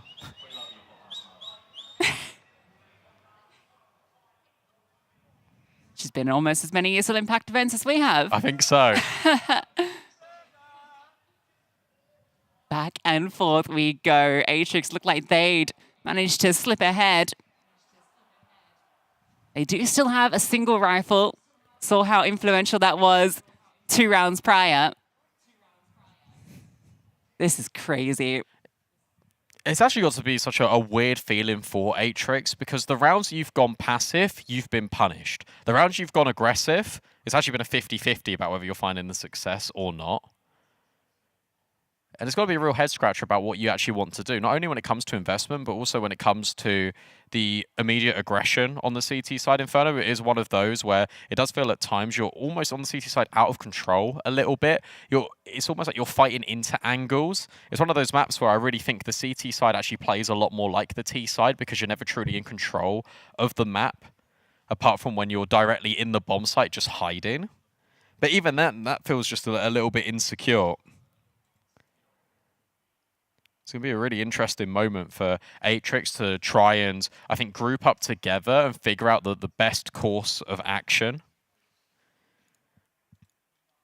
They did manage to find a solution in the last LAN, and that was by them mostly having that similar round that we saw a few prior, where you've got the boost up in towards short, you've got a triple player lean there. It's very committed. That's your danger. It's such a committed position to be in. And when your life's on the line, when elimination is staring you at the face, when you're down a map, how much do you trust your protocols? How much do you feel like staying rooted rather than getting active is enough? Well, MIBR keeping the vibes good in the tech pause. Keeping that energy high. We know both these teams do bring it. It's a great TR from MIBR against Imperial. It does feel like Atrix is definitely making them sweat a little bit more. They got 8 rounds on that T-half. So I'm feeling a bit more contested. Whichever team gets 2 consecutive is just going to run away with this half, I feel. At the moment, it does feel like MIBR are the ones to do that. I'm very surprised that we haven't seen B so much recently. Banana has not been a conversation outside of those first, 3 rounds? Considering the history that you mentioned, where it has been a lot of focus towards that site. I mean, Atrix don't ever really press further beyond the half wall on Banana. Yeah, Boko's just been left there alone like the last 2-3 rounds, just kind of playing that fallen corner and just with utility. It's exactly the same case as the the Fergie event. Like, that's exactly what they were doing. They drop the counter utility that goes into the half wall, they flash the corner, then they immediately rotate. And if I'm the coach, if I'm landing, I'm sitting there and I'm thinking, we'll just wait for them to do the utility. They're going to rotate and we'll just exec B. Thing is, though, it's kind of been working going A anyway. Yeah, I know. So, you know. You got to remember as well, it's still a one-round game. Yeah, right. But the break point could be coming. They can't keep forcing back and forth forever, Brandon. Someone will get 2 consecutive. Oh, maybe not. You never know. Interesting smoke that just completely whiffs at top banana. Scout shot connects onto Danny. We barely said Danny's name on Inferno. It's been Olga, Olga, Olga. Yeah, back to Inferno. We're making it a thing. It's not a thing. So we're making it a thing. No, we're not. Fortunately, Poppins isn't top fragging, because Poppin Inferno kind of works. But she has got the opener. Boko cooked. The one time they do try and get aggressive down banana, punished by the passivity. That felt like that should have connected. Yeah. Went the other way. Feels like they're gearing up just to drop top brackets utility and then walk back in towards B here. Poppin's just making sure that Sophia doesn't push further. They're getting the scout back off the angle, but Littles doesn't want to get off the angle. Instead, she forces Danny off. And she's going to bail. Run fast towards B, so it is going to be just the 2 defenders with pistols here. 5-7s to keep 4 players at bay. If they commit, Bomb is still bottom mid. Will be scooped up, so it does feel like this is the direction, and the gamble looks incorrect. And this is about to be found out shortly. 11 goes down. You can't wrap B now either. You just got to commit in towards A. They're slowly going to realize that the red carpet's been rolled out for them. And if you're Atrix, you want to hold on to Sophia's M4. And in fact, I don't think you go for this whatsoever. Yeah, you definitely want to keep these for the next round. Maybe there's a chance that you can still inflict some damage. But you'll finally have a situation where MIBR will be up against 5 players that haven't fully invested in. So they are the team that finally breaks away. What's getting a little scary when those scout tags were coming through and that headshot onto Danny. But, you know, it's Inferno. When you're in that sort of position, the 4-on-5, you know, you got lesser weaponry, you know, you're into the util, you do have to go for a gamble. To be fair, it did feel like a B rounds, like the way that they were setting it up, MIBR, because they were being really deliberate to be loud in towards top brackets. The smoke goes down at long. When Danny peeks, when Little Z peeks in to long, she sees at least 2 players with Danny. And because you're just standing on top of the balcony, you might be thinking, okay, well, surely they just go back B. Why would the scout be peeking completely on its own? You're going to be expecting multiple players here.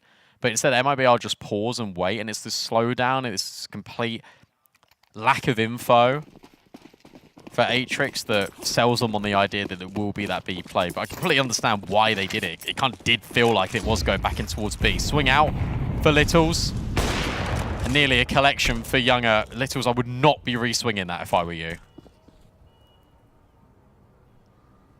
I know Newt was talking about the AWP opening kills, the AWPening kills being 97%, which, by the way, I love that name, by the way, AWPening kills. Ridiculous. I wonder what the scout ones are. So I imagine she's pretty good with the scout as well. Scouting. Scopening kills. Scopening kills. Oh my god, that's it. Newt, there you go.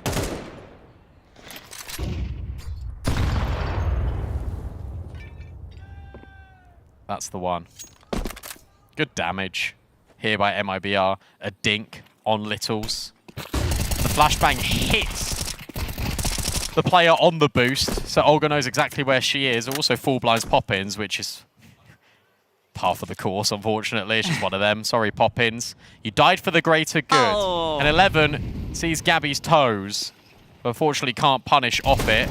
Oh, no scope did connect. Pretty nasty. That was an AWP. Bang, easy kill. That would have been insane. Hey, you'd feel bad for Danny. You did say as soon as consecutive rounds would be gathered, one team would just snowball the momentum in their favor. Currently, that feels like MIBR is doing exactly that. I feel like Olga felt that she's missing out on the action on Dust 2 after how it went against Imperial. It was like, oh, I kind of want to go back to that. I was talking to her yesterday after that game, and saying, "Oh, you did such a crazy game. That last round, you were just killing everyone." She's like, "Yeah, I was just in the zone. Everything was just working." But when she got that 4K that ended the game, those first 2 kills, she didn't expect them the peak shot. It was just panic shooting while she's like strafing, and she just hit 2 headshots and won the round basically. Oh, she said, I'm glad the camera wasn't on me because I wasn't really aiming at them. And if you're not aiming at them, Olga, and you're hitting instant headshots, I'd be worried for teams when you are aiming at them. Well, right now she is 15 and 5, 3.0 KD. Not bad. Pretty decent.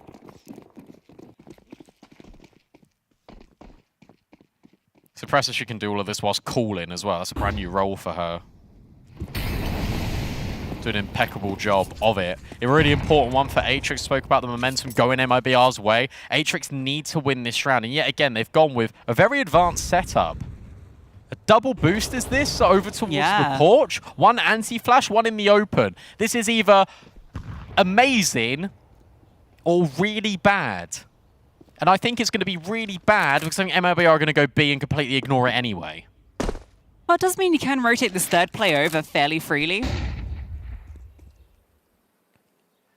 Obviously, there's a threat on the drop out from Apps, but that's not going to come. What are the A players doing right now? Boost up. Oh, that felt like it should have been a connection. Instead, it's Younger getting the kill back the other way. She will burn to a cinder, but Olga will swing off the back of it. Evicts them out of the B bomb site. And just shuts Atrix out of the rest of this round. This boost, well, it's going to get some action, but it's too little too late. Olga. That is overwhelming. Absurdity. And it's 1v2 is just so out of reach. Olga's just charging through spawn. Of course she is. She's 17 and 5. Blood in the water. Oh my goodness. Where did she find this kill? The way she's approaching these angles, okay, you felt like she would have for a second. The AK will be allowed to be saved. We've seen Olga a lot at not only ESL Impact LAN finals, but also online. And I am saying this, I think, a little bit for the plot and for the story, but I actually genuinely do mean this as well. I think this is the best Olga has looked. Because at a time in HSG, it was okay. There were moments of it, but it wasn't consistent. Now joining MIBR, I think going back to her native language as well, it feels so much more fluid. I think the team just has full trust in her as well, right? Which matters a lot. I think Fury is a very different environment. They were never able to win that grand final. I feel like there was a lot of pressure on them, a lot of stress, a lot of little change-ups they made, changing a player basically every season, changing the IGL role multiple times. Oh, yeah. But here it feels like it's a system built on pure trust. They know that Olga's got the experience and the capability. I think it's also just the youngsters being willing to learn as well, like Poppins and We heard Danny. the interview. Poppins, I mean, this players that look up to a player like Olga. And it's worked previously with Younger and Gabby and all their experience. Fitting like a glove. Oh, this is fast. Very quick. Really fast. But it hasn't worked. Poppins, though, will get the trades back. And that's important. That is going to send Atrix scurrying over towards that B bomb site. But just for a moment, they don't hit any progression as you're rotating through Moto. So off the back of this, Ejani is still waiting. Good flashbang in towards top middle. You hear the AWP sound off, but you don't want to overcommit. Yeah, this little pause. I mean, Poppins, fair play, couldn't really continue to extend there because you never know when that rotation's coming or if a third player lies in wait. Or this push. I like this. Orp's not holding the line, but Danny is. She's seen the AKB scoots up, so I just comm that over. So she knows Littles is close. No flashbang. Oh, there's a molly. That'll do the trick. Sorry, Littles. Although, an escape route offered. AK no armor. Don't do this. Don't go back through this smoke. I mean, you got to do something crazy, or you just go and save this rifle. I mean, Littles, this isn't happening. This would be outrageous. Good timing here. Really good timing here. Oh, caught by Gabby. Yeah, just too many targets. speaking about Gabby a little bit on Dust 2, we're saying, look, like she's just jiggling the whole time. She does her role really well. Yeah. Like, really, really well. Like here, she's been stationed as the apartments player, has to do a lot of the heavy lifting, never overextends, never gives up her life for free, and gets a really important kill here that could have been a little bit tricky. Mind you, a bit of 23, really, in the approach, which is unusual for a Brazilian team, right, to have someone that is more reserved and isn't going to overextend and make those mistakes. Single-handedly, I think, won that Tech 9 round as well with her lurk out through the apartments. Got 2 from that. A shot. 8, same as what they got against Imperial. And a chance, potentially, 4-9. I think it's, Little's got the AWP. This might only be like the second time I think we've seen it. The economy was just so fractured throughout that first half.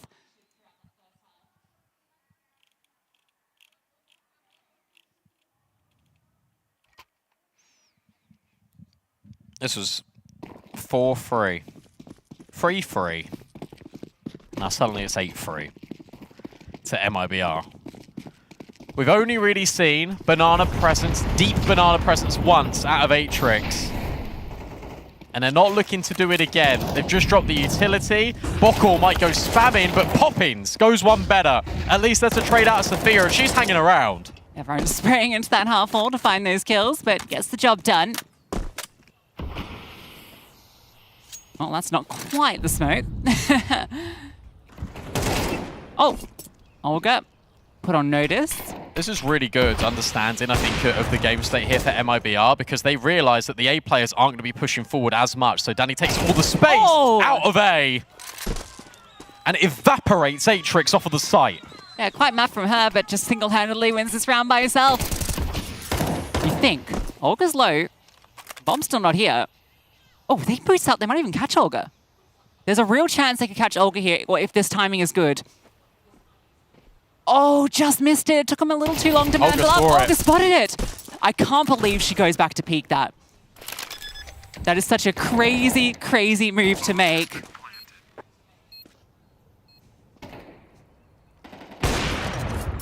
And now Younger will gill with Hejani in towards middle. Sophia, last player standing, gets dealt with through the smoke. 3-3 to start with, but then MIBR run riot. 9 on this T side.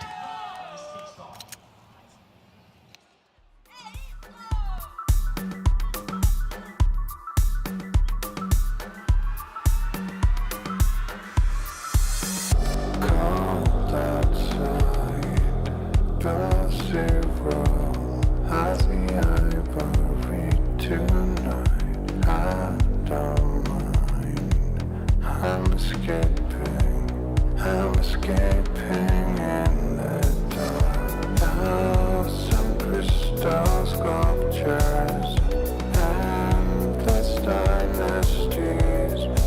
Every time I close my eyes, can't help but wonder.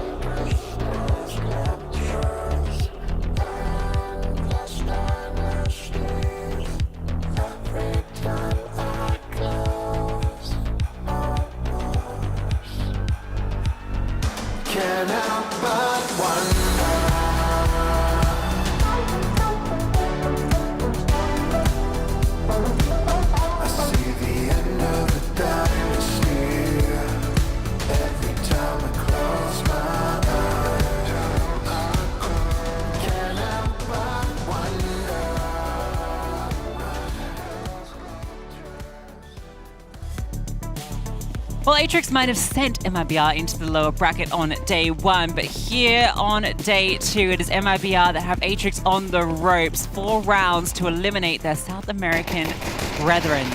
But it is a bit of a brawl in Banana to kick things off, and it's the CTs. MIBR have really kicked this one off. Yeah, that's how you take Banana, Atrix. Oh, Danny. Okay. Throwing Magitrix out here. Atrix disappear. 3 quick headshots immediately. 11. Oh, we'll make it through Boiler. Starts to try and announce her presence, but Younger trades immediately. Great round out of MIBR. And very much like on Dust 2, they keep the slate clean and they look to keep building on the momentum they generated. Set them down into the lower bracket, did Atrix. Might be regressing that now because you've really awoken the beast. Yeah, they've been warming up down here, haven't they?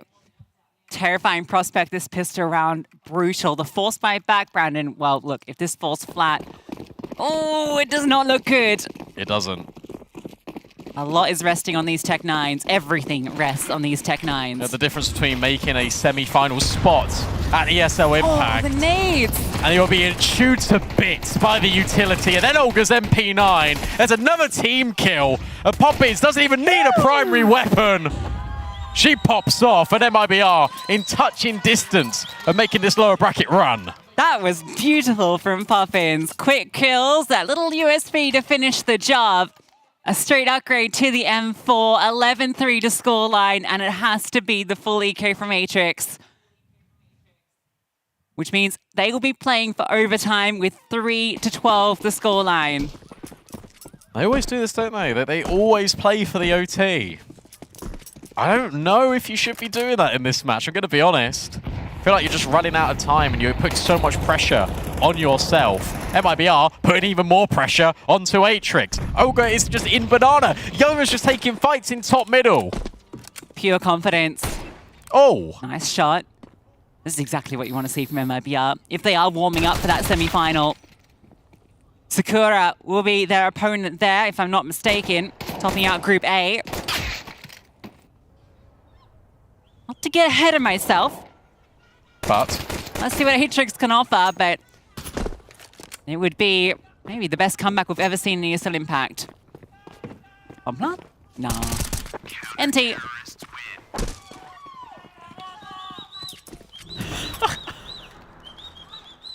She's the best. She is the best. Celebrations coming out, but still need to get it over the line. Always joke in the industry that I think my mum, obviously big supporter, has watched a lot of Counter-Strike, probably more than like the general population. I think Poppins' mum will rival her. Yeah. A lot of great mums out there.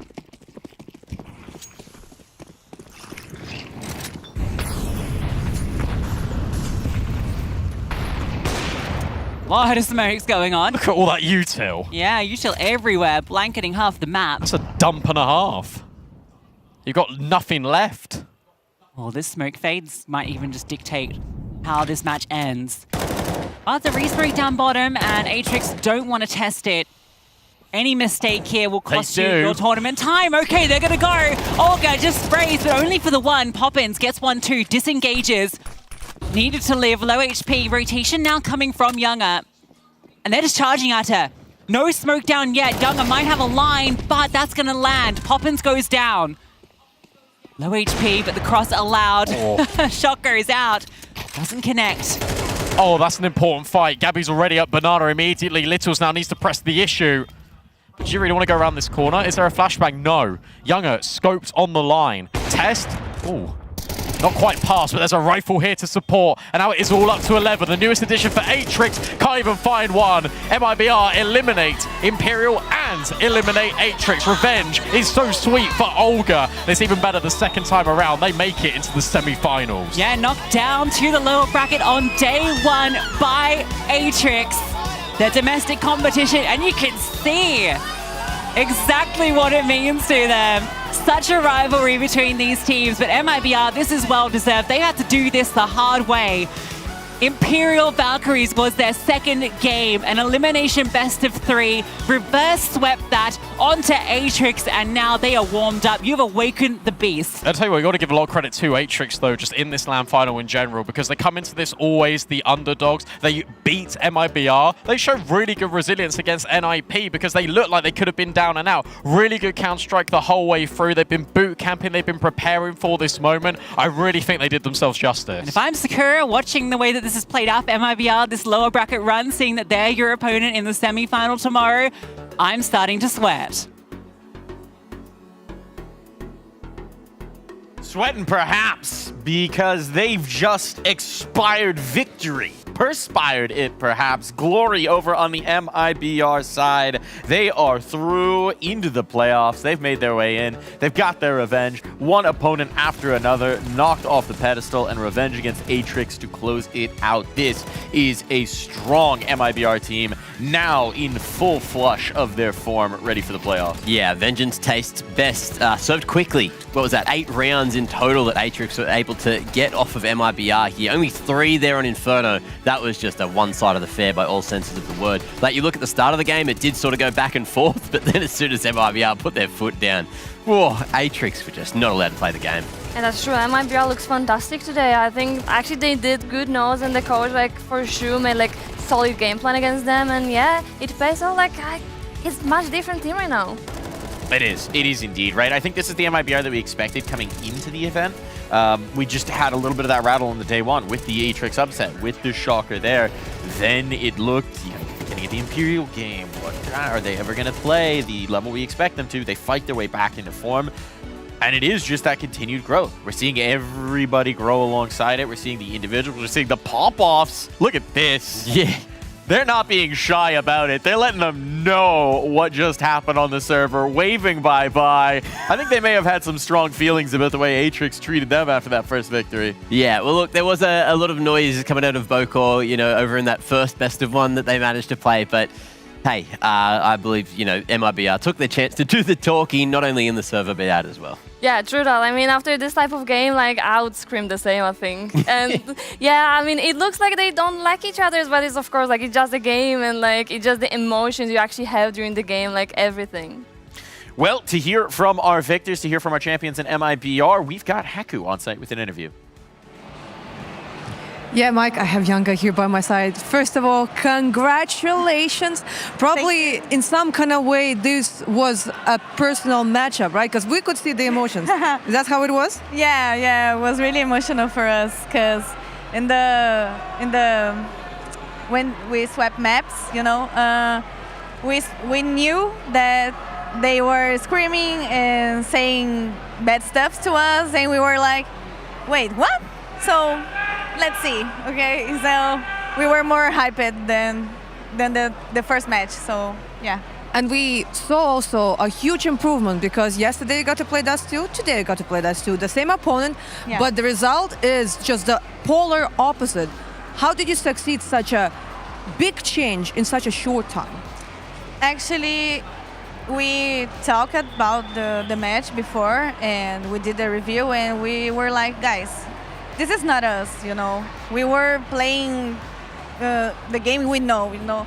So we just we have to change our mind for this game, for the next one, and be ourselves in the game, and that's it.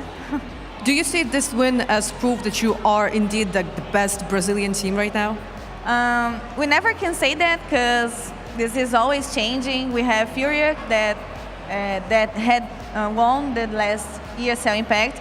They're not here, but they are really good and is the team that beat us in face-to-face, So I feel like we never can say that, but right now we still a little better, So I think that's it. That's it. All right. You're just being really humble because right now we just saw an amazing game. But this means that your next opponent kind of sets up that the semifinals is going to be the battle of the Americas. It's going to be South America against North America. Yeah.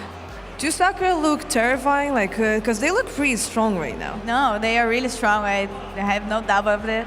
But we are confident about our game, and we are here to do what we are prepared to do. So we're gonna be confident for every match. So we have a mind that we have to win every game, independent, no matter who's coming for. So we have to be the same. So you gotta be the best.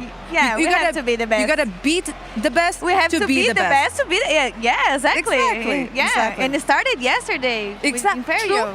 That is true. You had like this like remarkable like now like you can say like lower bracket run now to the semifinals. Yeah. So no, but we have our feet on the ground. You know, we were really happy because we were like, oh, okay, this is one of the most competitive game that we will have on this tournament. So like it's Imperial. So shout out to them because they are the best, you know, and we're like the best feeling, you know, winning against them. So I am really proud of our team because we were the strongest mentality that I ever seen, you know, and I'm really proud of it. Yeah, really. But you definitely are not having an easy run versus Imperial, then MIBR, and then it's going to be Sakura. We had them in the grand final last time, so really looking forward to seeing what's going to happen tomorrow. But for now, I'll let you rest, you like celebrate with your team. So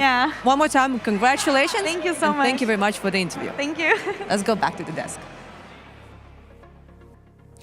Celebration certainly in order there, and I mean everybody contributing over on the MIBR side. We have the scoreboard from Inferno, everybody in the positive, everyone feeling pretty dang good after that map of play.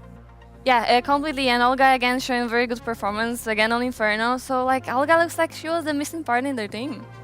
Yeah, in terms of like how short the map was as well, like you can see some people were in single digits, but there's really not that much deviation from like the worst performers to like some of the other performers there on MIBR. It's just like, again, Olga just loves this Inferno, just is able to put the team on the back every single time. So many of those moments where you look like Atrix are going to be able to build just a little bit of momentum in the first half, and then Olga's Tech 9 just comes in, it's like 2 to the back of the head. There's just no world. There's no world. You can't do anything against that. Yeah. How do you overcome?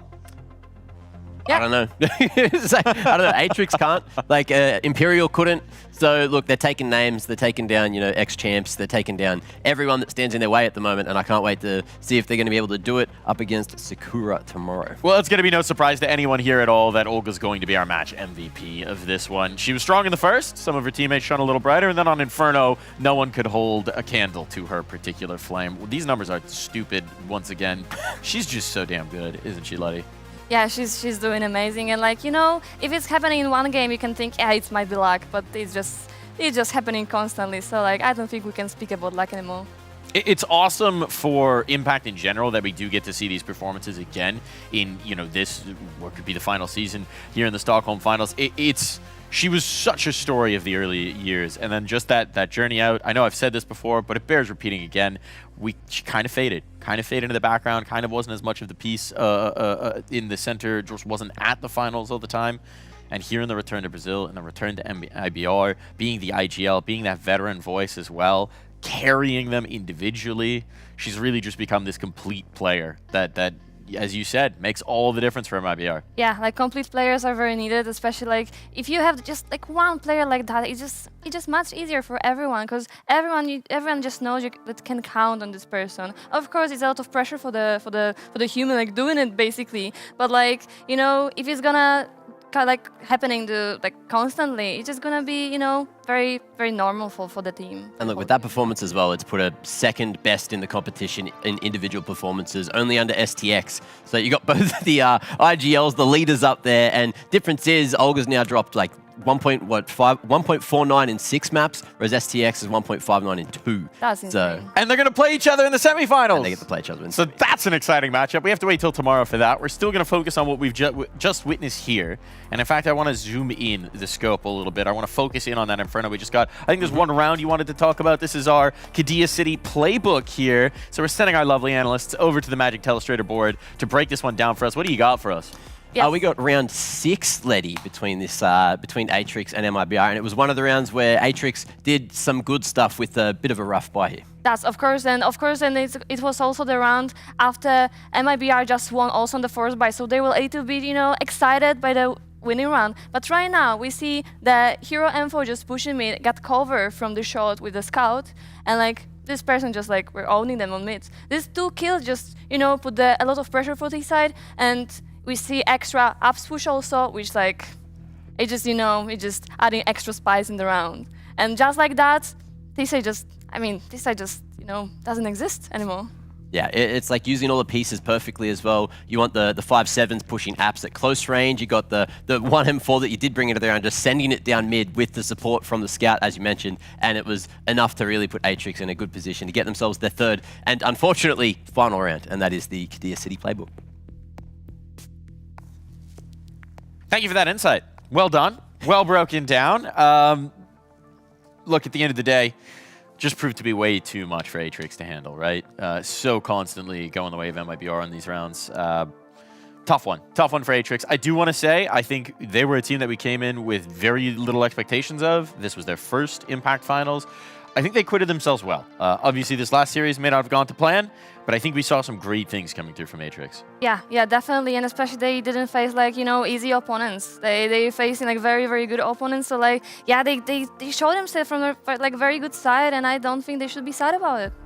Yeah, I think they can go home with their heads held high. Like you knocked out. Look, technically like last place or second last place even going out here in the finals, lower bracket finals. That's what we're calling it. Yeah, sure. Yeah, sure. Yeah. Anyway, going out lower bracket finals. So it didn't go out essentially in last place, but also it showed that they were able to get at least a map win here and there, and unfortunately couldn't really do it against what we thought might have been a closer game here against MIBR. But that's like one of the better teams. We don't have Furia here. They managed to get that win over Furia to get here to show us that the South American region for CS especially is just looking really good right now. I think Littles put it very nicely in the video piece that we had at the beginning of this series. Getting here was already an achievement, showing that they belonged, that they were able to compete against the best teams in the world in the women's scene. They did that. They took that step. They showed that they deserve to be here, that they can compete, that they can play. Now it's time to take what they've learned from this particular go-around, bring it back home, work on it, continue growing, go back to maybe that boot camp in Boker's house and hit that next level as a team so the next time they make it through to an international competition, they're ready to contend for that trophy. And I truly believe they will be. Yeah, me too, and especially like as I said, like they showed very, very good shape here, and of course like it was their first Impact, so of course they need to be a lot of stress at their shoulders, and especially it's like last Impact right now, so they wanted to show it themselves from the best way possible. I think it's too much pressure. And now they've still got like a sunny afternoon and another whole day to sort of chill out here in Sweden, which I think is a good consolation for us. A consolation prize indeed. They can relax, maybe watch the playoffs, explore all that there is to offer, and think about next time. Think about growing, think about improving for that next go-around, because now it is time for us to move into our final game of the day. There's one more spot in the playoffs on the line. There's one more team that will not live to see tomorrow. Who's it going to be? It's time to find out after this.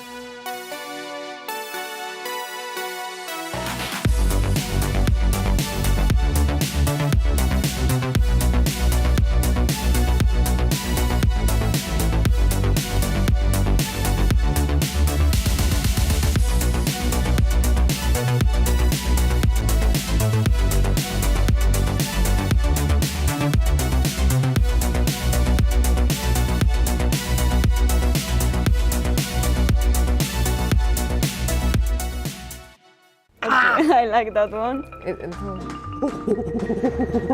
I'm gonna lose now. No. Like you gotta believe yourself. So don't try hard too much at Jenga, but you still gotta win.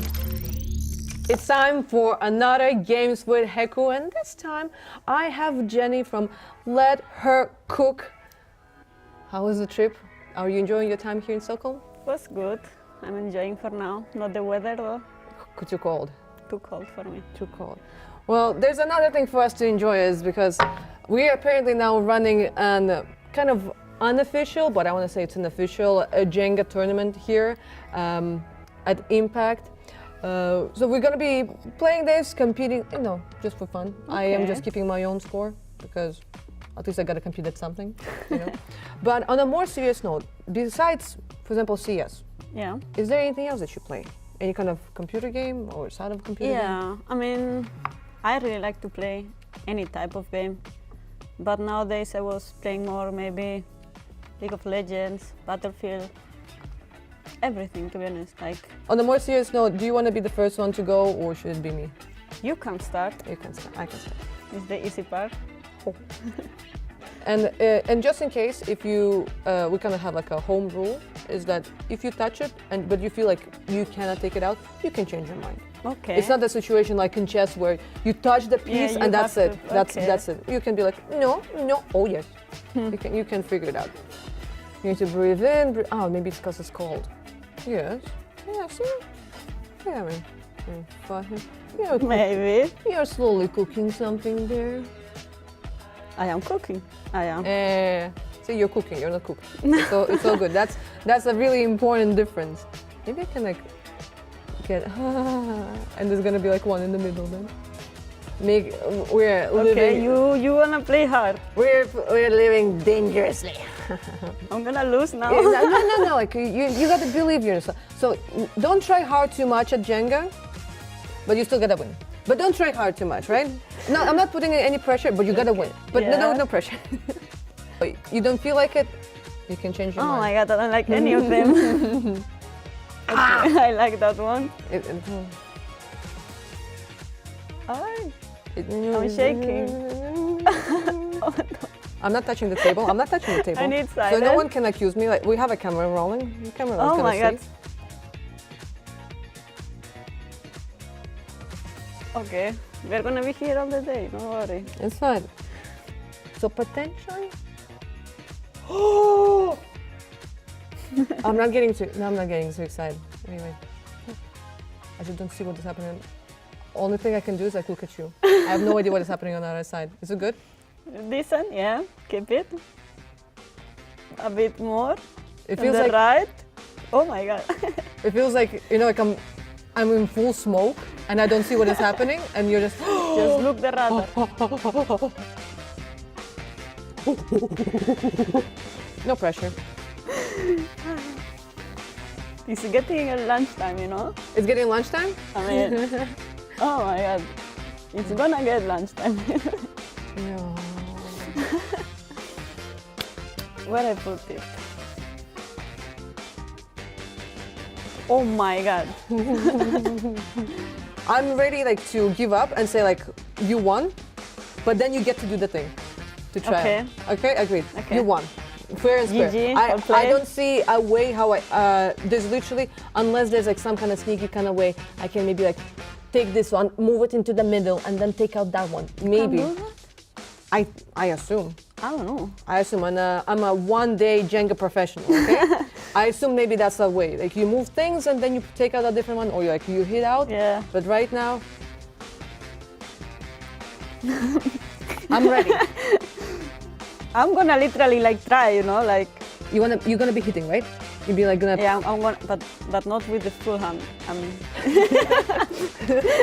don't think that's a strategy. No, but like. You just like did the cat strategy, like, oh, this thing is standing there very nicely. Well, it was really a pleasure to play this Jenga with you because so far it was the most competitive one that we had so far. So it's really nice to get to know a bit of Jenny. Yeah. And also a bit of let her cook. Nice to talk with you. Good luck. Thank you. A little bump. Eh.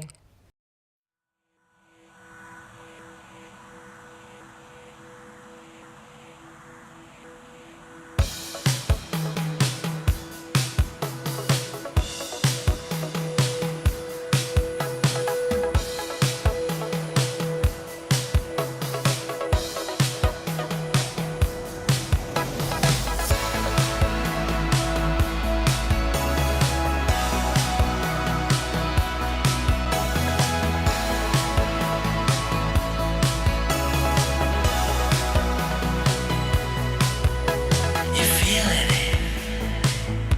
Down to your last $5, 2 smokes. You got big dreams. You're just an ambitious proletariat, questioning what it all means now that you found out that it doesn't mean anything to be right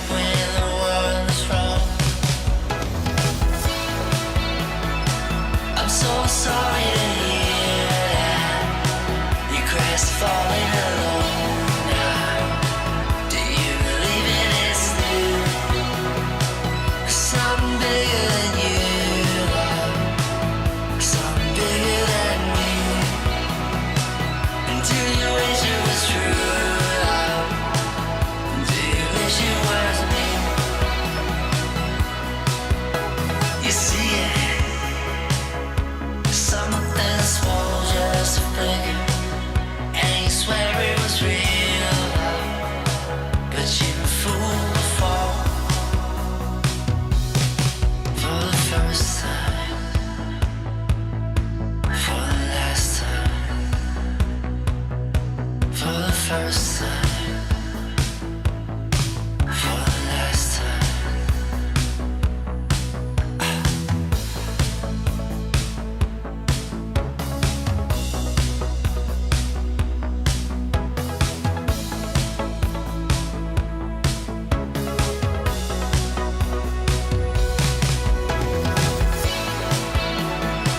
I'm so sorry to hear that. You're crestfallen alone now. Do you believe it is new? Something bigger than you, love. Something bigger than me. And do you wish it was true, love? Do you wish it was me?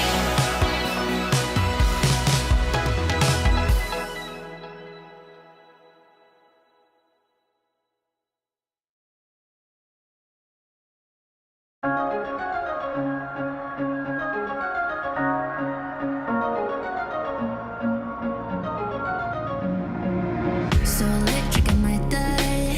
Yeah, the feeling in the air makes me high. But I'm in for the ride.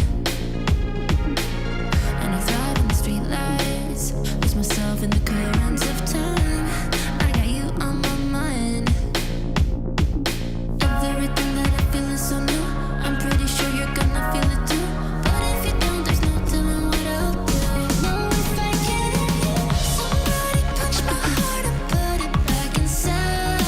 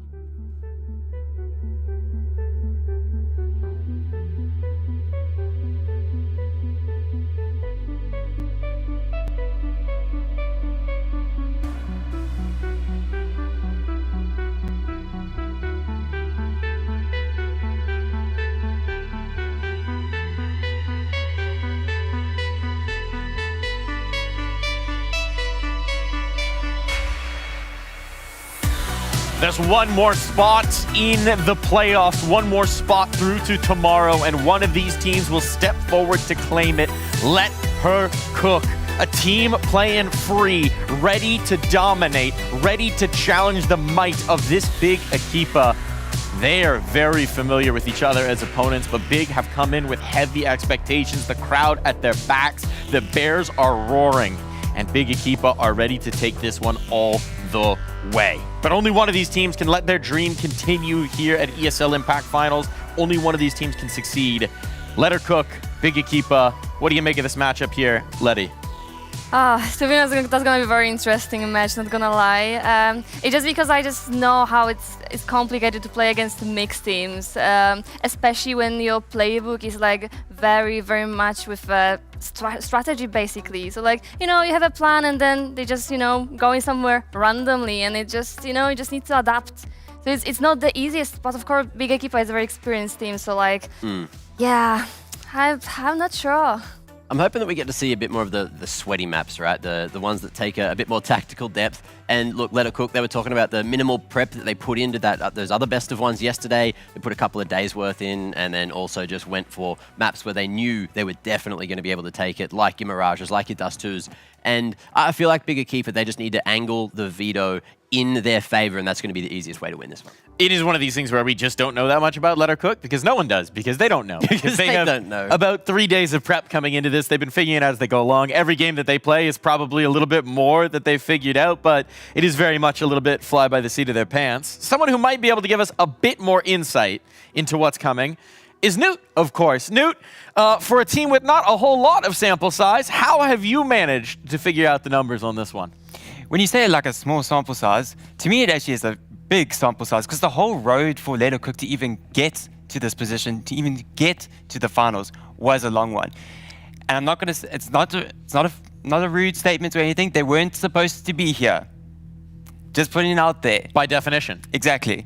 So how it worked is they won the 5th place decider, which let them come in to the stage to actually fill in for a team that unfortunately couldn't make it. But that's kudos to them for actually doing that. But they took the long road even throughout the entire group stage, because for their tendencies have even come into the finals, and we actually saw between their 2 maps that they actually played so far yesterday, and then maybe today it could be a bit too close for comfort, because every single time we see them play, it seems to feel like a close game. So what we consider close games is anything with like a scoreline of 13-10 or above. So 13-10 into OT, because these kind of rounds, there's like that one little swing round that could swing the game in the entirety of the favor due to the economy situation in these later rounds. But as we look into it, these are kind of the map scenarios that you see Let Her Cook be in so many situations. So they've played Dust 2 across the group stage and during the finals 5 times. Every single one of them have gone into OT or into a close game scenario. Then you have Mirage, Ancient, Nuke. The only ones that they haven't gone into OT or a close game scenario is Inferno and Overpass, but they only played it once. But there's so many tendencies. Out of the 80 maps they've played, they've majority of the time found themselves in these close games. And that's kind of a true telling of how, like they say, they don't put a lot of prep in. There's all these voices, but there is no individual voice that I feel that can actually help them close out these rounds, because a lot of these rounds they're pushed into the favor, but then they just can't close it out. As we talked about, alluded to yesterday with Zia, a lot of the time she's the last alive in these situations. She's actually the most vocal, but the thing is, where's the rest of the pieces to actually close out these games, not in these close game scenarios, but actually close it out a bit earlier? I haven't even seen that from them. Some of those times when they've actually closed it out a bit earlier, it's just because it's been a bit of a stomp. But right now, this is kind of the tendency that they see themselves in.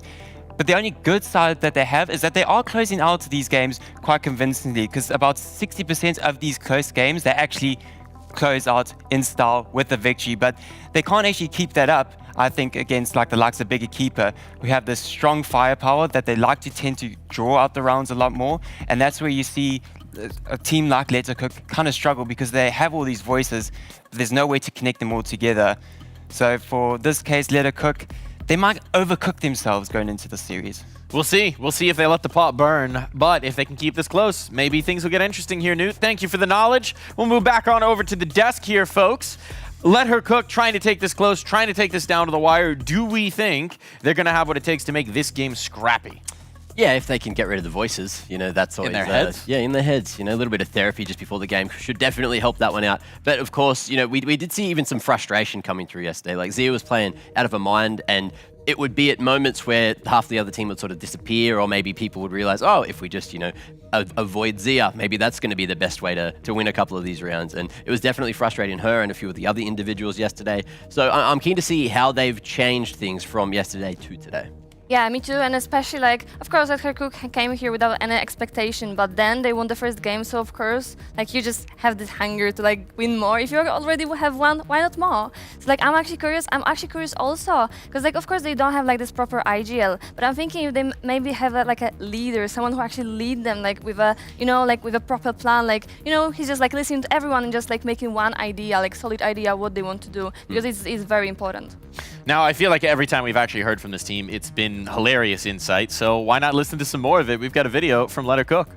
Last year in Dallas, the same circumstances came to us.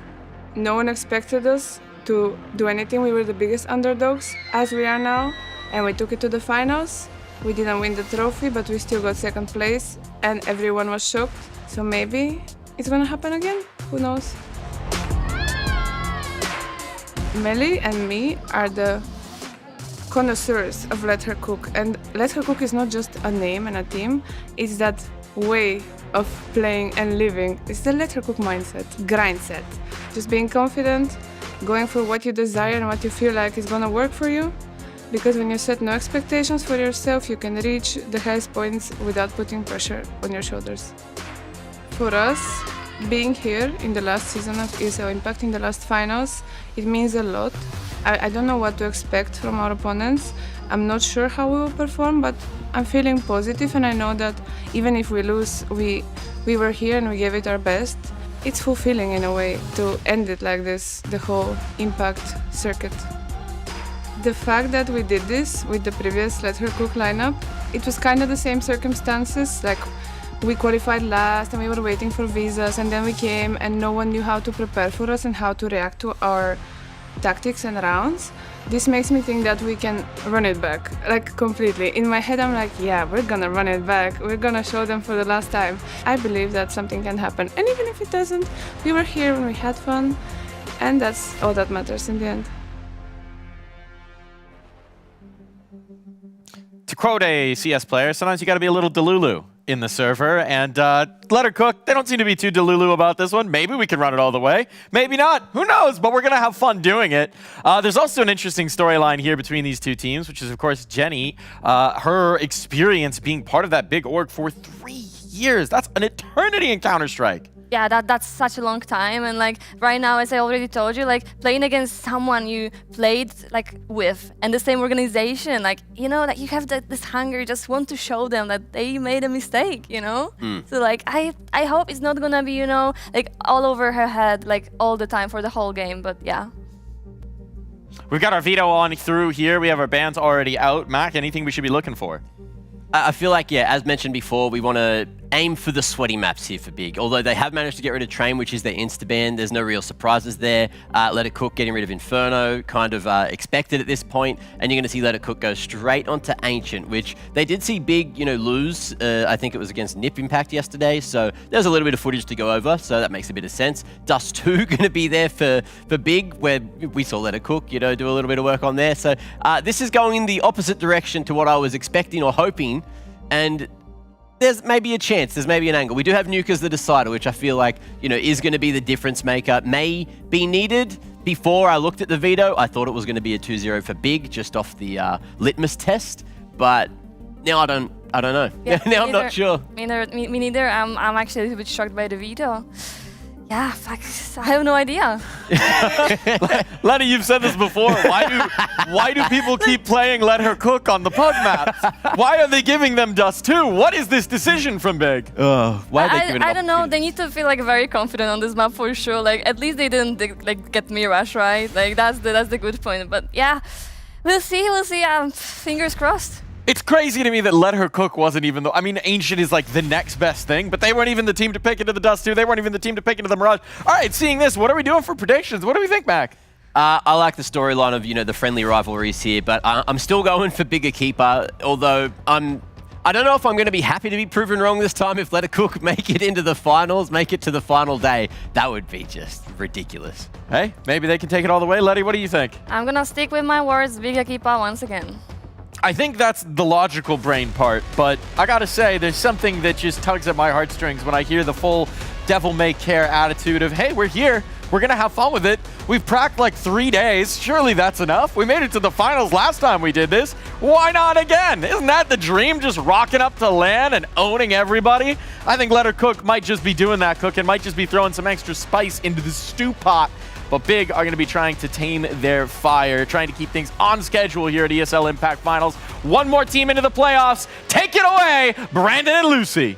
Mike, I do not want whatever you are cooking. Those are some crazy takes over on the desk there. The big Equipa belief was so tempered. This team is a super team. This team is going to make this look easy. This is a 2-0 emphatically. I'll be surprised if Let Her Cook gets to double digits. All right. You're the biggest Big advocate.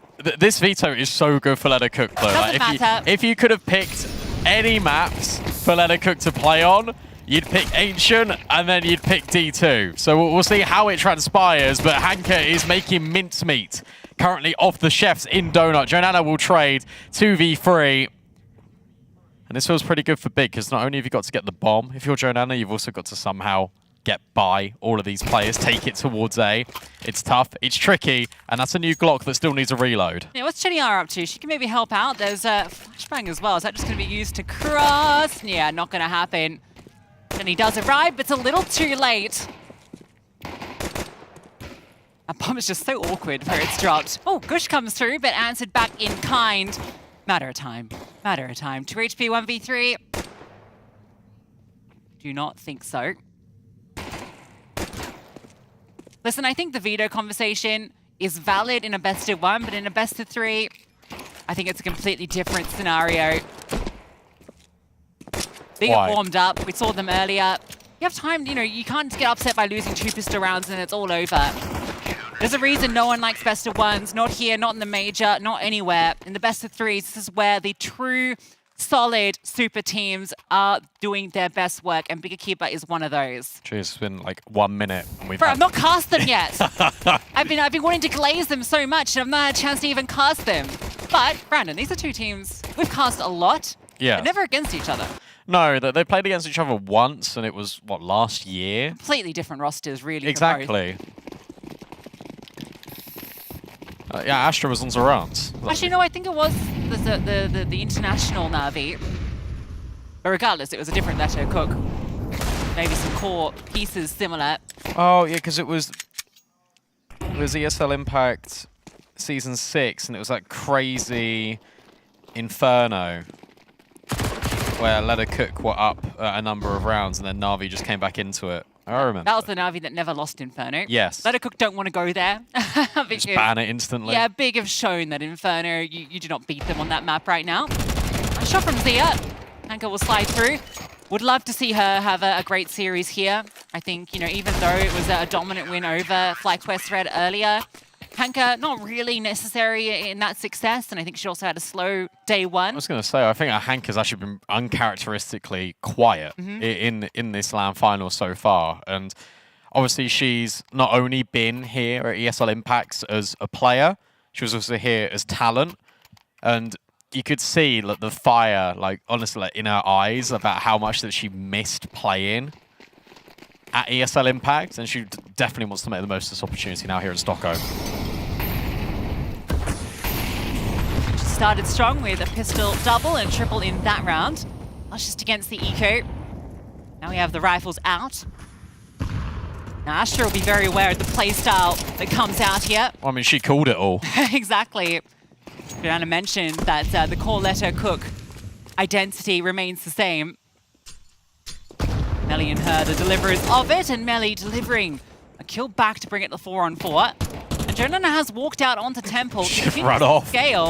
Astra deals with middle, a 1-for-1. Kiosa gets that trade, and a player advantage for a moment. Kiosa ready for that, just about.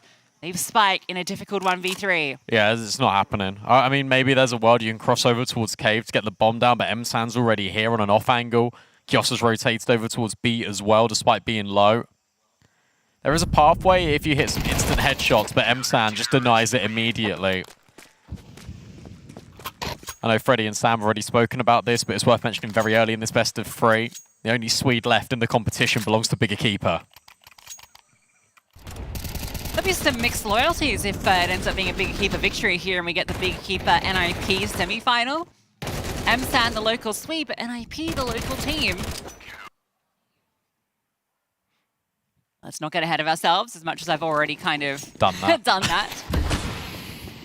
You say Leathercook won't get double digits in the series? Is that what you said? You know, sure, why not? I meant it like in a map, but okay. I'll say in the series, sure. That's crazy. It's not crazy. It's ball.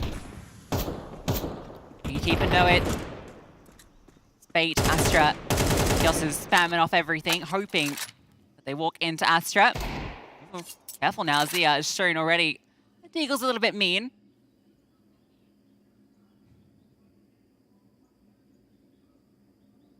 They don't need to budge from these positions. They've got all the info. All the spots covered. They'll know if someone walks out middle. Chelsea might force their hand. Good clear, but there's that swing. Kiosa can instantly just help out Astra. I like the Kiosa's move forward here on towards the site. Can now take the contact off the long player. It's just really good fundamentals here from Big Equipa. Not losing a single player. That might change with Jenny. No, it Glad doesn't. to see this because it was not like this against Sakura. That Mirage. Or FlyQuest, really. Well, yeah, but no, that's not as important there. But the game against Sakura was a travesty for them. So many like silly mistakes that we saw as they started cold in this tournament, which forced them into this lower bracket. It's so funny kind of going into this event. I thought, okay, yeah, we'll get Big Equipa, FlyQuest Red in the playoffs. It'll be a really cool kind of bracket. But it might even end up being the opposite.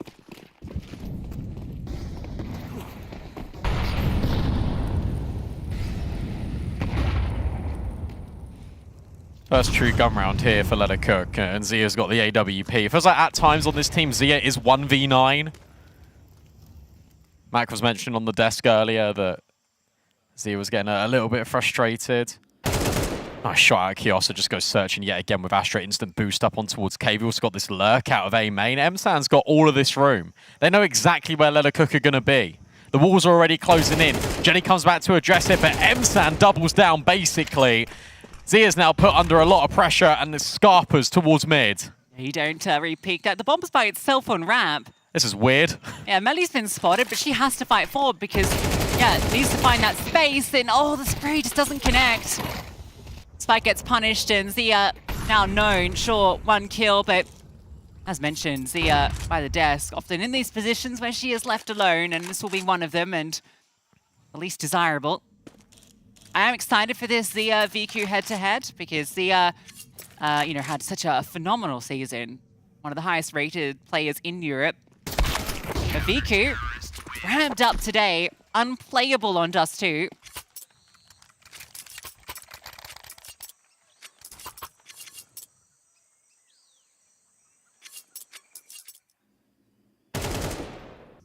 Just really like the tempo of these rounds out of Big. It's a double swing out of Astra Kiosa in Cave at the same time. M-San, as soon as that contact's been taken, that's where she starts accelerating. It just makes it impossible for Leathercook to do anything in these rounds, and it forces them to make a decision that they don't want to make. Or at least on a timing that they're not happy with. Capybara? Freddie would like that. Capybara with a little, like, what, pushing cat hoodie? I like it. Something like that. Pink elephant. That's the elephant walk again. Mac's been elephant walking a lot lately. Yeah, he has. He's talking about it all the time. Yeah, him and Mike.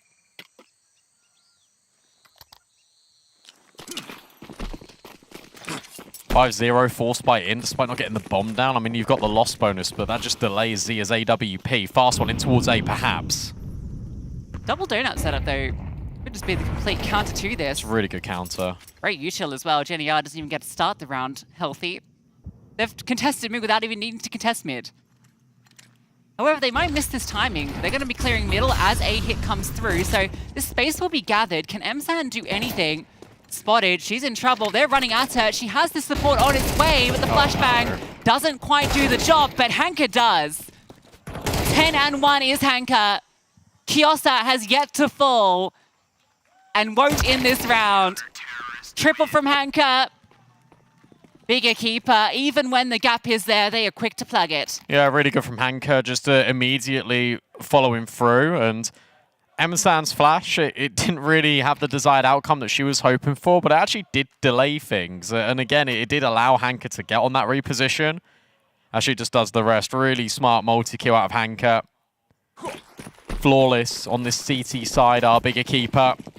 And it's a shame, I think, for Let Her Cook, because even on their map pick, I feel like they'd definitely be favoured in this series to be on the T sides. Hanka, why didn't you drop Emsan? You got 13k. Come on. Boost up from the AK. Ooh, VQ. I'll guess that info. Tricky position to throw stuff on. That smoke could guys, but no.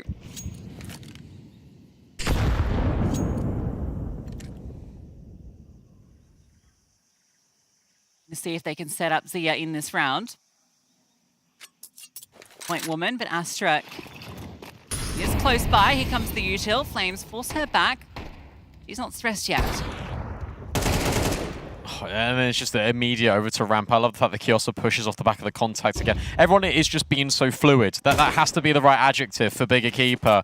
One gets a kill, the other slides in, takes the space. They're all working in unison. Now the Tech-9s are trying to charge up, but Astra still holding the cave space. Zia's trying to open up the ramp space between her and Spike. They've actually dislodged B. Okay, yeah, that's kind of worked out. Hanka spotted as well, so they know that she's crossed here. Util is scooped up. Snay will do some decent damage. The sling comes out. In fact, the Nay gets the kill, but Spike has found one of her own. Hanka will convert her spray. Considering how that one started, Let Her Cook give it a good shot from the 3-on-5, but just can't quite get it done in the post plant. I was actually going to be really critical of Let Her Cook in that round, actually, until they got onto B and found the kills. But it just feels like they're going through the motions of trying to take an element of map control and then not really knowing what to do after that. And obviously that's a sign of the fact that they've not been practicing and the like. It just feels a little bit too slow, and it feels like the response times aren't always immediate. And I think that's where the comparison of fluidity comes in for bigger keeper, because they know what the next step is at every single moment. It just gives them that slight edge. 7-0, mid not contested. They want B again because they made it up towards the site, but that flashbang is brilliant from Kiosa, and she gets rid of Zero immediately. Yeah, and for the first time we have proactive mid control as well, so if you're looking to change it up there, Let Her Cook, there's no options. Two players spotted. Spike, nice headshot onto Kiosa. Great punish, and a chance onto Astra as well, but one that's lost out. But the spam with the flames is a brilliant combo. Yeah, really good. And also look at A. Melly's just walked out. Oh shit. A free bomb site. Straight in. So what you can do here is just bring the bomb back all the way. Emsan is going to be guarding this, and actually we'll cover her. That is a brilliant timing. And it should alert you, if you're Emsan, just to remain in donut, not to peek on towards heaven, but we're worried about the A main play. A lot of pressure on Emsan right now. Should just disengage completely. You think when you've seen Melly cross there that the comms are coming, this will be an A finish? But so many gaps, and Emsan has so much responsibility. I love this. All the way back into CT spawn. That's good. This awareness, exactly what you want out of your extremity player. So many difficult 1v1s that define a round, and oh, Spike only reveals her shoulder. The pre-shots come out, and Emsan not ready for that swing to come through. A 2-on-2 again. And Spike's now pushing the issue. I don't know if I like how overextensive this is, but one bullet to the head, it could be a good remedy. Spike keeps going. Jenny now guides by the flames, will at least find one back, and Hanka is low in this 1v1. Jenny reroutes. Hanka remains. And the bomb is starting to become a factor. Hanka's already won a few of these clutches throughout this tournament. But Jenny behind the big box isn't going to be unsettled by this nade. A fake out on it around the corner. The spam is good for Hanka. Now she's trying to close the gap, and she does onto Jenny. Is there enough time to get this defuse? It's going to be ever so close. She's got it. She has. 8-0. The slate remains intact. Wow, you did not favor Hanka in that. Low HP. They actually make the right move, that aggression, because it's the second player that comes over, right? The molly is perfect. You feel like you've locked them out. But Jenny R's reposition, it feels like the winning move to Big Box. Like, how can she lose that round? By swinging, unfortunately. Well, I don't think she was ready for Hanka just to be charging at her. That nade hits her in the back of the head. Her ears are ringing from it while she's throwing her own piece of utility. And Hanka just holds W. It's scary when Hanka's confident. It feels like, again, reminiscent of Olga, the way that she was clearing angles on Inferno. That 14-1 that she is right now. I think Leda Cook have 14 kills total. They're lucky. I felt like it was going to be their first round. It was a good move round out of Leda Cook as well. Like the fact that you go back in towards mid after losing the player that had walked out A, you reroute, you go together, you get rid of Emsan as well. It's a shame for them, because I actually think that they made all the right decisions there. They just couldn't handle Hanka. You can in this sort of form. And Astra, she wants a bit of that pie. And oh, the flashbang is so good that it sets the opening kill up from Zia onto her teammate. They don't even get to play this round. Oh my goodness. It's unfair. 16-1. Can't even get the pans out the cupboard.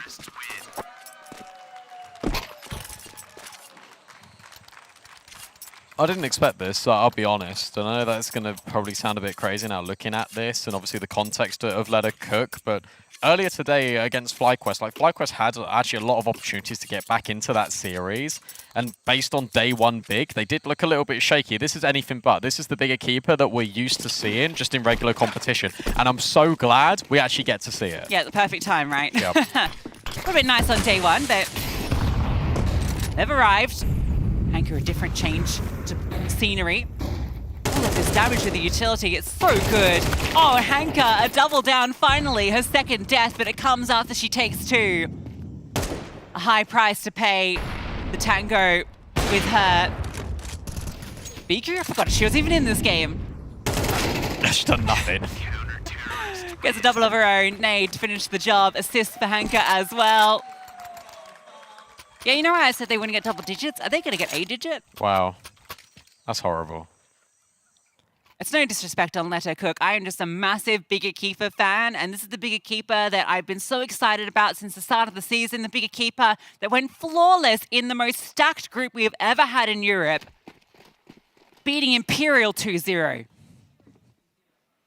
Apparently anyone could beat Imperial these days. Well, that's true.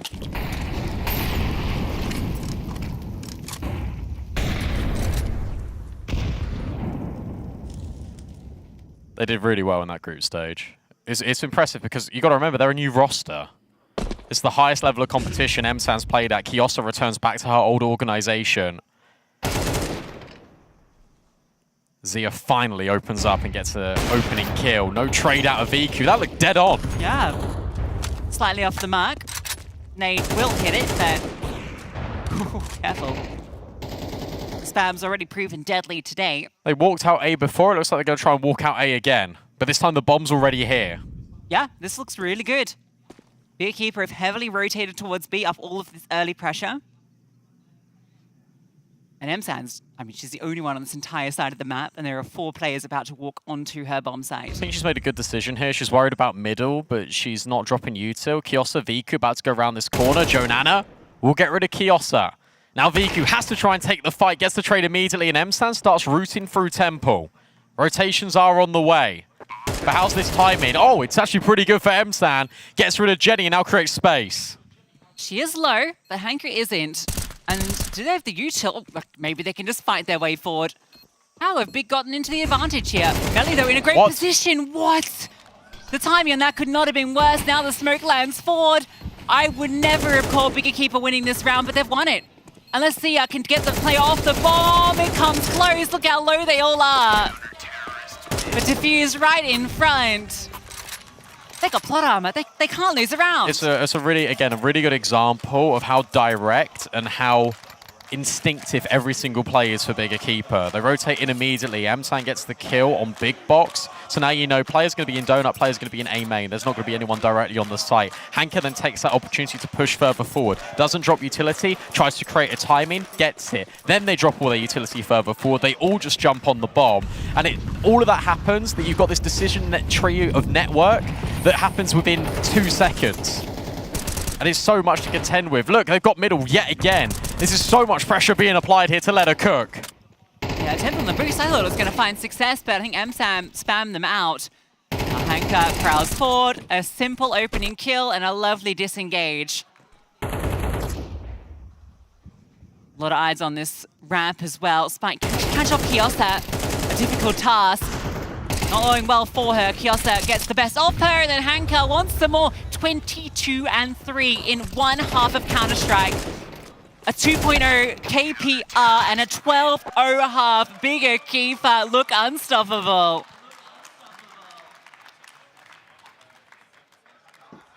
Can we retake mid info, Can you guys? flash mid, guys? Yeah. I can come from the cave, Sasha. yeah? Flash, Mika. I'm flashing mid. Boom. Boom. I can't. I fall back. Can heaven, I don't have it. Out. A. Pushing me. Hanya. Mara. Donut, one more left side. Nice. I have your mid, Hanya. You can go back. Yes, I want, yes. Yeah. Cannot be Let's done. work. Yeah, He's I'm holding mid, I'm holding mid fully. Nice! Sick fucking round, Hanya. Fucking go, bro! I flashed myself, no problem.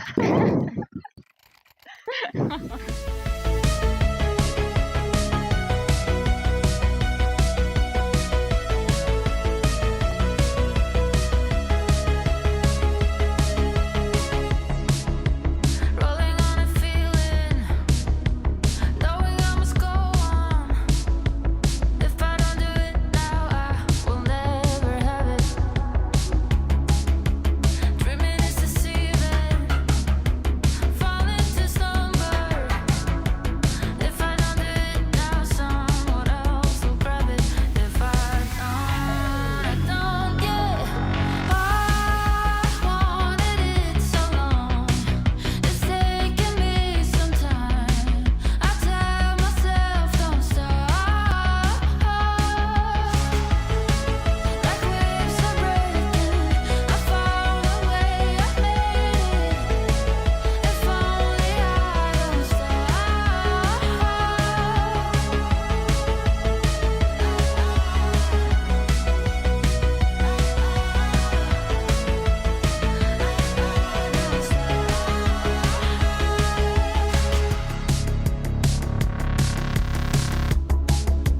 sharper than an arrow, aiming at its target.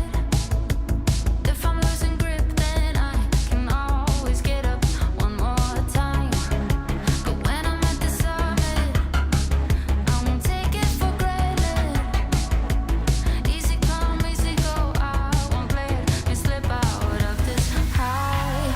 I won't know. I wanted it so long. It's taking me some time. I tell myself don't stop. Like waves are breaking, I found a way, I made it. If only I don't stop.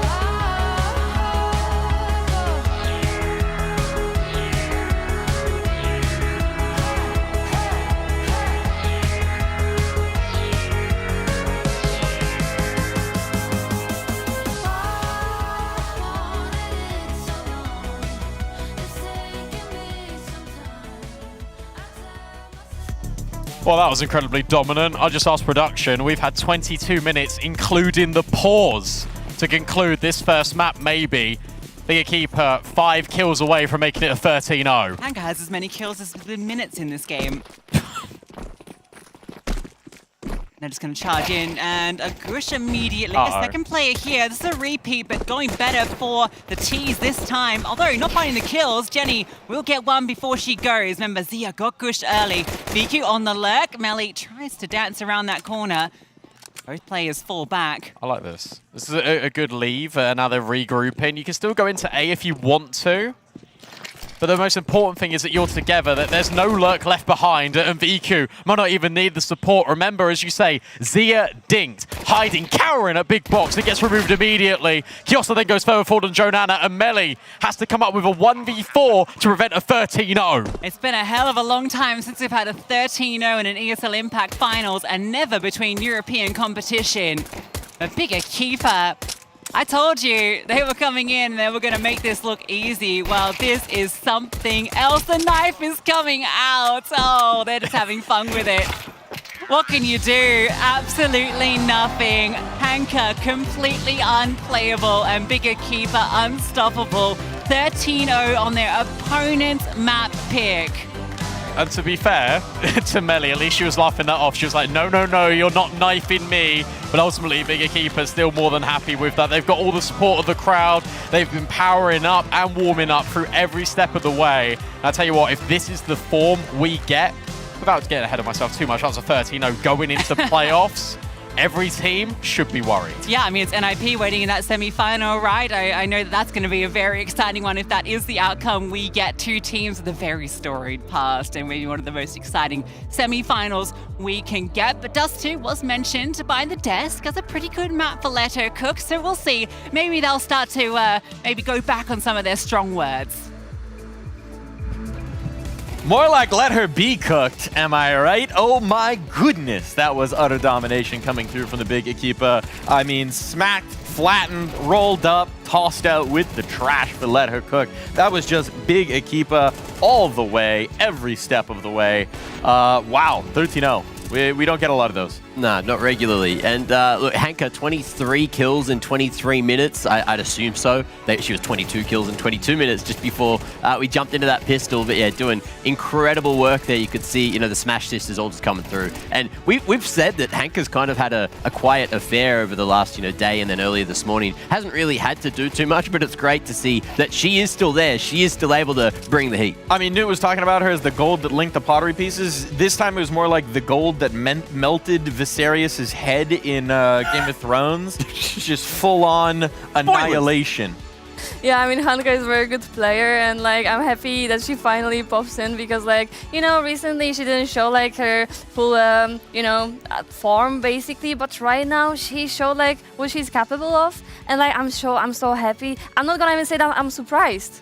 Like I knew it's gonna happen. At least she knew. You always had faith. You always had the faith. And I mean, certainly your faith has been rewarded in this one. I think we could just go into it. It's not going to be any surprise who our match MVP is. It was Hanka. In the few moments where maybe Let Her Cook could have done something, this woman in front of you, Hanka, was ready to dispense of all their hope. Yeah, 3-round openings, 7 multi-kill rounds in the that's more than half of the rounds. Like, we only played 13, so that's a pretty damn good job. 2 1vx's, which is a big little clutch factor. I think the only person to actually have to win a clutch there. 4 big Equipa and just doing everything else. What was that? What's that KD number? I don't even know. 23 and 4. It's like a 4.5. It's almost 6 to 1. Yeah, 6. Almost 6 KD. Like, that's bloody insane. Yeah, online it's like, it's huge, it's insane. Like it's just masterclass by Big Equipa. Like we expected it to be, you know, like kind of easy game, but like I don't think we expected to be 30-0. No. I do have a silver lining I want to say for Let Her Cook.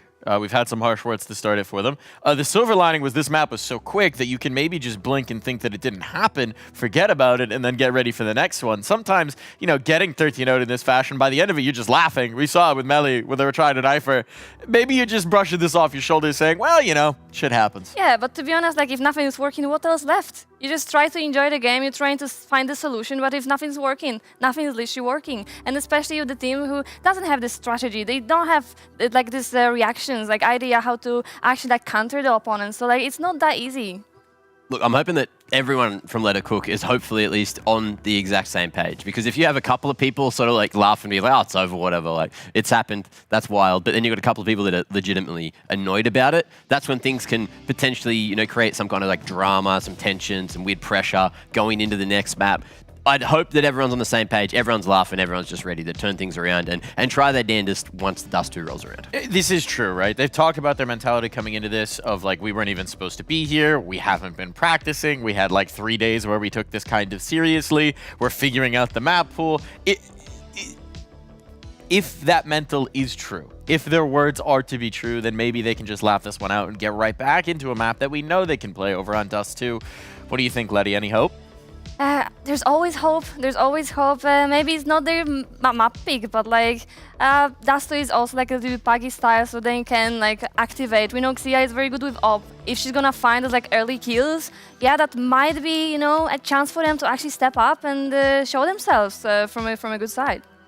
I hope so. Look, there's space for everyone to try to show a bit more of themselves than what we just saw in Ancient, because like hopefully they get, you know, around here or there just to try to cultivate some kind of motivation, because that's what it's going to take, right? Like a bit of motivation, maybe just have some fun with it. If they go down, at least go down swinging.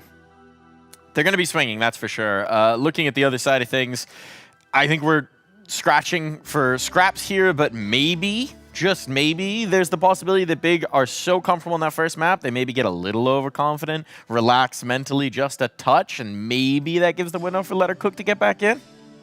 Could be. You never know. You never know. I'm working here. I'm trying. You're digging. Like, that's all you can do. You know, you got to dig for some kind of angle or answers, and I feel like that's the exact same camp that Let Her Cook's in. They will be digging for answers here. They will be digging to try and make something of this, because Let Her Cook are on the brink of elimination, and Big Equipa, these bears, their claws are sharp, their jaws are open, and they are ready to devour the competition to secure their spot in the playoffs. One of these teams makes it through. Big Equipa just rolled over their opponent on Ancient. Now we head into their own map pick of Dust 2.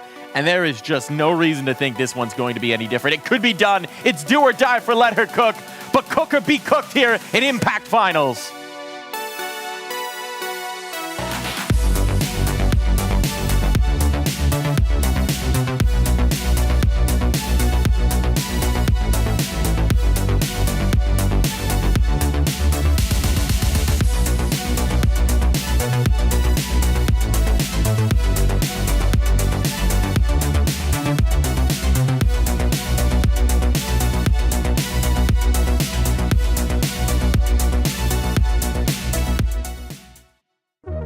Hi, this is Basement Dweller's first advertisement. And our second drop is, it's up, actually. If you're seeing this, it's up. It's available on the ESL shop. We had our first go at a jacket, and I'm really proud of it. I've always had an interest in clothes, but, you know, seeing behind the scenes how the sausage is made has been a lot of fun. And if you like the clothes, tell me. If you hate the clothes, tell me, but try them before you slag them off. I think they're really comfy. So yeah, that's my advert. I'm gonna try again. I'm gonna record another one. It starts with a dream, with a team you barely know, in an amateur official that feels like the grand final, where practice becomes progress, and every loss feels like a lesson. When will your journey begin?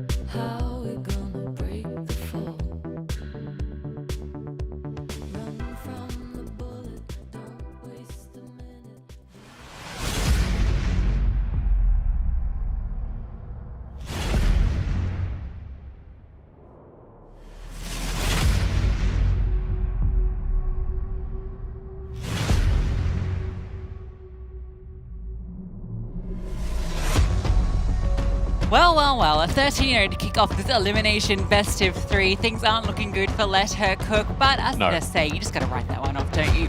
See if you can bounce back, Dust 2. Definitely one of their stronger maps. I think they weren't unhappy to see it in the V2. That's what kind of got the desk initially a little nervous about where this could go. I think those nerves are definitely gone for both the desk and for Big Equipa.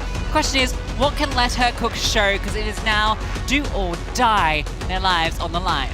Well, if anything, I don't think Big Equipa ever showed any nerves or fear because they're the ones that pick into Dust 2 in the first place. I think it's actually a really difficult job for both the desk and us in Counter-Strike where there is just a 13-0 or map 1 of a best of 3. You're like, okay, well, what do we say now? You got to just have that classic cliche of that didn't exist. Now we go to Dust 2.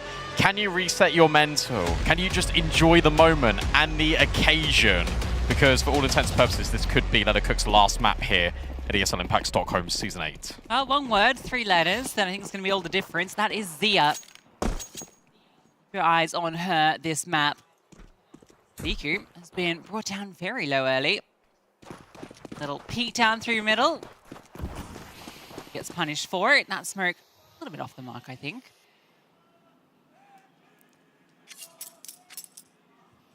No one's spotting it though. So they'll be allowed to progress up short.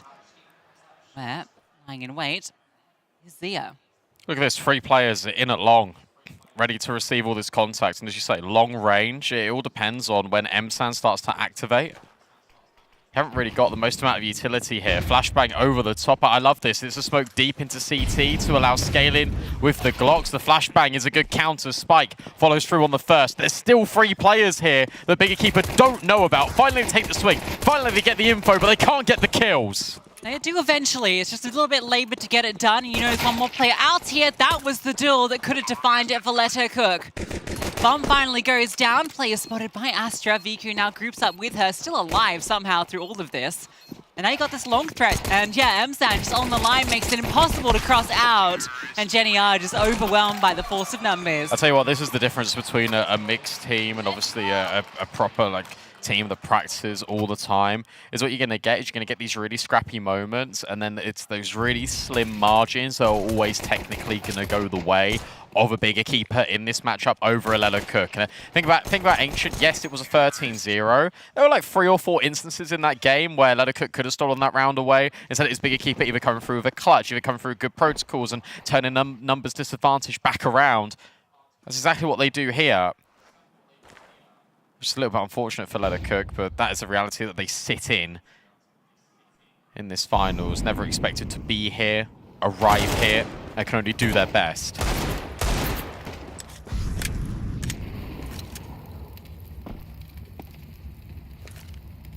Go on. Here we go, a little bit of boost action. That would have lifted the spirits, but not going to be. And Kyosa just sprays down the push through tunnels. Readily handled against the Eco. Bomb will go get planted shortly, you imagine. Or Spike might just get caught by Astra. Either way, it's 2-0 start. Keeper. Nice shot. Nice shot. The rifle can be picked up. Okay, Spike. Warming up the dig. Do it to him. Oh. And then comes from long. Hey, you lost a rifle there. 2, in fact. I just know that Hanker would have said in between maps, I want 13-0 again. That would be unprecedented. Really nice shots coming out of Spike.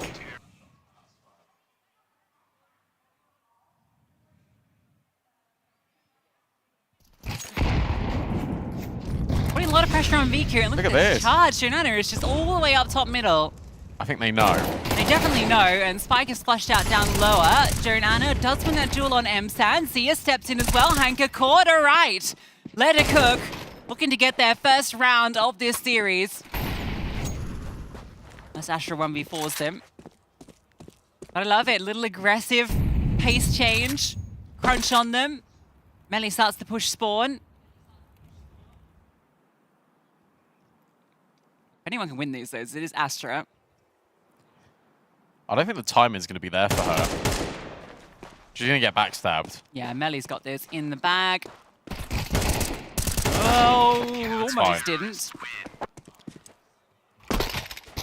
And you know what? I like that from Leather Cook because they were saying in these interviews, Joanna was saying, look, the way we play is very aggressive, very in your face. I felt like they couldn't do that on Ancient at all because big Equipa were just running at them on the CT side. Here, they've got the chance to manipulate some of this aggression going back their way. I love the pushing towards upper tunnels, the pushing towards top middle from Joanna. That is such a classic Letter Cook round, and that's got to make them feel like they can play the game that they want to, and it will work even against Big, even if it didn't on Ancient. Yeah, it's kind of hurt them here as well, right? Look, PT50, Tech 9, Galils. So a real chance here for Letter Cook to step into the lead. Is this the new quick switch, by the way? I've seen all these players at these finals firing off a couple of bullets and just graffiti in the wall. It's better have it than quick switching, I'll say that much. Because you get the free graffitis now with the major. Granada will slide through. That's only the PT50 dropped, and Astra has taken 2 in this round already.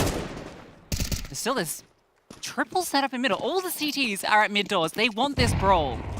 They'll get it. That molly, Astra thought was going to affect her, but didn't. They were initially angling to go mid to B, but especially with Melly catching out Kiosa. You'd argue that would have changed plans. Instead, Hank is going to re-walk this space with the bomb, and Big are going to just try and trick their way in towards the site. Melly's got the line. Hanker's trying to pick up a rifle. Not the best timing for her, and now all attention focused. 30 seconds. Hanker and Astra want to go elsewhere. It's going to be tricky, and it's being held right now by Jenny. Slither line just to see if that cross comes through. 20 seconds. Hey, you just got to barrel up short and hope you can get there in time. And now you can't. The bomb was dropped. Spam. Oh, no. Hold on. Us just picked it up. 10 seconds. I don't think this is happening. Oh, if she was given that kill, and she makes it look possible, doesn't she? No bomb plant. Nothing. And will be Leto Cook winning it out, and now that's going to put Keeper onto an eco. There you go. They're back. All it took was a couple of rounds. I like here, they don't even allow Astra the luxury of getting that bomb down. Zia's been so annoying, just jumping up. You got that quick flank in towards short. You got Spike coming through in towards CT as well. Good moments here for Leto Cook. Spike's even got an MP9 to farm up some money. Should have picked Nuke. They got it as a decider. We aren't going there. Never say never.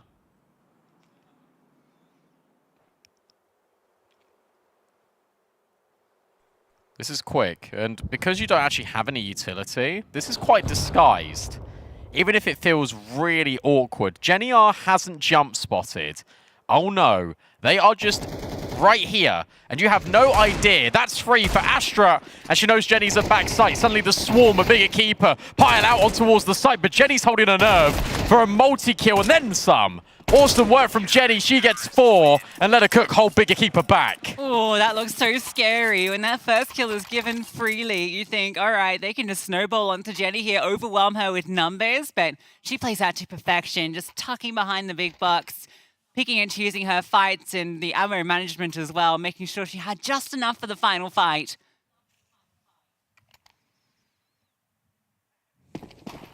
Not letting that one slip. Let her Cook get into the lead. There we go. The 5-pack we wanted. Not delivered on Ancient, but on Dust 2, we'll be given it. A little smoke in middle. There's a little bit of a fake out. No one's actually here. If I remember correctly, you can fact check me, but I think Bigger Keeper on Dust 2 in particular, their CT side was absolutely unbelievable, and it was always their T side that showed a little bit of nerve here and there. I could be wrong, but that's what I remember vaguely from online. Yeah, so far this season it's been fairly even. The T side actually is a little bit favored, but So I'm completely wrong then. Good. yeah, I didn't want to make it sound like that. But, you know, it has been a struggle at times, this map. They lost it to Nemesis, they lost it to Imperial, FPL. By no means they're Inferno. They found the opener in this round. Melly has punished Kiosa again. That is a big kill to be finding. If you can do that consistently, Can Melly offer up more? Oh, this round's so weird. She's now just stuck in tunnels. Joanna's now going through middle, but helped by Hanka. And Melly finally toppled. Astra can now plant this bomb, and Spike is nowhere near. This will be a save call. This will be a bigger keeper getting the equalizer. Melly trying to have that moment. 2 kills from her, probably wanting revenge after the round before where she got blindsided. No, not to be. Let's try. Good disengage into the tunnels too. Just kept fighting, trying to find a way out. It's too many players putting onto her position. You can see all those X's in middle.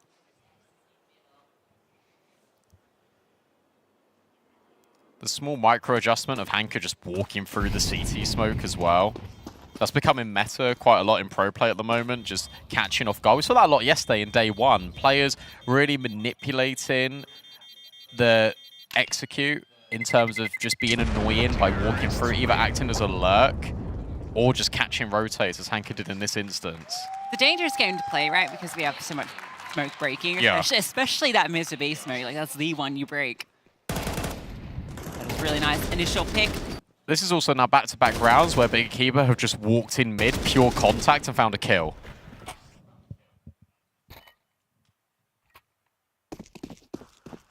We get the AWP out uncontested, though. She was the play to keep an eye on. She's already getting aggressive, looking for an opener. Fires off a warning shot. Actually, does tag VQ through that box. Also, further damage inflicted onto Kiosa. And Zia, look, what is she doing? She's a mad woman. What is this? It's a boost up on the outside of the smoke. Oh, VQ they've has made walked noise. through. They've made noise. Oh my god, they're trapped in there. And VQ takes 2, takes the AWP. That was One of the something. decisions of all time is what that was. No, and now you're giving VQ the AWP. Of all the things to do in that situation, that was certainly the most unexpected, but it certainly was the least flattering. Jenny now just stuck in between utility and sandwiched and contained within her spawn. A 1v4 on low HP on a couple of players, sure, but you've already got this mid lurk out of Hanka dealt with by Jenny. This, however, is something you definitely can't control. Sure, there's a kit on Catwalk and there's an AK there too, but this feels untenable. I think you just pick up one of these rifles and save. No? Okay, Jenny. She's got the Zeus. Okay, she's just thinking about what she wants to do. Just running back and forth. Should be saving that. Yeah, VQ didn't really have to talk about her in Ancient at all. She was kind of just a passenger on the ride that Hanka took her on. But we saw, I mean, that was just a ridiculous map from her against FlyQuest. I think exactly what that rating was, but it was something absurd, wasn't it? +2. Yeah, 1.99. Pretty good. Pretty good. Not quite the 2.0 though, is it? As good as. It's no little Z. Or littles, if there.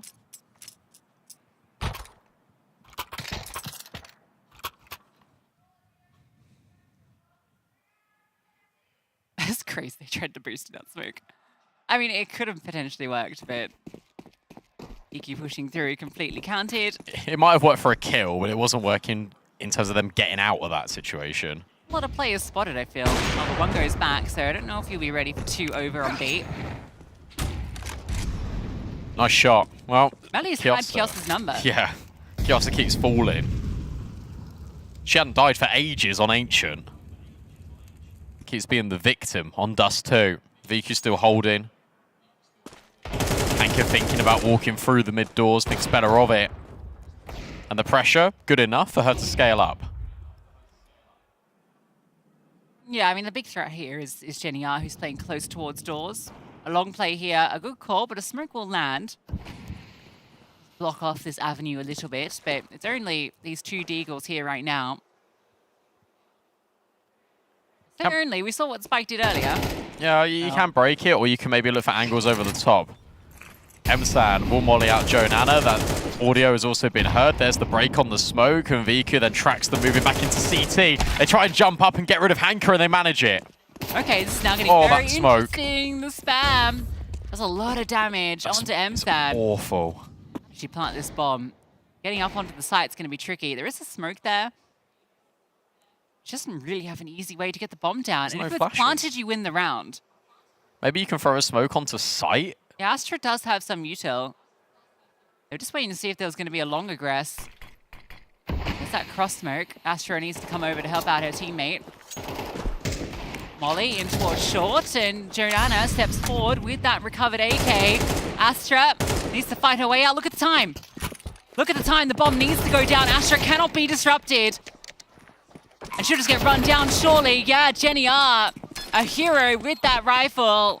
Jonana with the one picked up. That's not a round you expect Big to drop. No, but it's all off the back of missed utility. That missed smoke in long does everything for Let Her Cook and more. And it comes back to those small little mistakes that Equipa were making on day one. They trickled in against FlyQuest Red.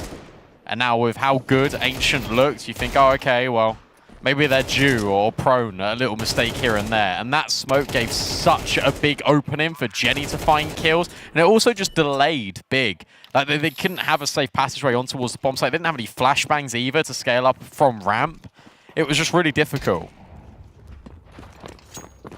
Got double up off that. Why not? Jenny R picks one up.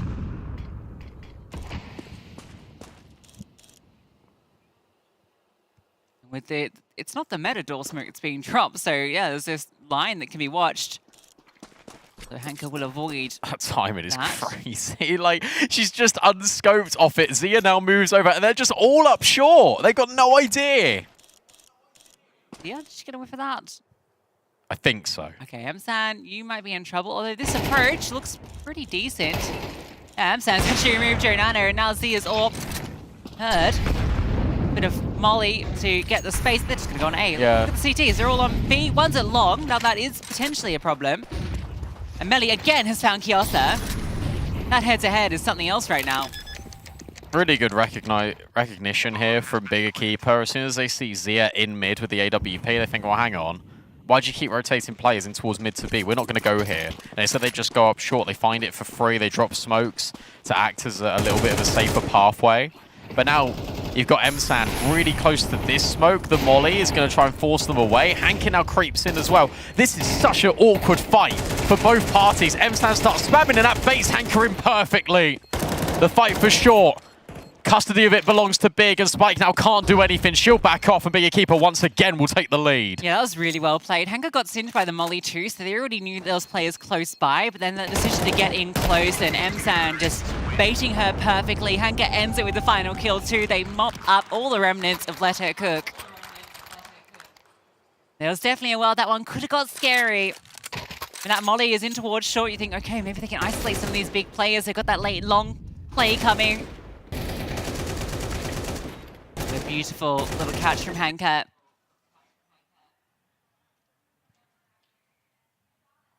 What's the money looking like for Let Her Cook? Just taking a timeout. They might not be in a good place now because, sure, they won the round before with the lighter weaponry, so maybe they actually do have something here. I think they can buy. I think Jonana could drop 0 and AWP. Potentially one more full investment, but if you commit to this buy and you lose, then the follow-up isn't going to be as pretty either. So I think the timeout's the right decision. You want to discuss whether you're just going to half buy now and have one big hurrah, or just go all in. They've gone all in. And VQ is already tagged up Melly fast, really quick, out of Bigger Keeper. That flashbang, brilliant though, in long, but Hank is even better. So many trades, and Kiosa will get the best of Zia, but Spike is there, 2v3. But remember that Melly's tagged. All comes down to who gets the first kill there. Doesn't matter how good the trades are, the numbers simply more superior for Let Her Cook. It's close play, you feel, from Jenny. Oh, spotted. Messy, and she'll go down. Does cost VQ a lot. She's got the AWP, so it's not so big a bother. You know Melly will be over at B. You saw Spike, and now you've caught Spike. Uh-oh. 1v2 required from Melly. Oh, I just feel so unnecessary from Spike. I understand what she's trying to do to a certain extent, trying to get ahead of the play, but you drop there, it just leaves Melly in a near impossible situation. VQ dropped. Astra half HP, wanted to take the fight. Melly swings immediately, but now has to figure out where Astra got off to. Oh, this nade. Oh, no. Looked like it could have been perfect, but doesn't matter. Shots will connect anyway. Astra tries the off angle, but Melly takes her time.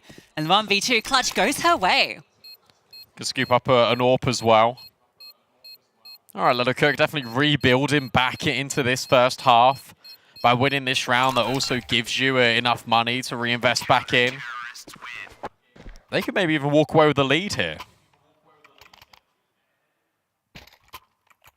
Definitely a possibility. If it becomes a reality, they're the sort of rounds that Big weren't losing on Ancient. Well, they won't lose anything. Oh, yeah, well, that's true, but... Bit of a mixed buy, isn't it? Yeah, at least you got the prioritization on Astra, on the AK. You've got VQ on the AWP, and whoa, okay, VQ. Solo, no support, just takes all a catwalk. Yeah, much more default setup here, but look at this aggressive push. Can Kielsa get the best of Melly? No. That head-to-head must be like 0 for 5.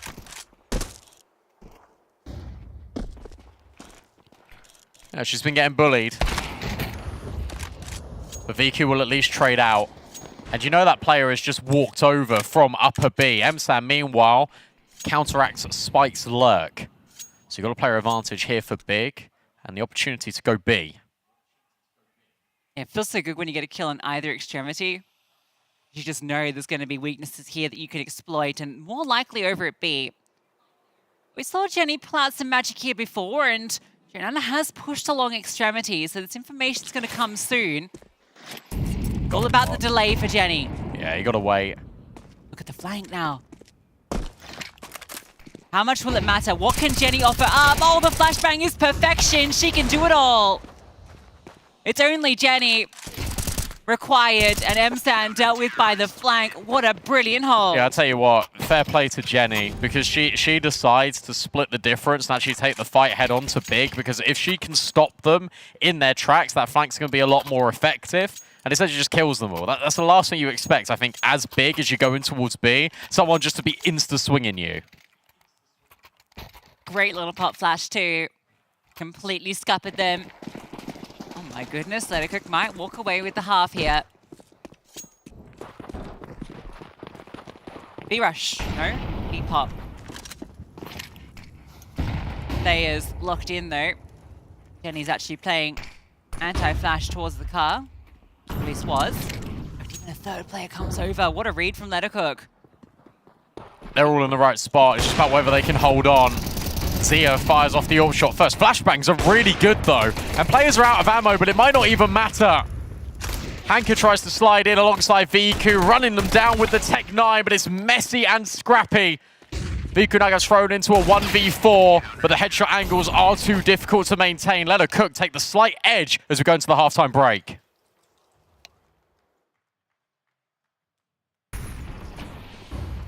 Speaking close, I flash city. Go, cross. I flash corner. Okay, it's fine. Nothing. I come back short. Yeah. Take short for me, please. Yes. I will Care smoke jumper, the tip, care okay? jumper. I Yeah. smoked the tip. I smoked chopper. I stay on short also with Emma, guys. BT coming. Nothing jumper. 2 mid. They're going too short, yes. Mass shorts should be. 3. 2 or 3. I believe you. Bad push. One more. Nice. Long. Last. Long corner. I need to fall. You have op? Yeah, it's fine. I have, yeah. Yeah, it's good.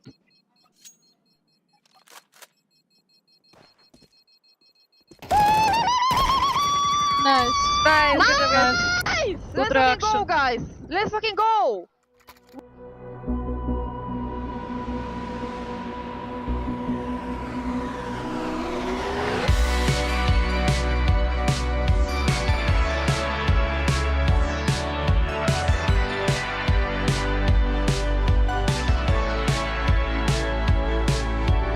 Do you feel it coming day by day? Got to get the message. It's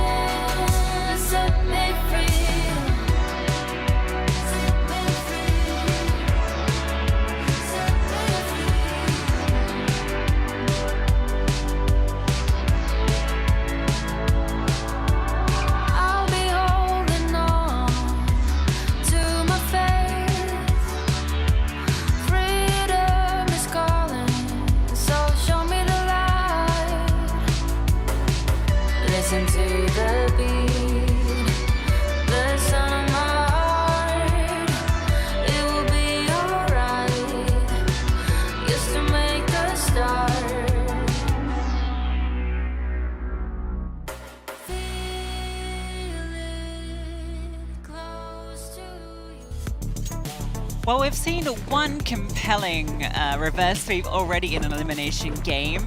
This one, well, I don't want to get ahead of myself, but Letacook have put themselves in a great position to make it happen. Going to try out this B bomb site. Kiosa had a mare on the T side. The CT side doesn't start better. For Hanka, maybe she can slip in and help out. The headshot's not coming, but they are for Zia and Melly. Yeah, really well done here from Letacook. They're not overcomplicating things. They're just taking the easy route straight into B. VQ spotted the shadow, but can't connect with a headshot. It's all Melly in the feed. That is until Emsan stops it.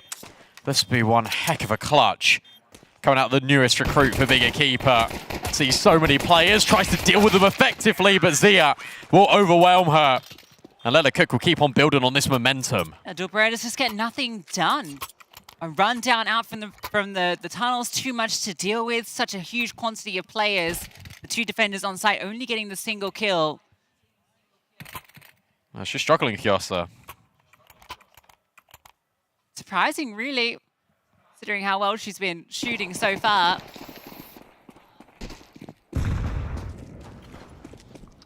With this force fight.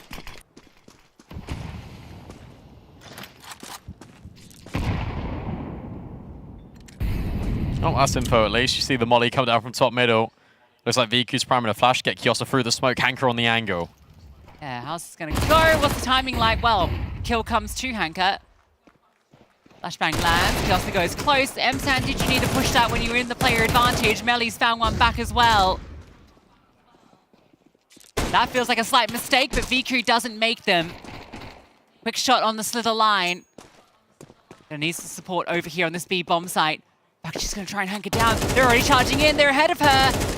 She's getting run down, but the tag comes through. Look at the damage being inflicted, but the kill's still coming. VQ with the USP can't connect the shots. Look at the HP, 2 on 6. This MP9 can just eat them alive, but Jonan has gotten into the perfect position. Back plat, head tucked down low, nothing being offered for Hanker. Fine margins, but Letacook, they prevail against the force buy. Yeah, I was too over-eager from Big Equipa because you're making a play in towards the middle of the map, therefore you don't need to push the extremities. Emsan overexerts herself. I think Kiosa's caught as well, trying to move back away from mid. And as soon as you look at the kill feed and notice that Kiosa's dead, she's the B anchor. So Letacook make a really good decision to immediately reset in towards the B bomb site. VQ notices it, but the rest of the team is too far away. And by the time she gets there, it's still not enough. Started so well too. I really like that, the way they set up the first kind of plane towards middle. These small mistakes just keep creeping in for Big Equipa, just all over this weekend. It's like there was a set play to make in that round. When things went slightly different, like Hanker being given the opening kill rather than having to swing and get it, they still committed to the initial idea, whereas they could have kind of just taken the step back after that. It's more on the extremity pushes. That's what I mean, though. Yeah. I feel like that was always part of the play for her to go aggressive while the mid play happened. But I think when Hanker gets a kill for free, you cancel it. Can just maybe just change tact.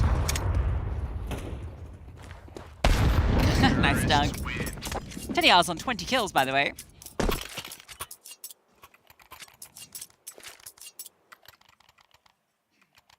Something Olga revenge storyline. Something Jenny are now doing the same against old organization.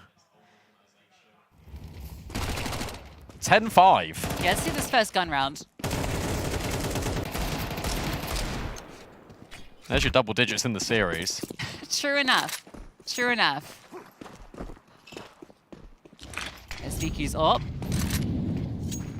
Now, the big conversation that's going to be having if Letacook closed this is, well, why on earth did we go Dust 2 if you're Big Equipa? Yeah, you know, maybe the desk was right about that. Yes, they are the analysts for a reason. Why go Dust 2 against the Pug team? Why go Mirage against the Pug team? Questions that could have been asked of many teams this event. True. Very true. I'm real.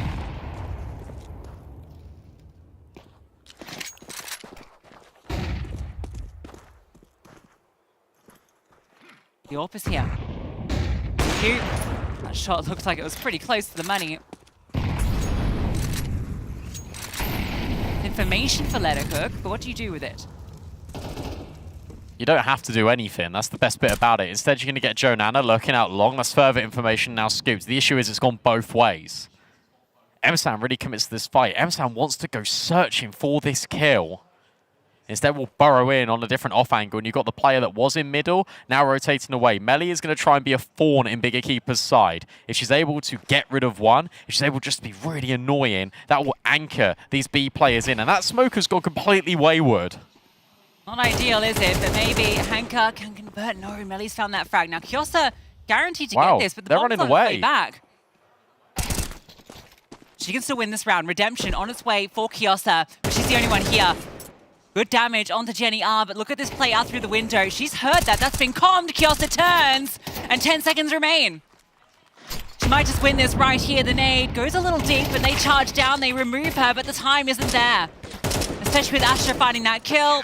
Jonana will just try and limp away. Kiosa gets her redemption. Yeah, she absolutely does, but that is really weird from Let Her Cook, because the entire basis of that round is that Melly lurks, Melly gets a kill, Melly does some damage. The point is you're keeping these players on B at B. You always go short. You never deviate away from that plan. And the moment they do, it's a complete disaster because your internal clock, that all of those timings are completely out of sync. Great awareness from Astra to clear Zia there. We didn't see that during the round. Out through long, they take a lot of utility damage. They do get the space. Emsan will fall back, drop a smoke to block them off. 4 players out long for Let Her Cook.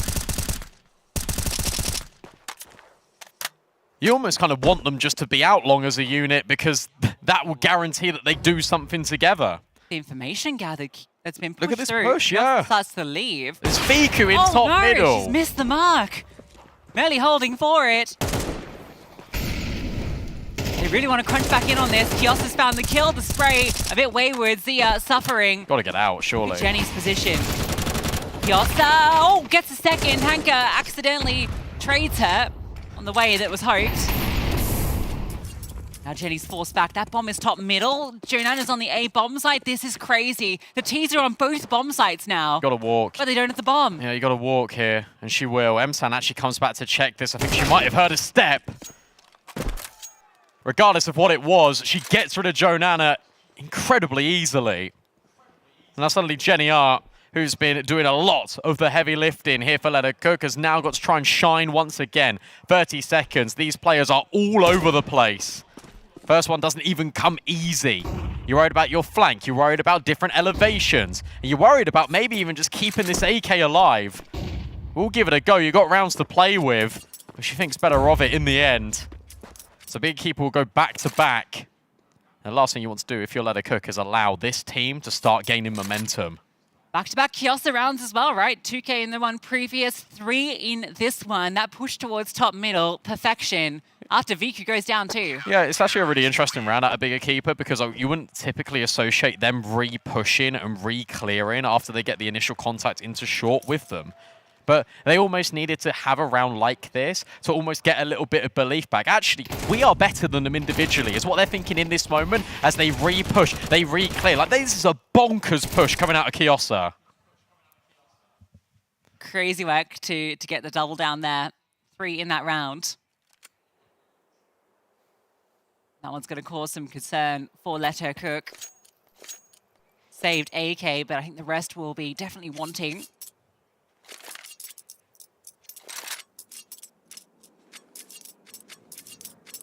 Bigger Keeper start to believe again that CT side. Definitely feeling more comfortable for them right now. This is even without sort of like VQ AWP influence as well here on CT. We get to see that now. Hero AK saved by Jenny. Surrounding it isn't the best support network at all. I'm shocked in a... Oh, okay, nice. Jenny is not missing much. So yeah, I'm shocked in a series with Zia and Viku that the AWP conversation just hasn't been part of it. They're just going to scale up short quickly. They've got a really good timing here. Astra, you could just lose the entire round right here. They're going to swing around the corner. She only gets the one. It's an AK. Rifle picked up. Nade doesn't do enough, and they have no position. They're all stuck in CT. That nade looked dead on. And it just wasn't. You got this lurk as well, Melly, coming through the mid doors. Absolutely. They are panicking.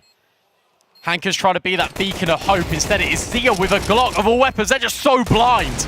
And the recovered rifles will do it for Let Her Cook. It's one of these rounds that they weren't losing, Big Equipa, but now they drop the ball again. That was a terrible round, straight up. That was one of the worst rounds of Big Equipa since they lost that eco to Sakura on day 1. I don't know what they're doing. Astra's just completely on an island out deep and towards short with no way to fall back. They have no information at all. I mean, really well done from Let Her Cook to utilize that hero AK. Yeah. But that was a absurd round. It's a really weird team sometimes, Big Equipa, because when they are all firing on all cylinders, when it looks good, I mean, you get results like Ancient, and it looks like they are unstoppable. It looks like they can go toe-to-toe with the best, and they can. That's the thing. It's just the consistency with this team. And you got to remember, and this is why I bring it up again, they're just a new team. This is the first season that they're together. Maybe we're expecting too much. Yeah, I mean, basically as long together as Let Her Cook, in a sense. They got the opening kill here. Emsan now finds herself a little upgrade. They rotate the pieces over here. Kiosk's got a 5-7. Anchor, oh, the smoke timing could be good. Worried about middle as well. Okay, here comes the utility. She's going to drop it defensively. But Kiosa immediately removed. Hanka, this is tricky. Oh, and Melly just overwhelms. This should be 12. Unless Astra has something to say. Great kill. Over the top, can't get the follow through. Jenny's holding for it. Her 26th kill. That point for Let Her Cook. Yeah, I mean, it's brilliant from Jenny, and it's one of those where you get that mammoth performance out of Hanka, and Jenny says, okay, well, one of us needs to match it. It's going to be me. T-side has looked very good here for Let Her Cook. Spoke a lot about Big, especially on that first map, with how instinctive a lot of the decision-making was. By Let Her Cook actually grouping up and going as a unit here on this T side, it is working out an awfully lot better compared to what we got on Ancient.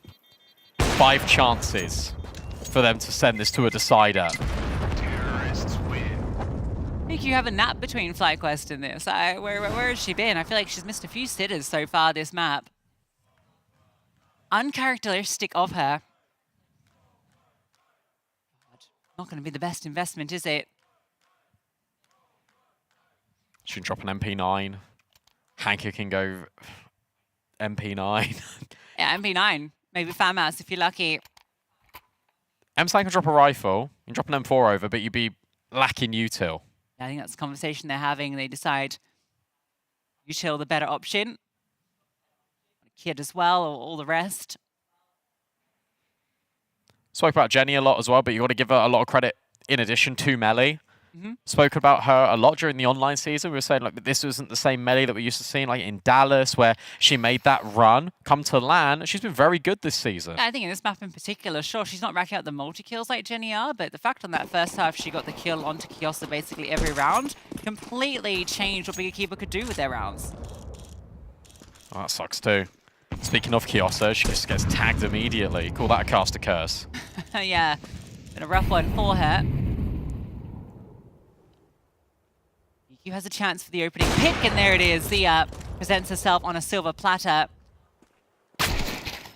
But Astra's just punished, deleted by Jenny R. Flashbang forward. Big Equipa really want to take these fights. They want to have a gunfight where they feel like they're in control. Smoke's a little funky from the T side, meant to be a lurk, but it's gone too deep, so VQ has the complete line. There's a smoke back of her own. They're going to make the gamble. This is not going to be a B play. I like the re-aggression here out of hankering towards short. At least you can control that space. You don't have to overextend, but you can just tuck yourself into this corner and just wait. In actual fact, Let Her Cook might just walk straight into her. I don't like the swing here. The MP9, oh, ahead of the molly. Okay. Surely you know this has to be the long play now, and there's that utility getting set up. God, you wish you'd picked up that gun that was in short. But But now you know what's going on. This is going to be the short play. Msan comes back. VQ's on the line with the AWP. Flashbang is perfect, though. And they're just charging. Classic Letter Cook just running straight at the problem, but straight at the CTs. VQ has that round she's been looking for. And Jenny, as good as she's been, does have to just leave, hold on to the AK once more, see if she can repeat her tricks from earlier. Yeah, they get bailed out there, but by Hanker actually pushing it and finding that information. I was a little bit concerned, but I suppose if you've got an MP9, it isn't the worst thing in the world to sort of take that risk to get that information trade-off, and it worked out brilliantly. Sure, she didn't get any kills, but at the same time, you've got all the advanced notice. By the way, they are coming long. So you can rotate over, you can have all the pieces in the right place, and VQ could be set up to do one thing, kill. And finally, she does.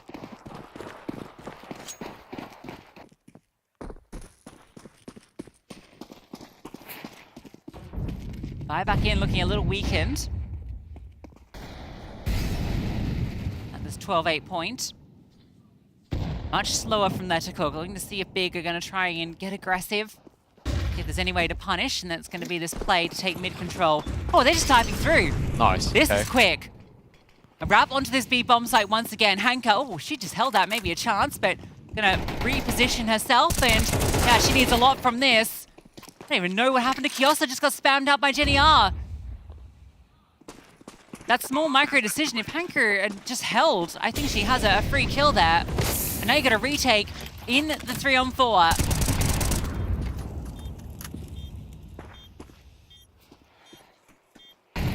Issue you got is there's just no flashbangs. They're still going to dive in anyway. VQ can't make that spray transfer work. Msan at the back of the site, but Melly still holding on alongside Jenny.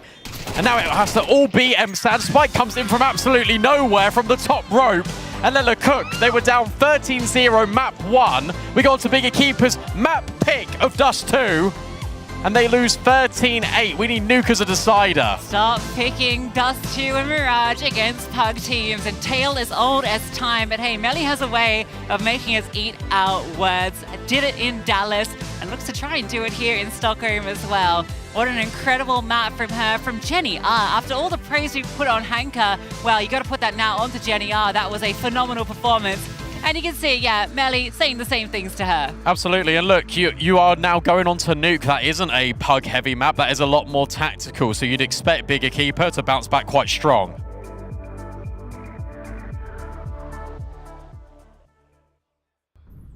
Bad. Nice, come back. Let's take mid now. Let's take mid. 2 on B, 2 on B. Take mid. Take mid. 3B, 3B. It's only 1A then. Come short, insta. Only 1A, only 1A. Insta short. It's short close. Yeah, she's alone though. Go after this. Go first, please. I jump. Ready? Go. Go. Nice. City. Push. Rotation. They're rotating now. Okay.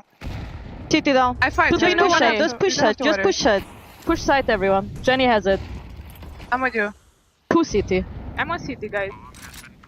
Don't play too fast. I'm not playing at all. Take your time. Stay on ramp. Pick on sound ramp. 1 HP, 2, 1 HP, Dead. In smoke. It's okay, Karma. Close to me. Nice entry! Che cojones, tío! My fucking God. Let's fucking go, Jenny. Fucking full eco. Did you have eco too? A full eco to light the way. They let her onto Dust 2, and she did cook indeed! They all cooked! Oh my goodness. We've got a series on our hands after what started with a 13-0. We've got a battle for the last playoff spot. Yeah, well, I don't like to be wrong, but yeah, Dust 2 for sure is not like super strategy map and very like, you know, mixed style friendly. So yeah, let her cook. You know, they had chance and they used it, and yeah, I mean, Jenny was insane. Like, she literally paid back what Hanka did to the Emulations. Yeah, like, give her the flowers. 29 and 10 in what was a closer game, and you know, a game that went the different way to sort of what we were alluding to on the desk as well. There was just so many things going right, going wrong.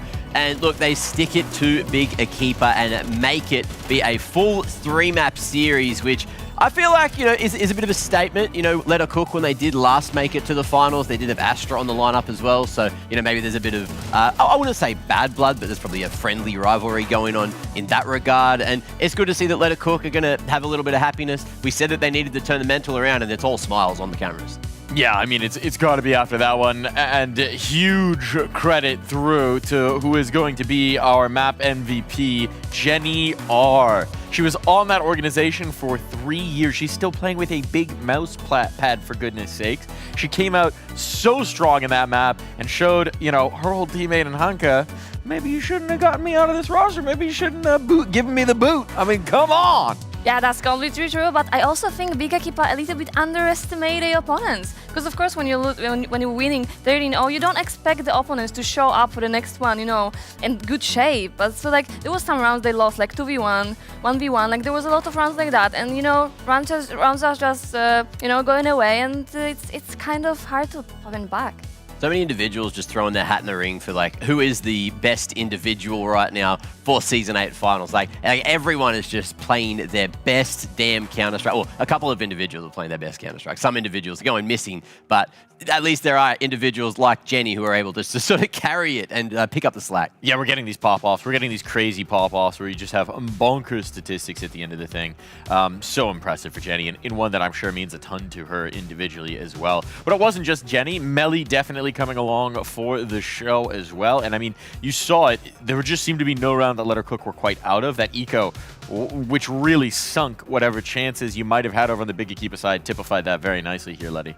Yeah, completely. And yeah, I mean, I also feel like they were, you know, hitting the calls. Like they were like going, literally like abusing B a lot when there was like no big at all on the side. So they also had like really good reads the whole game. So like, yeah, I mean, Let Her Cook looks very good after this one. It feels like everything we were digging up in that last segment about potential silver linings kind of came to fruition. Maybe Big let their foot off the gas just a little bit. They get a bit overconfident. Let Her Cook, meanwhile, they're just saying, whatever.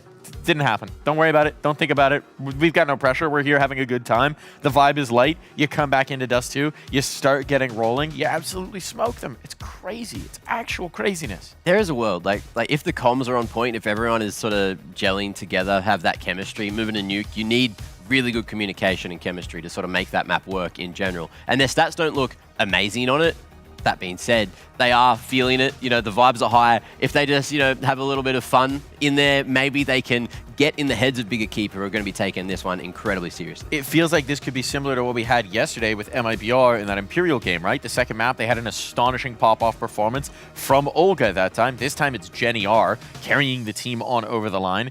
Maybe that inspires the troops. Maybe that causes them to take it another level here on Nuke. Yeah, that's true. And they need to have like strong mentality also too, because a hop back from like 13-0, it's not easy. So like, yeah, like big shout outs to them. Like they did insane job. And finally, we're gonna see the Nuke, and I'm really happy because like that thing is like one of my favorite maps. Yeah, it's a map that we haven't even been able to see yet. It feels like we've been playing so much Dust 2, so much Mirage over the last 2 days. Absolutely true. I am looking forward to that. But before we do, one more focus in on the Dust 2. This is going to be a little tonally dissonant from where we're at, I think, because we're going to go way back to the beginning of the map. We're going to say some nice things about Big. There's one round you all wanted to do in our Qiddiya City playbook. Yeah. What's happening in this one? Well, it was very, very good round by big Equipa, and this is what I said. Big Equipa has like huge strat book for sure, and like this round is like very, very pure and like full strategy prepared. So like, yeah, let's see it. Let's roll it forward. Yeah. See what we got. Yeah, we literally see the smoke going for like, you know, normal execute from short, but it's not gonna happen. We see 2 players from mid just going on when, of course, like CT thinks like, yeah, it might be A. Now they're going out mid, and then Hanka is like from short jumping to the waterfall smoke, crossing the smoke, and she's killing the CT people, and they end up on B. Like, you know what? Like, if you're playing against a team like Let Her Cook, there's no way they expect this type of things. It's the kind of thing as well, like if you have a look at the map, it just fully cuts off the rotations. You've got that A player over towards long, going to be stuck there, doesn't want to go into CT. That smoke is just fading now, and by that point, you've already got Hanka who's fully cleared out CT, dominating B ramp with everyone else that's already gone for the split into B, and there's nothing that Let Her Cook can do from that point. Exactly. And that was it for the Qiddiya City playbook. Making our way back to the desk. That was a fun one. That was a strat you see people try to use, but a lot of the time you'll have those CT members in CT spawn that are just ready for the drop. It felt like there was enough conditioning done and enough noise being made out mid that it allowed Hanka to actually make that flank work. And I mean, that is something that you definitely look to Big Equipa to have the edge on in this map, is if you can inject a little bit of chaos in, if you can sort of toy with their expectations. You don't know how deep the protocols necessarily are on Let Her Cook. It's very much going by feeling, by the seat of their pants at times. So you sow a little chaos in there, we can see the results. Yeah, but also like playing like very strategic against like this type of teams. It might be, you know, sometimes raw because you don't know what to expect. But if you actually have like your reactions were prepared, you can actually play every single strat you have, because like the opponent just doesn't know how to react to it. And this is what happened. Like they just needed to save basically. Now let's put our eyes towards Nuke. We've touched on it a little bit, but Nuke is a map where we expect the more prepared team to perhaps have an edge. That's Big Equipa in this one, certainly. Yeah, for sure. So what could Let Her Cook do to disrupt that? How could they bring the good energy they've now gained on Dust 2 and bring that through into the third? I feel like you just got to make it chaotic. Like that's it, right? They played it a few times. They've had some okay success on it. So you know that they know how to play Nuke. Everyone at this level of gameplay knows how to play Nuke. It's a pretty decent staple in like pugs, especially in Europe.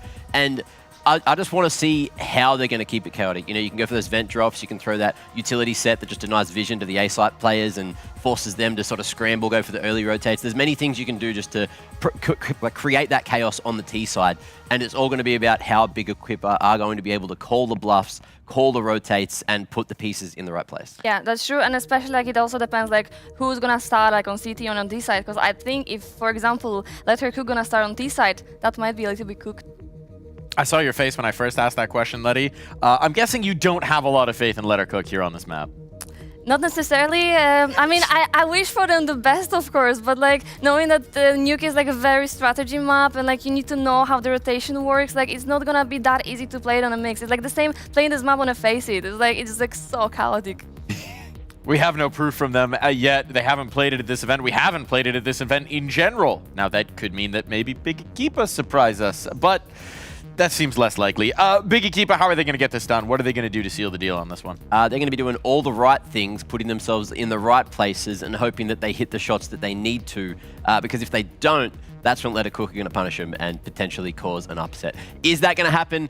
I'm not expecting it, but who knows? We saw what happened on Dust 2. We weren't expecting Jenny to pop off, and she did, so we could get bloody anything right now. Could get bloody anything indeed. You're sticking with Big? You're sticking with Big? Yeah. Yeah. I don't know. I'm starting to feel the heat from Let Her Cook. I'm starting to think that they might have a little something brewing. It's been a wild impact of upsets. Why not keep it going? Why not send a complete mixed team that have 3 days of practice into the playoffs? Why not get real weird with it? That's the question I ask. We're going to have to answer it on Nuke. We've got one more map coming on in here. Do or die. One of these teams will claim our final playoff spot. Will live into Sunday. Big Equipa or the surprise of the event with Let Her Cook. One of these teams goes through. Who's it going to be?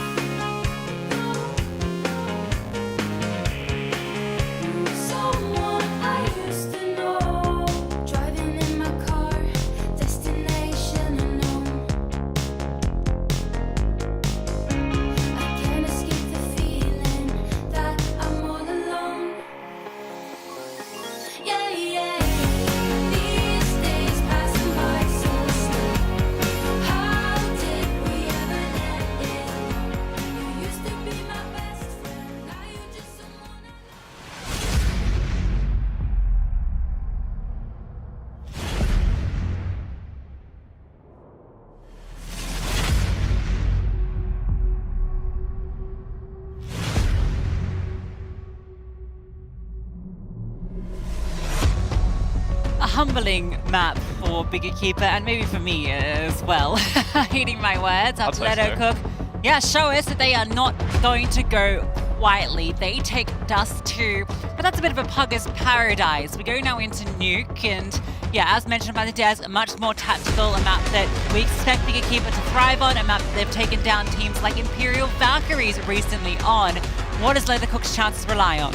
It's going to be really difficult, to be honest. I think, again, one name springs to mind pretty consistently for me, and that always is Zia. But I'd look to Melly on this map in particular. I think a small site anchor holds are very punishing, especially when we get that output from her on Dust too. Be unpredictable. Be in your face. Be chaotic. Let her cook. That has to be the mentality. That's the same mentality they have got, and they've carried through this entire tournament, this entire ESL Impact circuit. Let's see if they can do it, otherwise they are eliminated. Listen, if you bounce back from a 13-0, I think the mentality is in a pretty good place, to be honest. That's going to make you feel really good and have you starting to believe. You got to do it the hard way. T-side of Nuke against Big Equipa of all squads. Remember, the blood of Na'Vi runs in this team. Best Nuke team there ever was in the women's scene. True. I was going to talk about that. I was going to talk about how active Hanka is. And also, Letty said in the green room, Kiosa on this map, incredibly underrated. So let's keep our eye out for those. Jenny R starts as she means to go on. Immediately finds the opening kill on Emsan and let her cook a Renee. Emsan was completely alone on the bomb site. So as soon as she goes down, that is that. Not a kit here either. We've got util for Astra, so something to work with to get them in. It's off the second flash that they go, and Viki's found one, but there's so many players here. There's Melly striking with two. Finally, Hanka and Astra finding kills of their own. Hanka not slowing down. They didn't see Jonana. But now they get that information. They need to swing her in tandem. Burst fire comes out, and somehow it's almost working. But I think there should be time to get on that bomb and a successful retake. Why on earth would you go burst fire there? Oh, that feels like such a mistake. I think single fire, you're definitely getting a kill. As you can see, look at how close that comes down to. Even if she just lives for half a second more, that round could go in favor of Leonard Cook. Emsan can't believe it. And I think Big Equipa get away with one. Those are the sort of rounds that they were doing on Ancient all the time, right? Where they were in a disadvantageous position. What a great entry kill. And even these kills immediately in the post-plant. Melly gets two from close by silos, but then Hanka, Astra just charge in and get fired up. Let's be honest, let's talk about the elephant in the room. Let the cook start on T side of Nuke. Like, that is an incredible burden to bear, especially when you are a team that does not brag, when you're a team that doesn't really play Nuke anyway. Yeah, you need a good start. Jonana flushed out. Yeah, Astra knows that one's coming. That'll do. Smokes go down. There was a counter smoke dropped as well in front of Secret to slow them down. You also do have the drop down from Astra after she gets that kill. Oh, this angle was perfect from Hanka. A really good player to play outside because she's so cerebral. Her repositions are brilliant, but she's getting, well, I was going to say, flanked upon from different angles, but she's able to do that pretty handedly. One bullet, Hanka. Got to reload this. Yeah, you should reload. Well, doesn't get to fire off too many anyway. NER and Zia in the 2v4 now. Yeah, Hanka outside on CT is really great. Hanka outside on T side is where you look to, because she just makes so much magic happen. She creates a ridiculous amount of space so consistently. And Viku's now just pushed outside. Had enough. Okay, cool. You're in garage. Well, Hanka's already told us that. Jenny R next to be removed. Bomb needs to be scooped up. MP9 in heaven of Kiosa is enough of a distraction to get Viku on the board again. Yeah, Viku just gets bored, just keeps charging through, gets two. They're looking a little bit happier now after the subdued situation of Dust 2. Thing is, I think they always knew going into Nuke they were always going to be favoured. The fact that you win the knife as well, when you can just start on the defense, you can start racking up rounds, you can start applying pressure. And even though Leather Cook have been playing sort of pressure-free, it goes the other way as well. It's got to feel better when you've got all that expectation if you're Big Equipa. You go 13-0, then lose a map, and then you start off strong again. It's a perfect reset. Yeah, it could have been a disaster if the pistol didn't go their way. It nearly didn't. Nearly didn't. They held well against the force fight. Looks like they'll be fine against these pistols, as Hanka is just taking players out for free. She's starting incredibly strong, much like on Ancient. Up on the roof of Garage, just looking for fights everywhere. keep it clean. She's got 5 rifles here. Don't want to lose any of these, really. Hanka's just bouncing around, having a good old time. Again, if you want to talk like psychology of rounds as well, like the fact that you can get through these unscathed, that goes a long way. Flawless, as you say. Look at the bankroll. Bigger keeper, their piggybacks are going to burst. Completely flawless, not a lick of it. Yeah, so much money. Plenty for a future AWP, but right now it'll be rifle on rifle action. First full proper gun round. I actually see there's quite a lot from Bigger Keeper, funnily enough. VQ doesn't AWP as much on the CT side of Nuke. There's a lot of rifle in, there's a lot of versatility. Yeah, I guess she plays that rotator position, right, where you want to be able to be a bit more free around the map. I'm going to start with Hanker outside this round. Support some early aggression. That comes both ways. A bit of a fight in from the doorway. Astra to see if she can catch some toes. Ooh, nice molly though, dislodges her. They're just going to pounce on this. Astra trying to dodge the util. It wasn't even there. Can't quite adjust for the second, but does a lot of damage onto Zia. Then the swing comes out. Spike's managed to find something back. There's a 2-on-2. Spike is stuck. I think the bomb is mid-sight, so Jenny R, difficult task for her, but after that first map, I wouldn't be surprised if she could make this happen. 9 HP, bomb pick back up, Kiosa. Can she survive? She will. Headshot comes through. Jenny R gives it a go, but ultimately denied. Such a weird round. Such a strange round because you've got Let Her Cook wanting to go in A. The util is either missed or it just doesn't exist. So Astra is playing anti-flash to a flash that doesn't happen. The molly, I think, goes too shallow as well in top hut because you can throw it on top hut and it can trickle down into exactly where Astra is. That doesn't happen. There's not a molly or a flashbang for CT vent. There's not a flashbang that goes in towards main. It's all over the place. And you almost feel like the defense is ready for something more that doesn't come in, and it almost backfires for them. Well, this is where it comes when you're a bit more of a mix, right? You don't necessarily have all the protocols nailed out. I mean, with that said, they had some pretty good Nuke games throughout this this season that we've just had. A couple of wins under their belt. Damn. BQ picked up a couple of kills. Yeah, beat out Hindsight. I think that was... Oh, I remember that game, actually. I don't want to think about it. Oh, think about it. What happened? It wasn't pretty. That was one that Hindsight should have won. Okay. Which is, you know, They got 7 rounds against the Valkyries. Yeah, 7 rounds against Valkyries. Beat AK Hero KO. Shout out Piku. Couple of kills come through here. Is there a threat in this round? Unlikely, especially with this reposition now on towards top hut. Jonana's now got to just go 180 to find a kill. Doesn't happen. Zero Melee have made it down ramp. Hanker's here.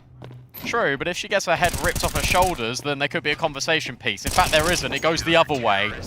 And Hanker, you feel, is inevitable. Yeah, there we go. 10-2 for Hanker. That's better. Hey, you can win a round, and you can win a map if Hanker's just firing like this.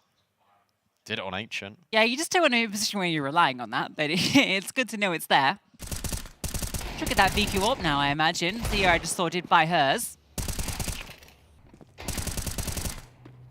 It's actually interesting, the whole Hanker-Astra conversation, because it does work out quite well, but their roles do overlap. Well, that's actually been a big benefit for Astra, but Hanker actually took a hit this season because of it. She was the best rated player last year. She was like we were saying she's the best rifle outside of Imperial for that entire year that Imperial won everything. She even stood in for Imperial and won an event with them.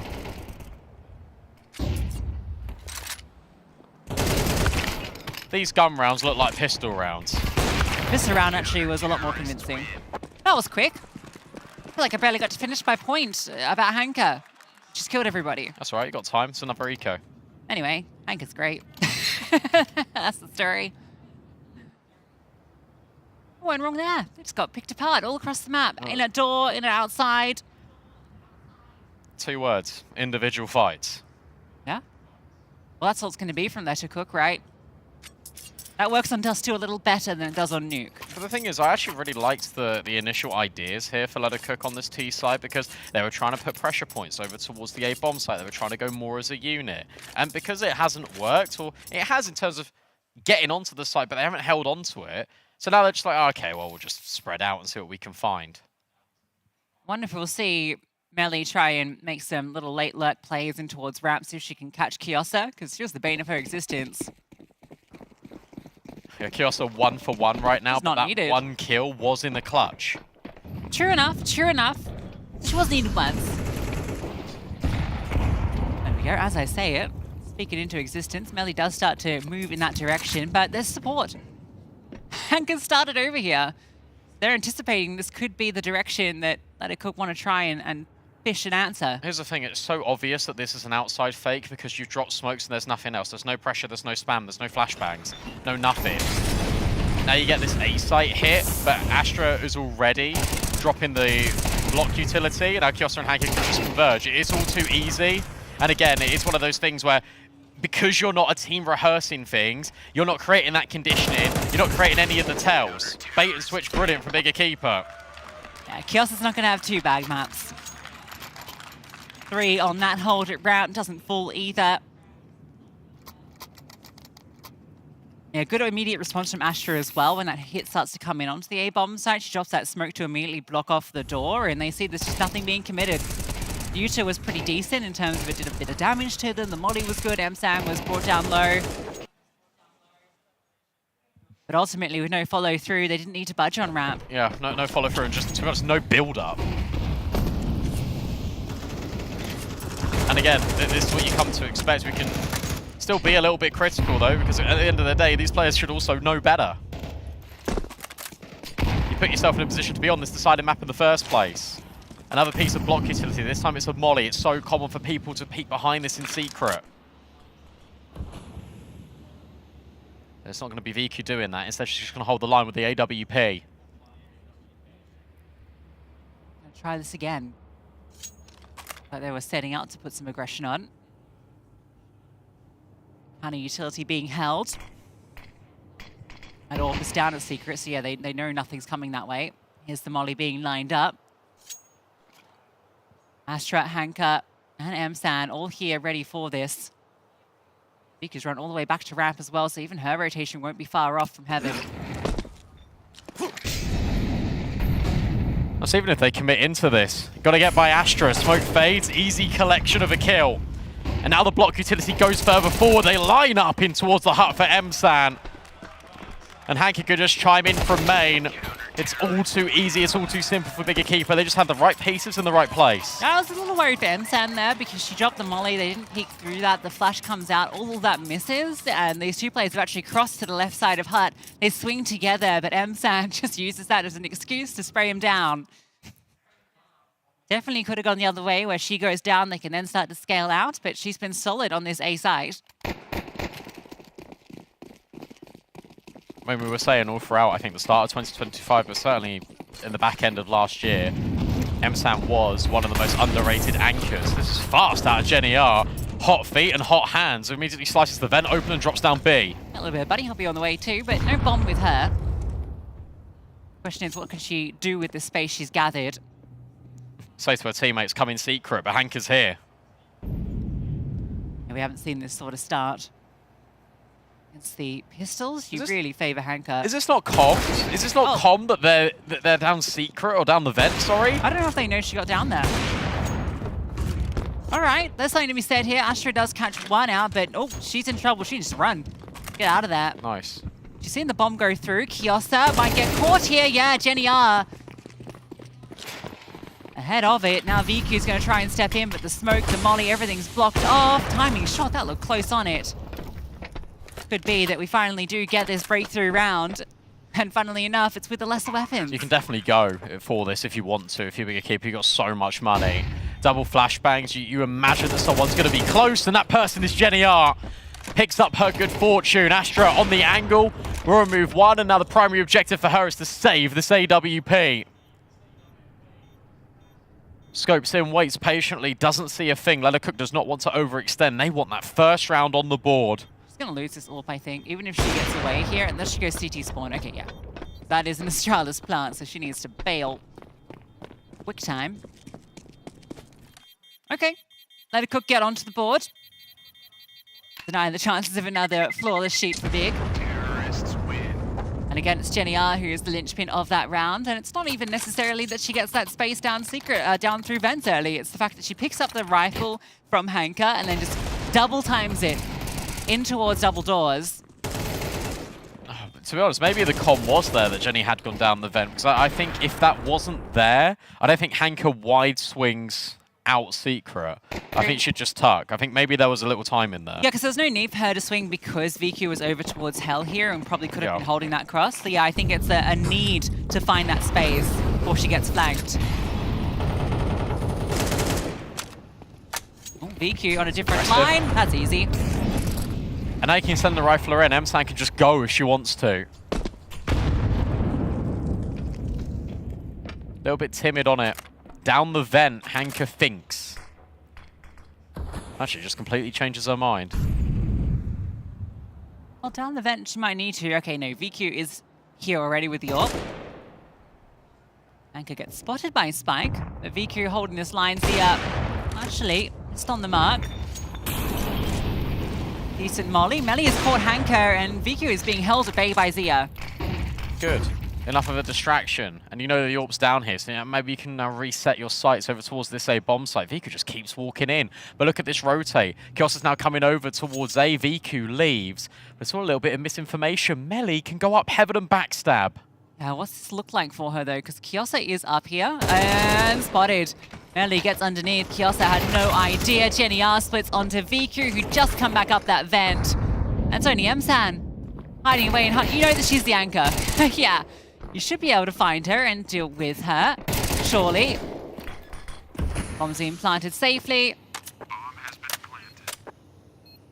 Not money, but that's starting to run away. I don't really think it's worth really doing much here. We got the AK and get out of there, or just be sent out of there. Back-to-back rounds for Let Her Cook. Yeah, really good tempo in these rounds for Let Her Cook. And Zia is just being such a nuisance piece to VQ down secret to the point where VQ doesn't know, firstly, how many players are actually down secret. Secondly, to stick or twist over towards B because of the lack of info, and no one can really help. And whilst all this is going on, Equipa don't have an outside player, so Melly's just taking all this space over at Garage, and it is a slow suffocation. And this was even after Equipa had pushed hard and got an opening kill through this AWP. Yeah, true enough. Oh, Jenny R had the AWP to take the opening pick, but she gets legged. Sent packing. That's going to allow Hanka just to tuck in here. No longer an elevated player. Now, how aware is Melly of this? Holding for a walk up from main, so she might not clear this close angle. As Hanka slips back, that smoke's gonna fade. Spotted! Information goes both ways, but Hanka just about wins that out.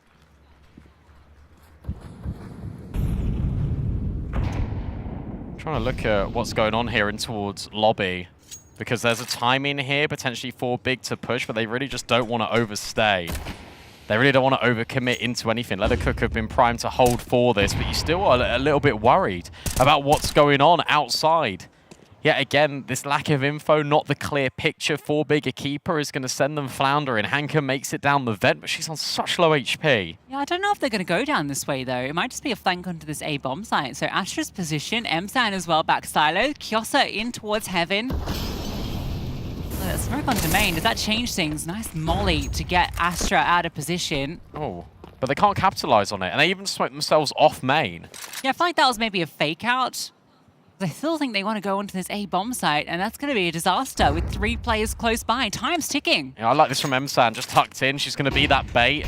And that means you can't clear everything. This molly will not go in towards the back of the bomb site. You got to deal with Heaven, and you got to know that at least one player is here, and Astra will still find a kill. It is all up to Emsan, as Heaven is also dissuaded. A swing out from Emsan, she can only find 1 kill. Flying up the vent now is Hanka, trying to help out VQ, and maybe she's done enough. The bombs drop, there's no time. Hanka is out of there, and Equipa get that 9th. Yeah, she just bails. I thought that Emsan might have sold it there because the wide swing to deal with the player at vent, but that was the bomb that got dropped as well. A really good call out of VQ, because she would have communicated as she's wide swinging onto the rafters, bombs dropped, can't get it. Yeah, and then all you need is that 1 kill, Hanka, and she knows she's got the space to get out. That bomb cannot be picked up and planted in time.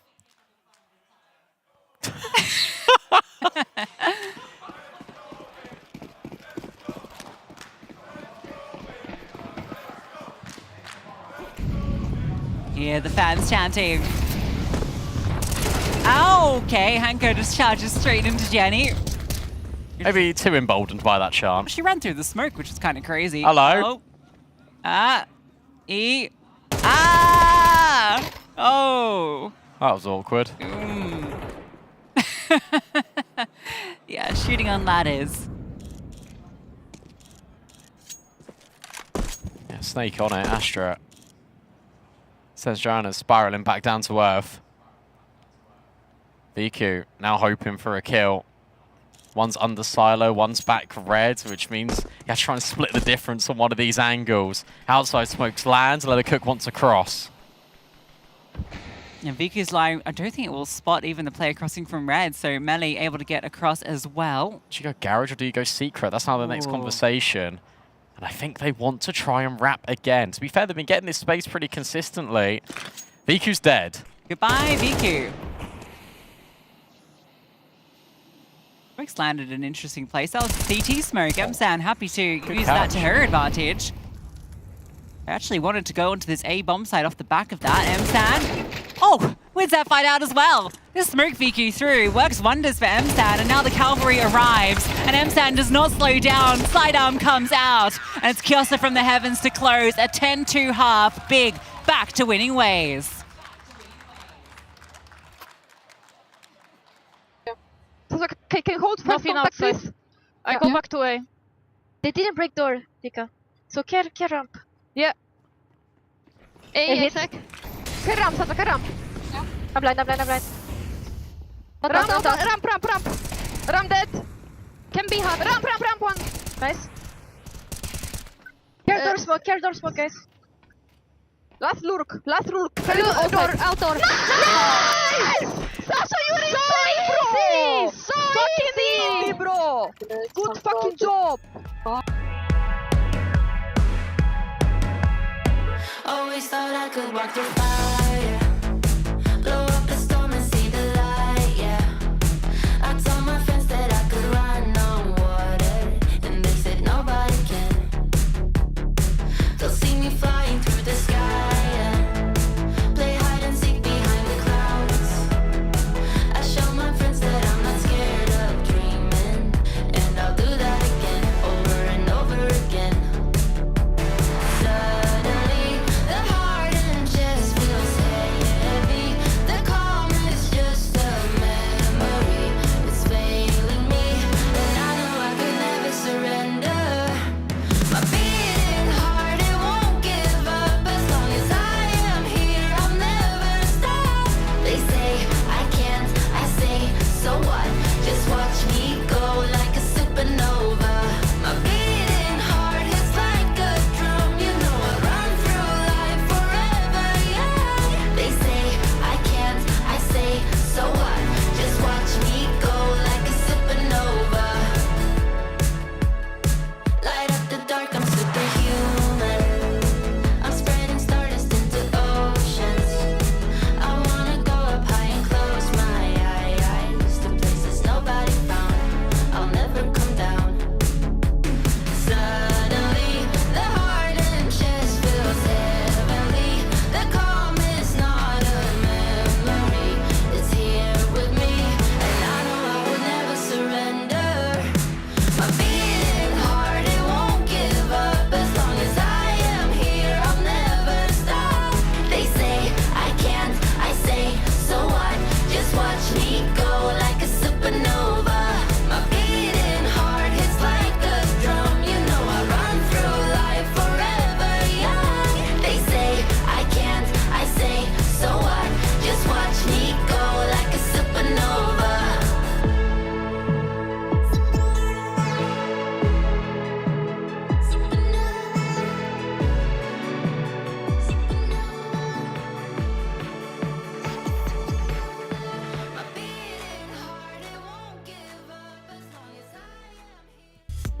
Well, that's more like it for Bigger Keeper. A very dominant half here on the CT side of Nuke. It's what we expected, but 10-2 leaves Leathercook little breathing room.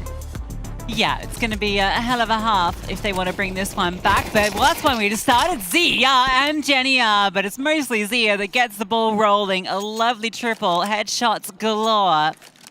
VQ, wow. Minute 35 and all her friends are gone. No P250 for VQ. What's going on there then? Come on, give her a chance. She always has it. Got a P250, she'd be winning this. The Glock just doesn't maybe hit not. as well. And the P250 hits these. See, There that's a you go. P250 kill. The issue is that she's being hunted down by literally everyone. Don't give it to her. Don't allow this to happen. What a fantastic angle from Melly. Bigger Keeper wanted to go fast. They wanted to catch Cook off guard. Instead, they get caught off guard when Zia hits a nasty triple. Yeah, you can go fast against Cook, but they often try and go a little bit faster. It's not a drag race you want to be a part of. That'll just probably be the eco now for Big Keeper. No reason to throw rounds away. They've got quite an extensive lead. Cook will get a little bit of breathing room. Starts to build up some confidence. Catch. Jenny, I don't think a player that's lacking in confidence right now.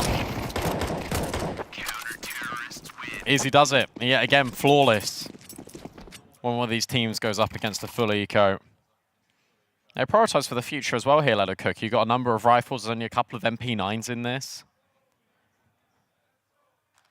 Bigger Keeper spoke a lot about how Hanker's really good outside, and it's normally these diagonal smokes that Bigger Keeper like to throw. They get Hanker down secret, or they get her in towards Garage. Very similar to what Cook were doing, except it's just one player normally doing all of that space gathering, and it's Hanker, who is 16 and 8. Oops a daisy.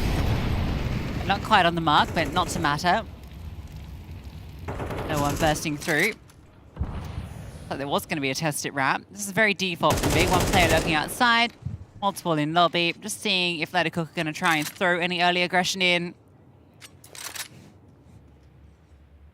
Ramp, definitely a punishable spot. Janana has dropped all of her U2 with that HE.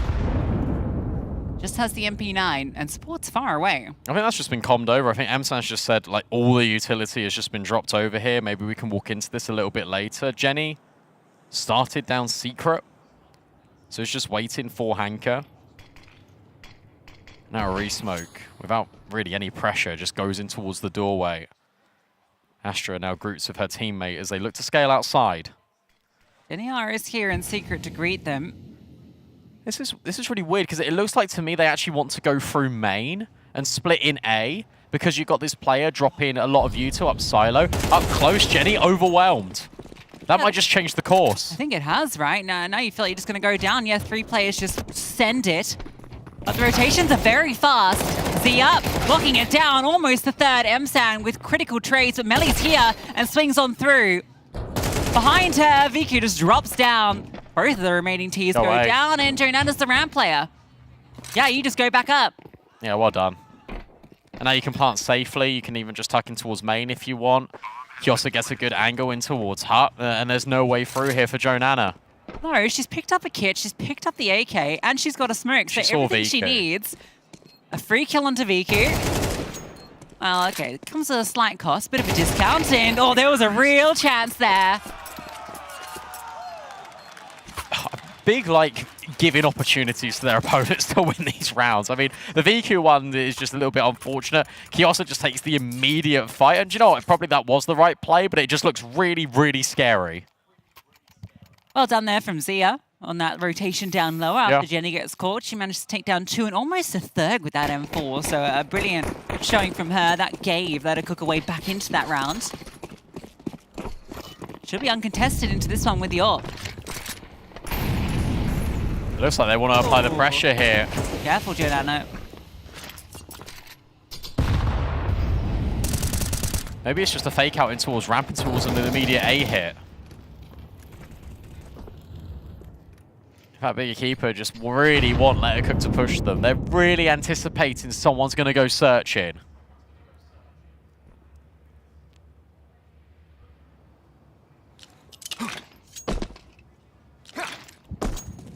She crouches for that one? I always stand for that second one.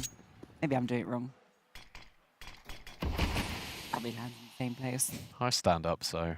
Okay. Well, if you do it that way, I think I trust you over VQ. Yes!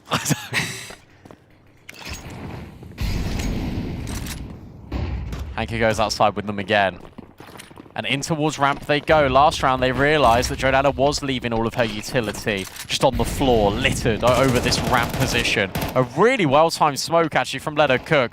Disrupts into Sway's progress and maybe can put these players into the Orcs crosshair. Doesn't happen, they just burst. Well, what is happening here? This is wild.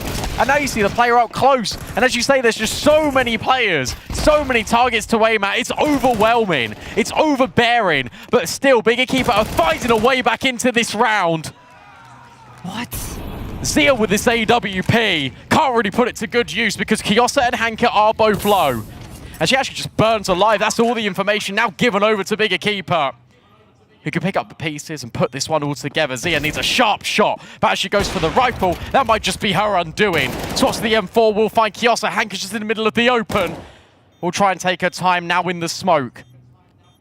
Waits patiently and everything falls a little bit silent apart from Zia's footsteps. She's low. But can she actually reclaim this round? She can. She goes to clear, but Hanka wins out the shot. Big Equipa refused to be put down. Oh, that sidestep, all that matters, draws the fire away, and somehow, someway, Hanka wins that out. Zia gives it a bloody good shot. And somehow Big win that round. They go straight into a stacked bomb site. They lose all of these opening engagements. That is a 2-on-4 that Hanka and Kiosa bring back. And to be fair, it's mostly Hanka. 3 kills in it. I think that's her 20 kills as well in the map. Undeniable.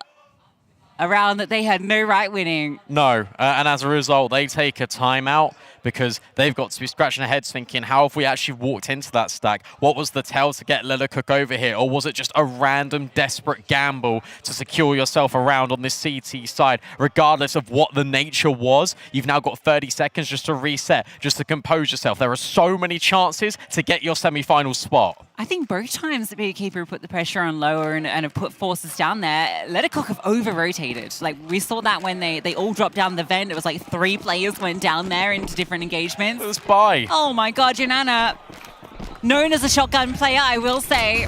Can the Mag 7 keep them alive? Big Equipa, 8 chances. Semi-final awaits. NIP awaits. NIP. Now that is a classic matchup. Go on, do it, Jordana. Through the smoke with the shotgun. Oh, it doesn't connect, but all of the shots do for the T side. Spike does answer back, and Melly too. That's the bomb. Not all over yet. At least Big Equipa are together in this. Now Spike's just on an off angle. Viku's going to get sideswiped. Surely no, ready for it. And now Melly is in a really difficult position. Gets mollied off, but will still stand and fight in the fire and the flames. They double swing, they line up, but it's still not enough. Big Equipa, 13-0 Ancient, try and take Dust 2 to a team that cook. However, on Nuke, that more tactical heavy map, the Des were asking for it, Big Equipa delivered, and they now have that semi-final grudge match against NIP. Yeah, you got to remember that when it comes to Nuke, you're looking at some of the experts. Hanka and Viku, part of that Polish core that made it to so many grand finals. They are one step away now into the semis, but with a date with NIP, as you say. Now that is an incredible game for a semi-final, and that's going to be a lot more tricky than this Let Her Cook one.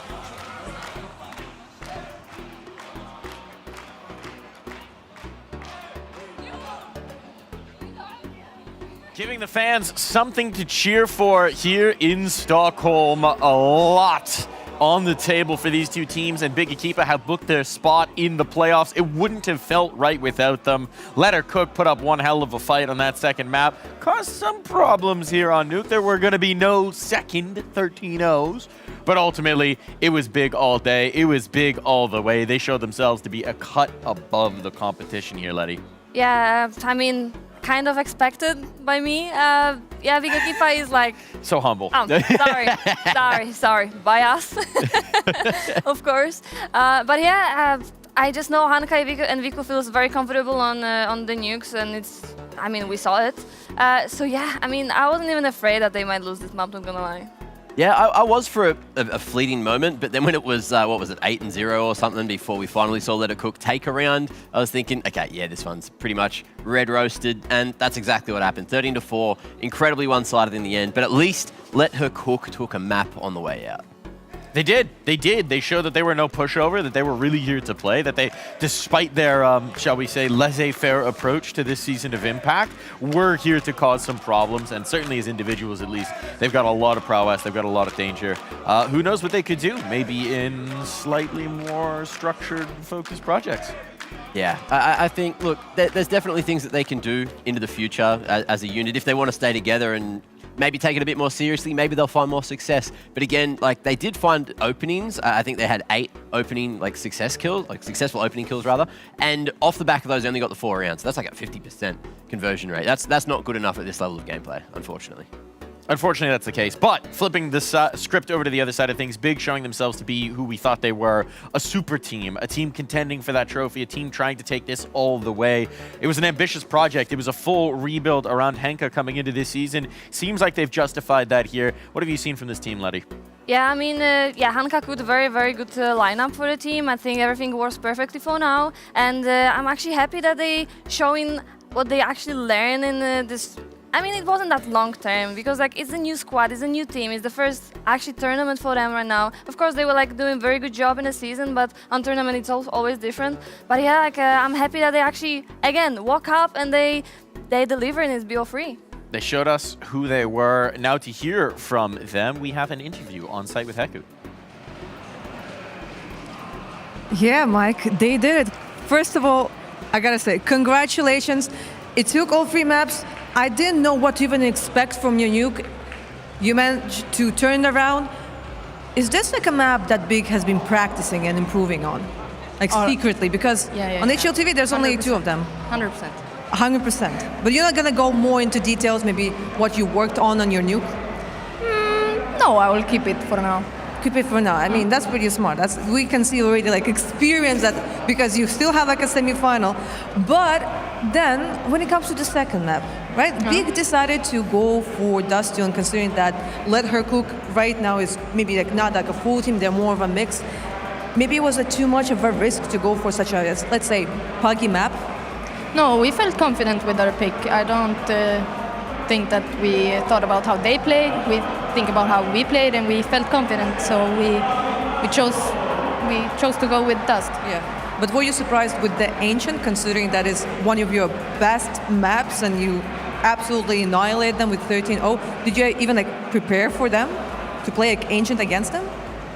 No, like we prepared for every map against them. We didn't really have a super good idea of what they picked, so we just went with the flow, you know? You went with the flow. I mean, it worked.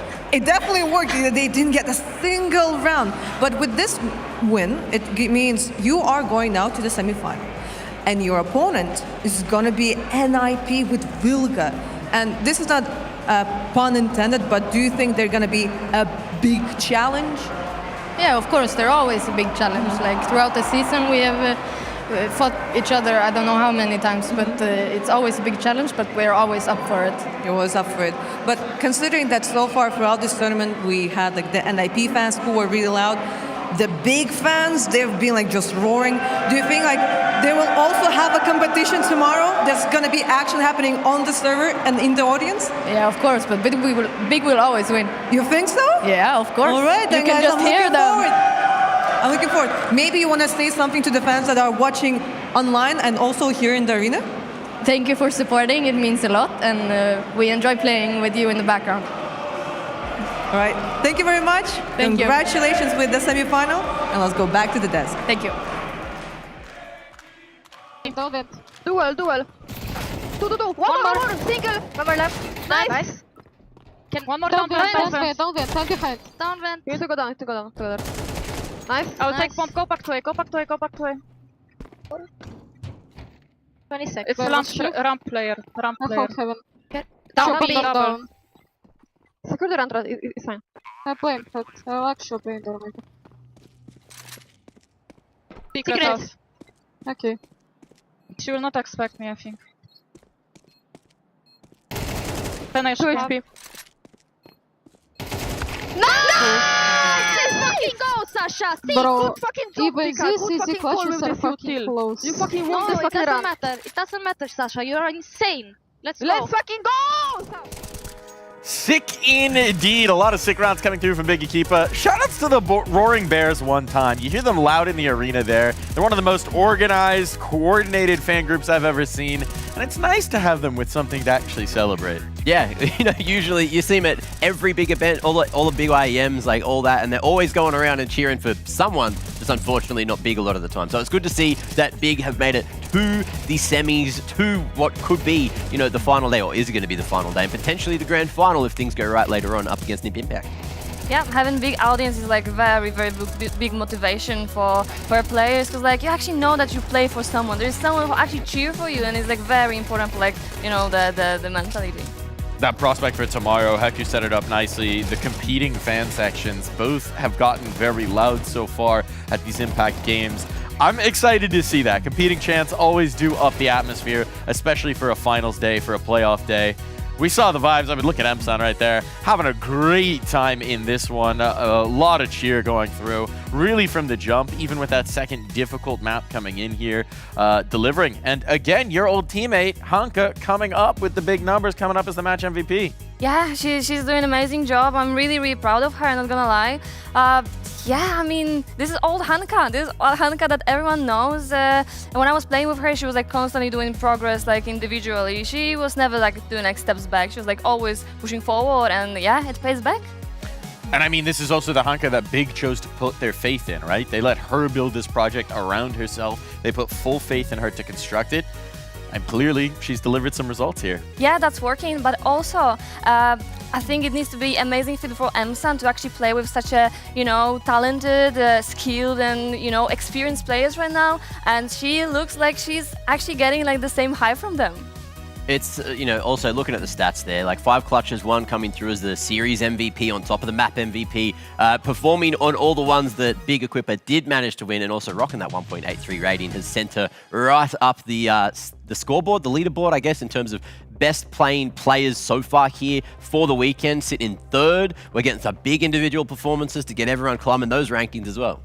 The race for Impact MVP is going to be fierce when we look at the individuals, when we look at the pop-off performances that we've been getting. That's all to be decided tomorrow, certainly. All to play for on a lot of different levels of this. And it's just so exciting as well because, again, this is the reality of this wide open season that we have. Usually it's Imperial's coming in, Anna's going to be the MVP. Maybe one of her teammates challenges for the rating. That's gone. Throw it out the window. That's not even in contention anymore. They're gone. They left first day. So now, anyone's game. Anyone's game to perform. Anyone's time to step up and be that star, step into the spotlight of this season of ESL Impact. It's a wild prospect. Now we have our 4 playoff teams. We have gone the distance here. I think we should look at the bracket here because, yeah, the question is just who's going to win it. Who's going to win it on Sunday? It's crazy. It's absolutely crazy how we ended up getting here. Like Sakura going through, we kind of didn't even fathom the idea initially because they were going up against Big Equipa, but then they came through with that big win. I fathomed. You fathomed? I fathomed. Okay, I won't put us all in. I didn't expect it. But then they are in there. They're in the semis, managed to get those 2 best of 1s out of the way. Haven't even had to go through that deep old strat book of ink just yet. And then down through the lower bracket, yeah, Big Equipa, a nice run today. It's a big day for him. Look, quick one essentially over FlyQuest Red, and then another, what was going to be a speed run against Let It Cook. Didn't quite go as expected, especially on map 2 there. Can we talk about the interview where it was like, yeah, we didn't even think about how they play. We just chose what we want. Maybe you should think about your opponent when you veto, especially if you have a map pool and they don't. They had 2 maps. Why did you play them on one of them? That's true. This last 2 pick was wild. Not gonna lie. Absolutely insane. They got away with it. Still insane pick. We've also got our other 2 teams, NIP waiting for tomorrow as well. Didn't play today. MIBR, super exciting. The form that they've played themselves into over these last few. I think this is a very spicy playoff bracket. Yeah. This is so exciting. It's hard to pick a favorite. If you had to say right here and now, Letty, who do you have tabbed as making it all the way? Oh, to be honest, like first of all, I think NIP and Big Equipa. And Big Equipa, everyone expected it to be a grand final game. But yeah, I mean, NIP looks very solid so far. Like, I don't think they're gonna fail. Mac, who you liking? I don't know. Like, I'm kind of liking MIBR after what we've been seeing from them as well. Like, today they looked like a whole different team, but they still got to get past Sakura, and we know exactly what they can bring to the game at any given point. They're going to be playing their first best of 3, same as NIP. We got to see them having solid success in best of 1s, but haven't seen what their map pool looks like in the best of 3. And every single one of these teams is going to be a fresh face if they manage to win it. And that's the most exciting thing for Season 8. It's wild how we've had this split as well, where you have the battle of the Euros on one side of the bracket, where we're going to have one European representative no matter what. And then you have the battle of the Americas, where it's North America pitted against South America. And whoever triumphs there is going to be the representative for the Americas. It's like all the regions of Impact are now coming together into this playoffs. You really couldn't have drawn it up better if we had written the script ourselves. And we didn't. I can promise you that, actually. Let's take a look at the schedule for tomorrow, the order that these games are going to be going in, because there are a few coming on in Sakura MIBR. That starts off the day. This might be my bias showing, but I have a feeling whoever wins that might be lifting this trophy. You reckon? You reckon? Yeah, MIBR have just played themselves into such red-hot form, and I think we haven't even seen what Sakura can bring just yet. I got one question for you, Letty. At this point, if you're in the semis, do you want to play that first game of the day or the second game of the day and have a short break or a long break going into the grand final? Like, Yeah. what's better? Definitely the first game, because actually like this break for actually like you can just to chill chill a bit, eat something, just spend the free time, do whatever you want, deathmatch, listen to music. Everyone likes different stuff, but yeah, definitely this. Well, Europe to my could be favor. cursed. Europe could be cursed. Europe could be a little cursed. The Battle of Europe in the second place, and then our grand final where we will guaranteed crown a new champion of ESL Impact. There's one more day at the Season 8 finals. There's one more day in what could be the final season of ESL Impact. There's all to play for. Thank you for joining us. This has been one heck of a journey so far. Twists, turns, upsets, 13-0s, all sorts of madness and individual performance out the wazoo, but it all ends tomorrow. We write another chapter in the tale of ESL Impact, and this time we will crown a new champion. Who's it going to be? It's time to go to sleep and find out tomorrow when our grand finals take place on stage.